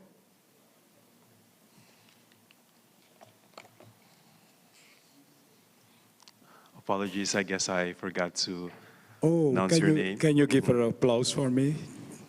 Please give her applause for me. That makes it a little bit excited. So I was already thinking 3 men, no women. Welcome, Felicia. Thank you very much for joining in. Okay, Ryan, you give us a really like a lesson on how things should be done in the interior when it comes to the rural electrification. I want to ask the panels if you want to touch a little bit on some of the things Ryan talked about. And then after you have talked about your insight regarding his presentation, then we could collaborate a little bit on some of the issues that he has mentioned in his presentation. Who will go first? Will we say the ladies first? Thank you. Good afternoon, everyone. And Professor, really that was quite a comprehensive presentation, really covered all the main things. Yeah. One of the areas I'd like to highlight, and the professor touched on it, is the importance of that community involvement and engagement, because the voices, the experience, the expertise of the community members has to be considered when implementing rural electrification projects. I could add more, but I'll leave it at that for now. Yes, I will come back to that part, because sometimes I ask me, when they install systems that are very technical, at the technical high level, how do you involve them when they need a special qualification to be part of the maintenance? So I'm coming back to that part.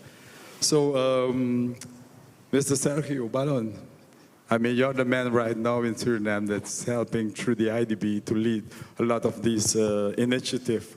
Can you let us know your insight from the bank's perspective on some of the issues that he has brought forth? Yes, thank you, and good afternoon, everybody. Thank you for being here. Well, actually, as IDB, rural electrification is under our strategic point of view since, I would say, 60 years ago. I have the luck and pleasure to be working in the region for the last 12 years. And this is my first year here in Suriname. I can't believe how many places I've been in the last weeks. Regarding what have been showed and presented, and thank you to Professor, I think that rural electrification is one of the first stages or eras of development. Rural electrification can bring not only electricity for light or for refrigerators or for radios or you name it, but also I think that electricity can bring power to pump water, can bring energy to interconnect and digitalize rural areas. And that's what I call the second era of development. So the thing is, how can we make it together? How can we involve the villagers, and how can we make it sustainable? So under my perspective, I would say that there's the opportunity here in the country. Okay, I see that both of you have emphasized, and what I think is very important on the fact is getting the people involved in the whole process. So we'll talk a little bit later more about that part, but I think it's very important. Mr. Ryan Kopp, would you want to give us your insight on this? Yes, actually, I wanted to take off that point right there, where Representative from IDB left off on that being a productive uses.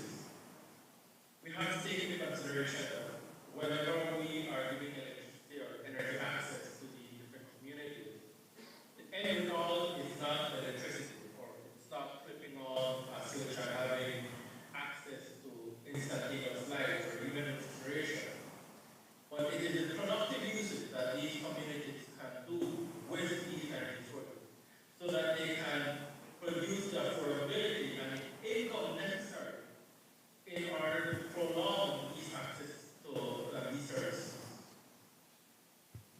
Yeah, very good point. Something that I always stressed on, that the end goal is not energy. The end goal is that that the energy has to be like a vital component towards development. So I like your statement on that. Felicia, can you give us your side?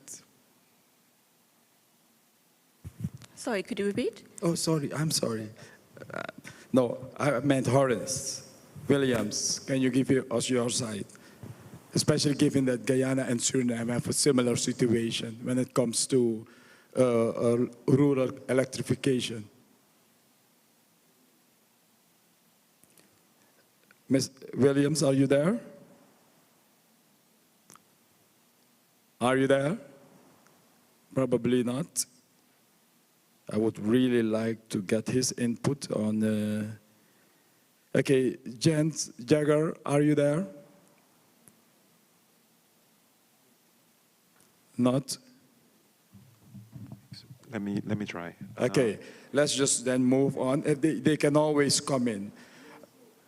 Okay, so I want to ask you, and I mean, anybody could answer this question. When it comes to getting the rural people, the people in the interior involved in the implementation of electricity, what are some of the main obstacles that we're looking at in getting to execute this kind of program? Because getting the people involved, can you collaborate a little bit more on that and how important it is for the success or the sustainability for projects? Maybe I can reflect a bit on my visits to Galibi this year. Yeah. My impression is that we don't talk to people in those communities. So we had very lengthy discussions with those people, and actually they are they know what they want. They can also quantify that in quite specific terms, what they want. They are also not floating around with excessive demands, was my experience. Trust was very important. And what we often also see is that, and that's why I said we don't really talk to the communities when we go there, is we often have this perception that people don't want to pay, they want everything for free, and that was not the case there. My experience was also that from a technical perspective, they knew quite a lot about the technology that we were proposing. They could engage with alternative solutions in that regard, because what we often do not take into consideration is that people from those communities also educate themselves. Yeah. They have access to internet resources, but some of their children are, for example, students who graduated from NATIN. Yeah. So it means that when it comes to training or for simply helping other members of the community understanding the details of the technology, that capacity is available.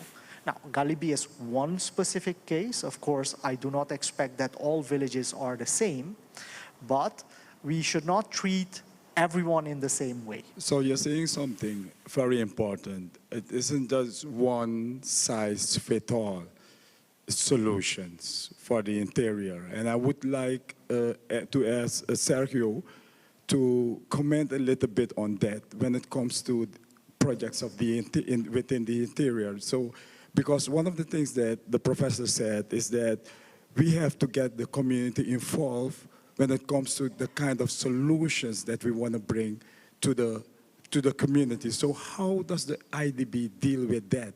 Is it just like I'm writing a plan and I'm going into the villages and I'm telling you what you need to do?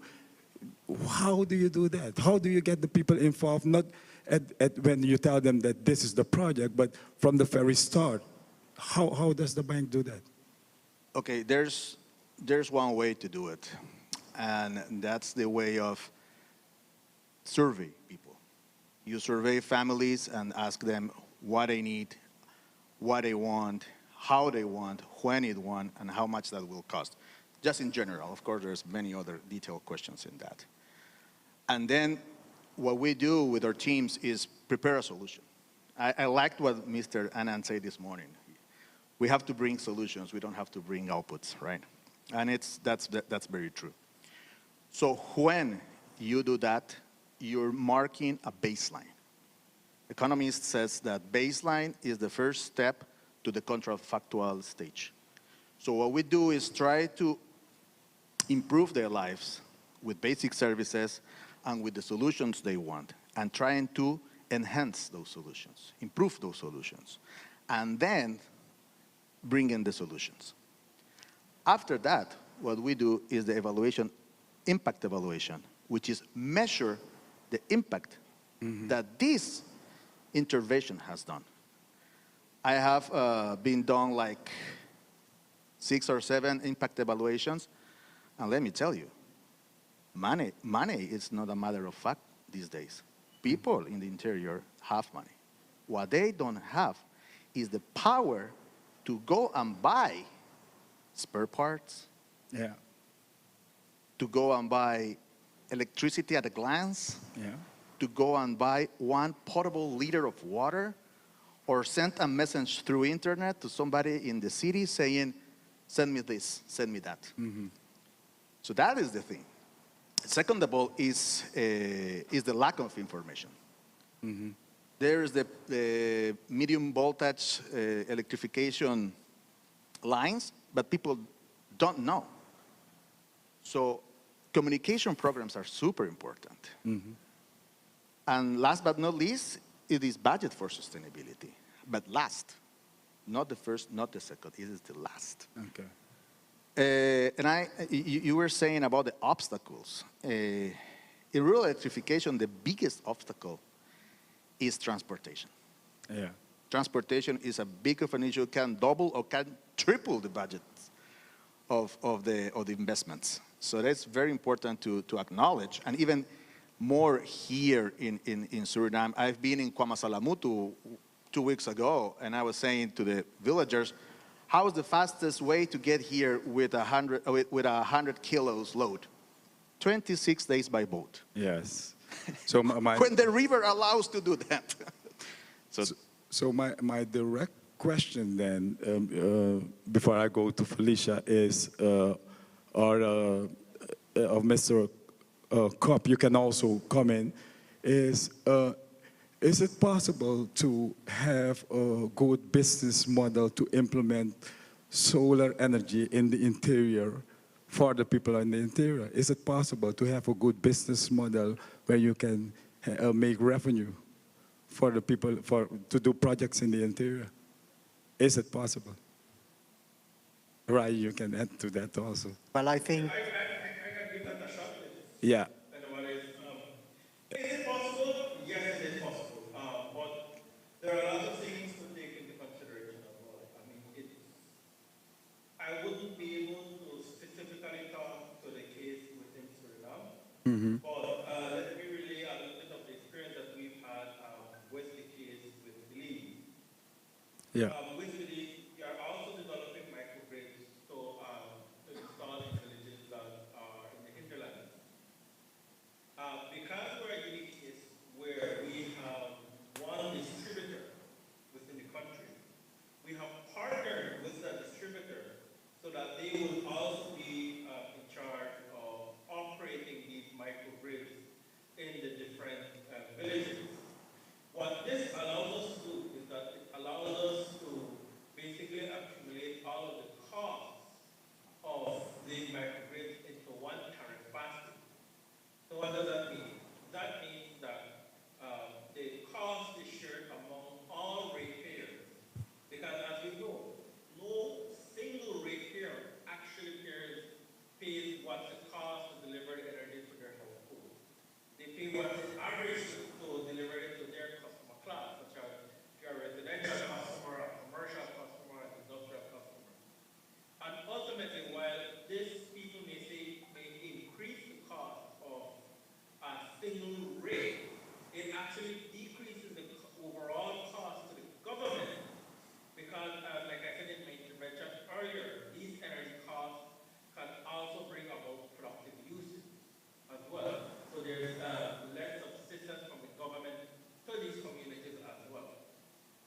Thank you very much for your input.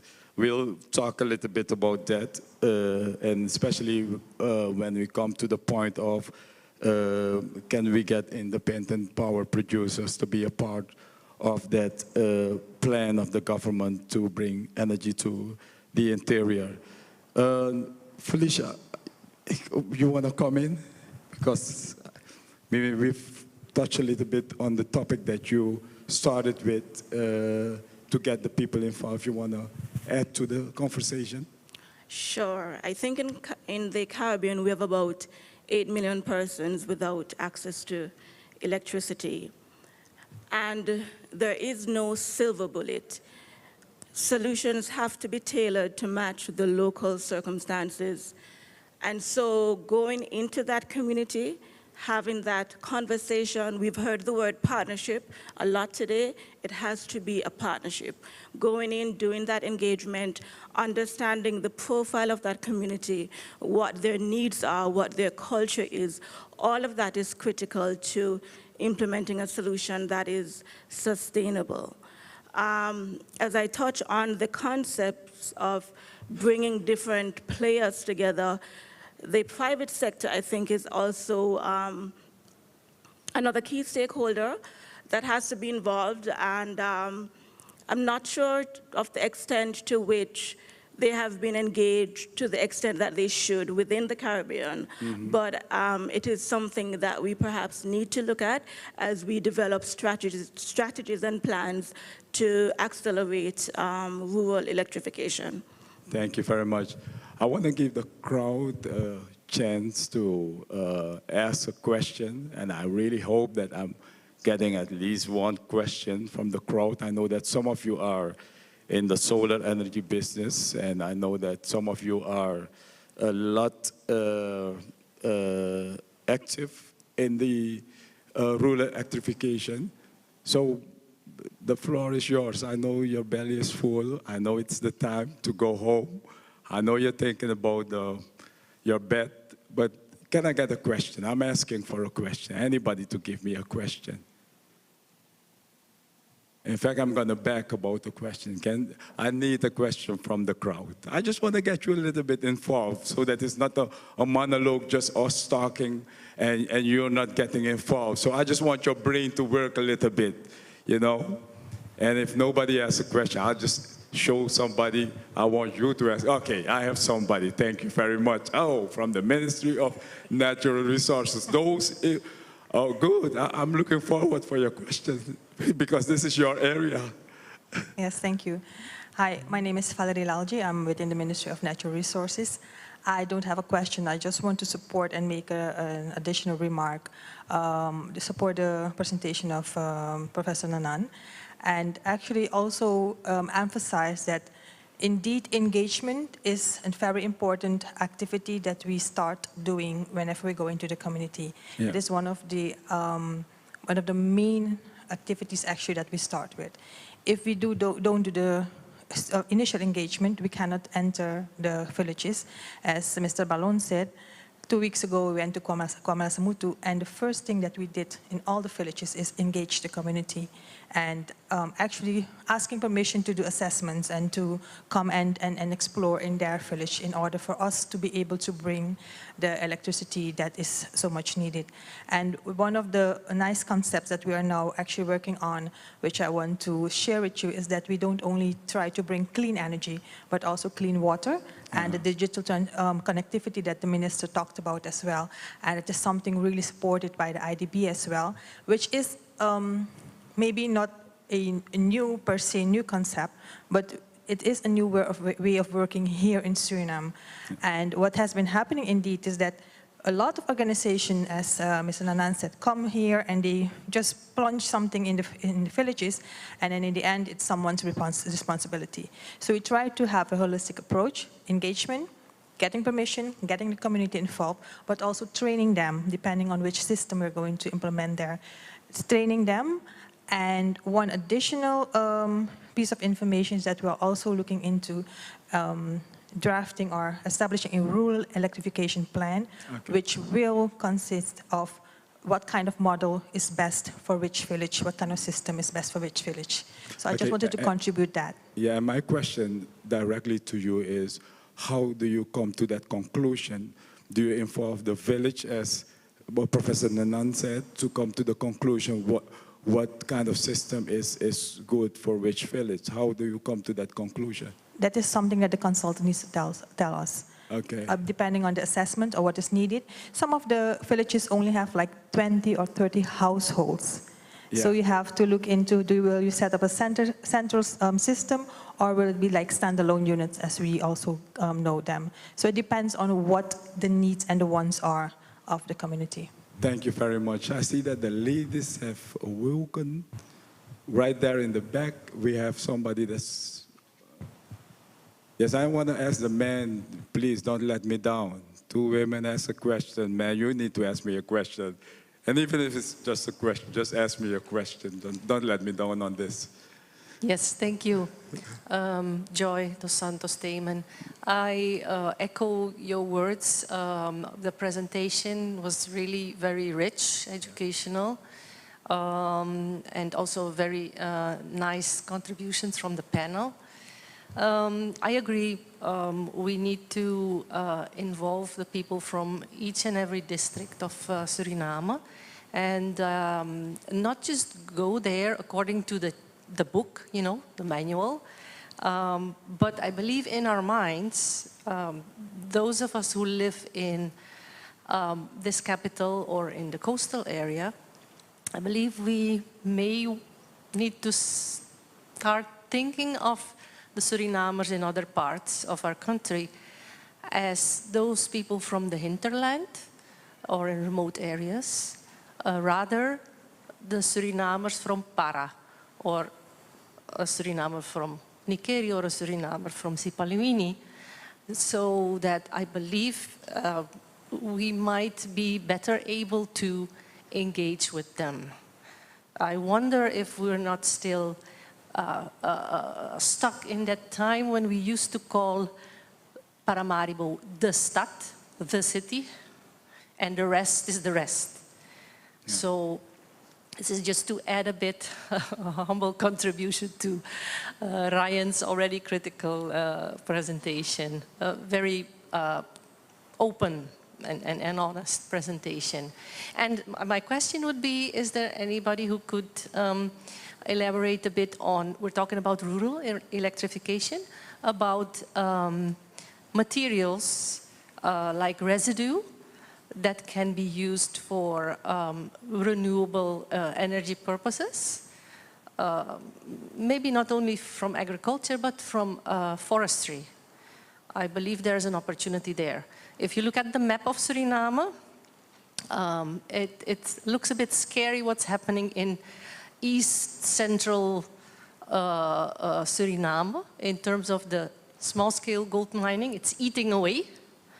And I don't think that we should say, don't ever touch the forest. We can do a lot of things with our forests sustainably.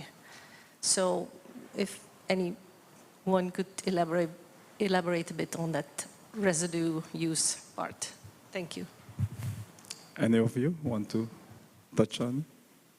Was it clear, or you need some clarification? Yeah. Well, I can reflect on your first reflection, and then hopefully also answer part of your, or partly contribute to an answer to your question.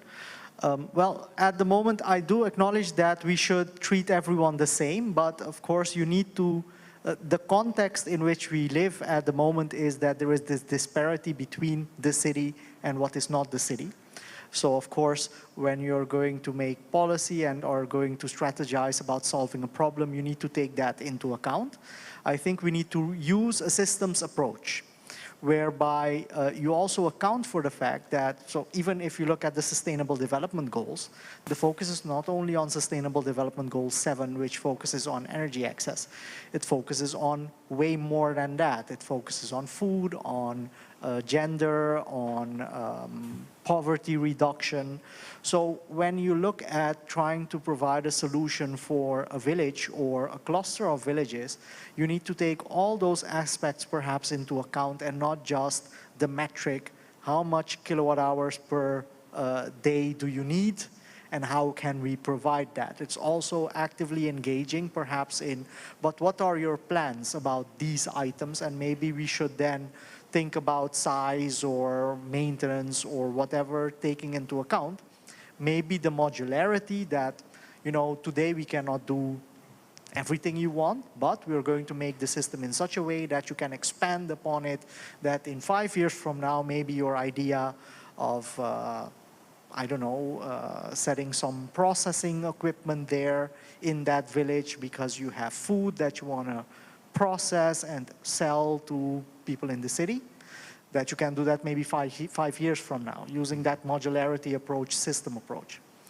Now, when it comes to using other resources, now, for example, we know that in Nikeri it's not rural, it's more urban. That in Nikeri you have the availability of biomass, which is not a lot, but it is clustered and it is regularly available and it is of the same quality each year, which is rice husk. It has a potential of 4.5 megawatt capacity, which is still about 20 to 25% of the electricity capacities or the power generating capacity currently installed in Nikeri. So just to say we're not going to look at biomass because it's not feasible, it's perhaps feasible there. So also with the villages we could explore, but we don't have adequate data on, for example, what should we do with wood waste that's available in certain parts of the country, what are we going to do with organic waste, but we need to, so what I said also during the presentation is that seemingly the focus is always, we need to put solar PV, which is the solution. And the issue is it is not, maybe it is the solution, but you should not in your pool of potential solutions already guide your answer towards only one point. So what you're saying is that we need to think out of the box. I think it's still within the box, but you need to search on we more need parts to of the find box. it. Okay, we're going to our last 5 minutes for today. My last question that I want to ask is, you've talked about, Professor, that there is energy. There was a question? Yes, I will get to your question. Let me just take the question. You can take, yeah. You also have a question? Oh. Because you heard there was 5 minutes, so everybody wants to ask a question. I'm happy with that. First of all, I can skip my questions and just get to the crowd. Yeah, I'm happy that you're coming in. Come on. Okay, quickly, thank you again for all the insights presented. I was just curious, looking from a sustainable development perspective, if we would be able to combine SDG 6 and 7, and which brings me to the solution of biogas. Is that something that is being looked at? And I guess Suriname is not the only,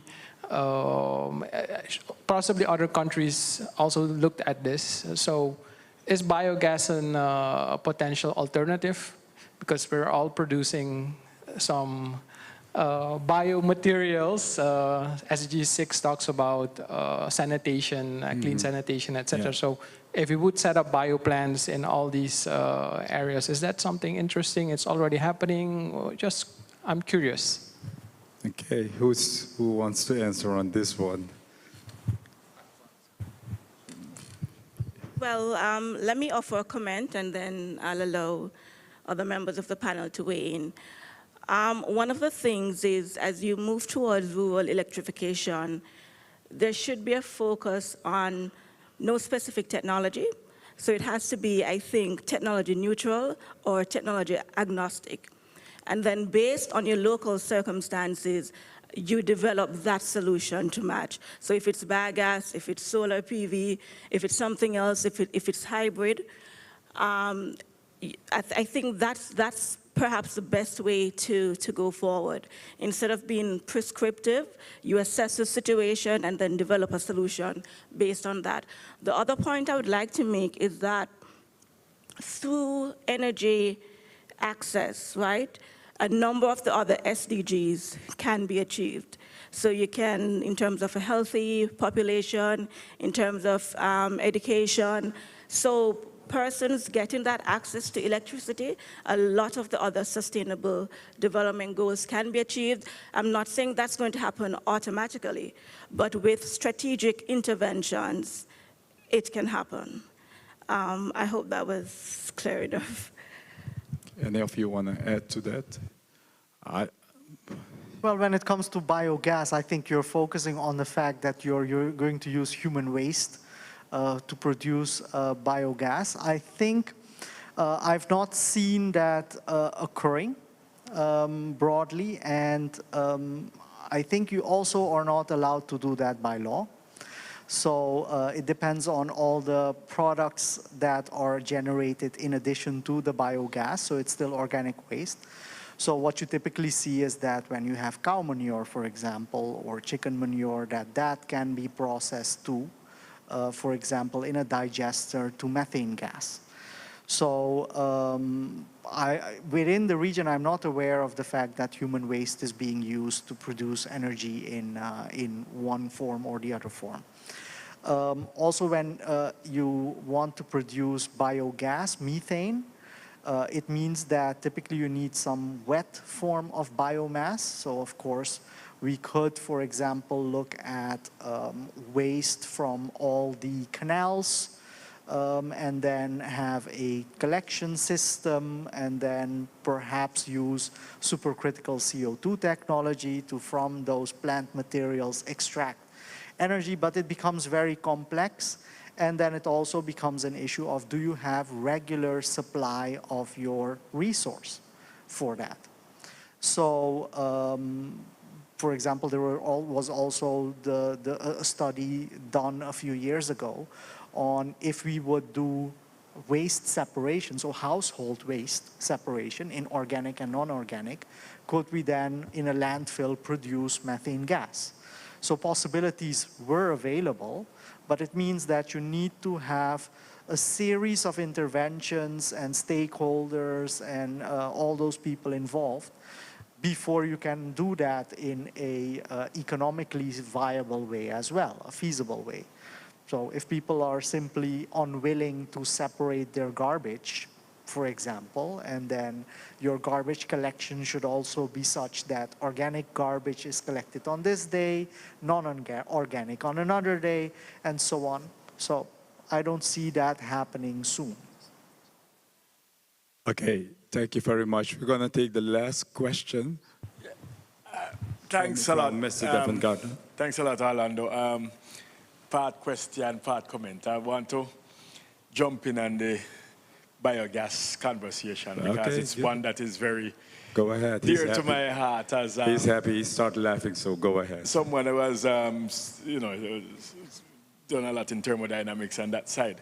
Now, the view from the regional perspective is that biodigestion, specifically, processes for producing biogas is one of the least utilized or one of the most underrated mechanism of bioenergy within the region. There is a significant wealth of experience that exists within the CARICOM space in respect to the production of biogas from biodigestion, in respect to the design of biodigestion processes in regards to the design of biodigesters themselves. In fact, the Scientific Research Council in Jamaica has patents on biodigester designs.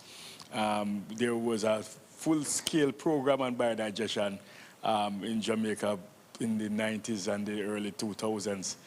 More recently, in about 2015, through work with the German government, Grenada also developed a biodigestion program, and they have these small-scale household biodigestion facilities which uses the rotor plastic drums with the pipe connections and so on. The challenge with biodigestion, in my opinion, are twofold based on the research that I've seen and based on the experiences that we have looked at. One, it's low-tech. It's not the most appealing or attractive. You know, you're dealing with a lot, especially for animal waste. I'm not talking about human excrement. Human excrement is a different story, because that one is dangerous. It works, but it is very dangerous because of the type of microbes that you require to break down the human excrement. It's very, very dangerous, and if you make mistakes, it could kill people. So that's why typically, unless you have people who are highly trained, highly specialized in how to handle that side of it, we usually don't encourage it. But the cows and the pigs and the chicken manure, that one is pretty straightforward. Very easy, very rich in methane content, and you know it's been done in many countries in the region, in Jamaica, in St. Vincent, in Grenada, I can speak about for sure. The challenge, as I say, is that a lot of time people don't like to have that kind of smell around them, and it can give off foul odors. Although the understanding is that if it's not smelling good, it's because it's not healthy. Because typically, if you're managing it properly, this odor is not supposed to be foul. Because it's the only energy system that is living. That's the thing with biodigestion. It's the only energy system that is living. Unlike a solar system that is just purely physical, it's a biosystem. And the microbes have to be treated very carefully and managed very effectively. They have to be fed on time, otherwise it breaks down. So there have been a lot of experiences with failure because people treat it as a physical technology rather than as a living organism, a living biosystem. And that's where the challenge has been. So I will stop there. But I think it's an year of high potential and should be exploited and should especially be utilized in rural areas where, of course, as you mentioned, transportation costs are high to get feedstock and material into rural areas. So whatever you can find within a 30-mile radius, the view is anything within a 30-mile radius is what will make sense within a particular community. And typically in a lot of these rural areas, there are a lot of organic substrates that could support biodigestion. But the question I wanted to ask specifically was in respect to policy and regulations around rural development, rural electrification. And I haven't heard persons speak much about codifying rural electrification and energy access into policy and regulations to ensure that it's indifferent to who is in power, who's in charge, who is, you know, pretty much running things in a country at any given point in time. What's the experience of Belize and Suriname, and what are the recommendations? Okay, I give everybody 1 minute to quickly respond, if you want, on this question, and then we're just wrapping it up with that, because I see the organization needs to wrap up the day. I can make it very short and sweet. Yeah. Tomorrow we're going to talk about that. I have a presentation tomorrow showing what's the break-even point. What's the break-even point between technologies and solutions? And what is the role of the policymakers and what is the role of the regulators? And how they have to talk each other. Okay. So that is key. And I think if I can resume in 3 points, it's planification, policy, and regulation. Thank you very much. Felicia, you want to add the last word before we end? Well, my last word really relates to the piece. Again, I will repeat: policy, public-private partnerships. Yeah. And I have forgotten my piece. Right. People. Yeah. People is a key one, and I think I'll leave it at that. Thank you very much. Ryan Cobb, because there are 2 Ryans. Ryan Cobb, you want to give us some words before we end this presentation?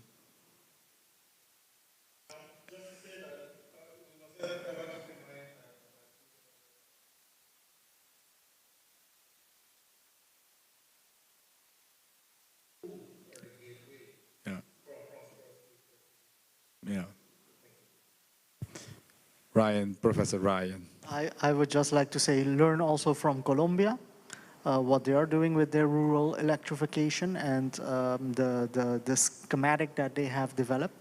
And also they have clearly demonstrated where all the stakeholders are and what their power is and what their role is. And I also think if you talk about this Delta Works plan, just learn from the Dutch on what the approach is. Thank you very much. We can learn from each other if we look at the last statement that I've made. I want to thank the guests, the panels, for your in-depth information, especially Professor Ryan. Thank you very much, and all the other panel members. I want to thank you for your participation. I want to ask you to give them a round of applause, please. And then the mic is back in your hands. Thank you very much. Thank you, panel. And our last and final speaker, she will give the closing remarks. Ms. Valerie Lalji, she's the Deputy Director at the Ministry of Natural Resources. Aren't we going to give her a hand?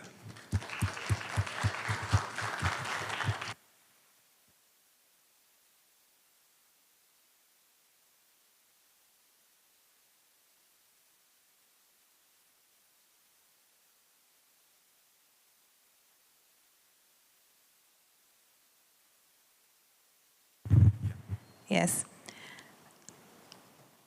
I'm not a fan of forums and trainings and workshops, but I did enjoy today. I must thank Dave Abelever for this initiative and actually bringing all the stakeholders and the partners together. It is stated in the agenda that there's a small summary, and I have some points here that I would want to leave with us before we leave here. We have talked about a lot of things, and we have talked about the national energy policy, collaboration between public and private sector to implement the energy transition. There is room for private company to develop and to become really suppliers and developers for renewable energy and energy access technologies. We have talked about the strategic regulatory framework that we need as a region, as a Caribbean. And a very important point that the President made was that a CARICOM energy agenda that he's promoting within the region. The last presentation is the closest to what the ministry is doing in the interior, because we do have the ABS that is working with us. But if we talk about energy access in the interior, then we talk about the Ministry of Natural Resources. And I think on Thursday we will have a presentation on that. On behalf of the ministry, the minister, the director, on behalf of the organizers, I would like to thank you for being here, for the discussions, for the fruitful information, for the exchange of information. And I hope to see you the coming days. And we want to leave you with the words that I think the first panels have emphasized, and that is collaboration and leadership. So I thank you, have a great day, and see you tomorrow.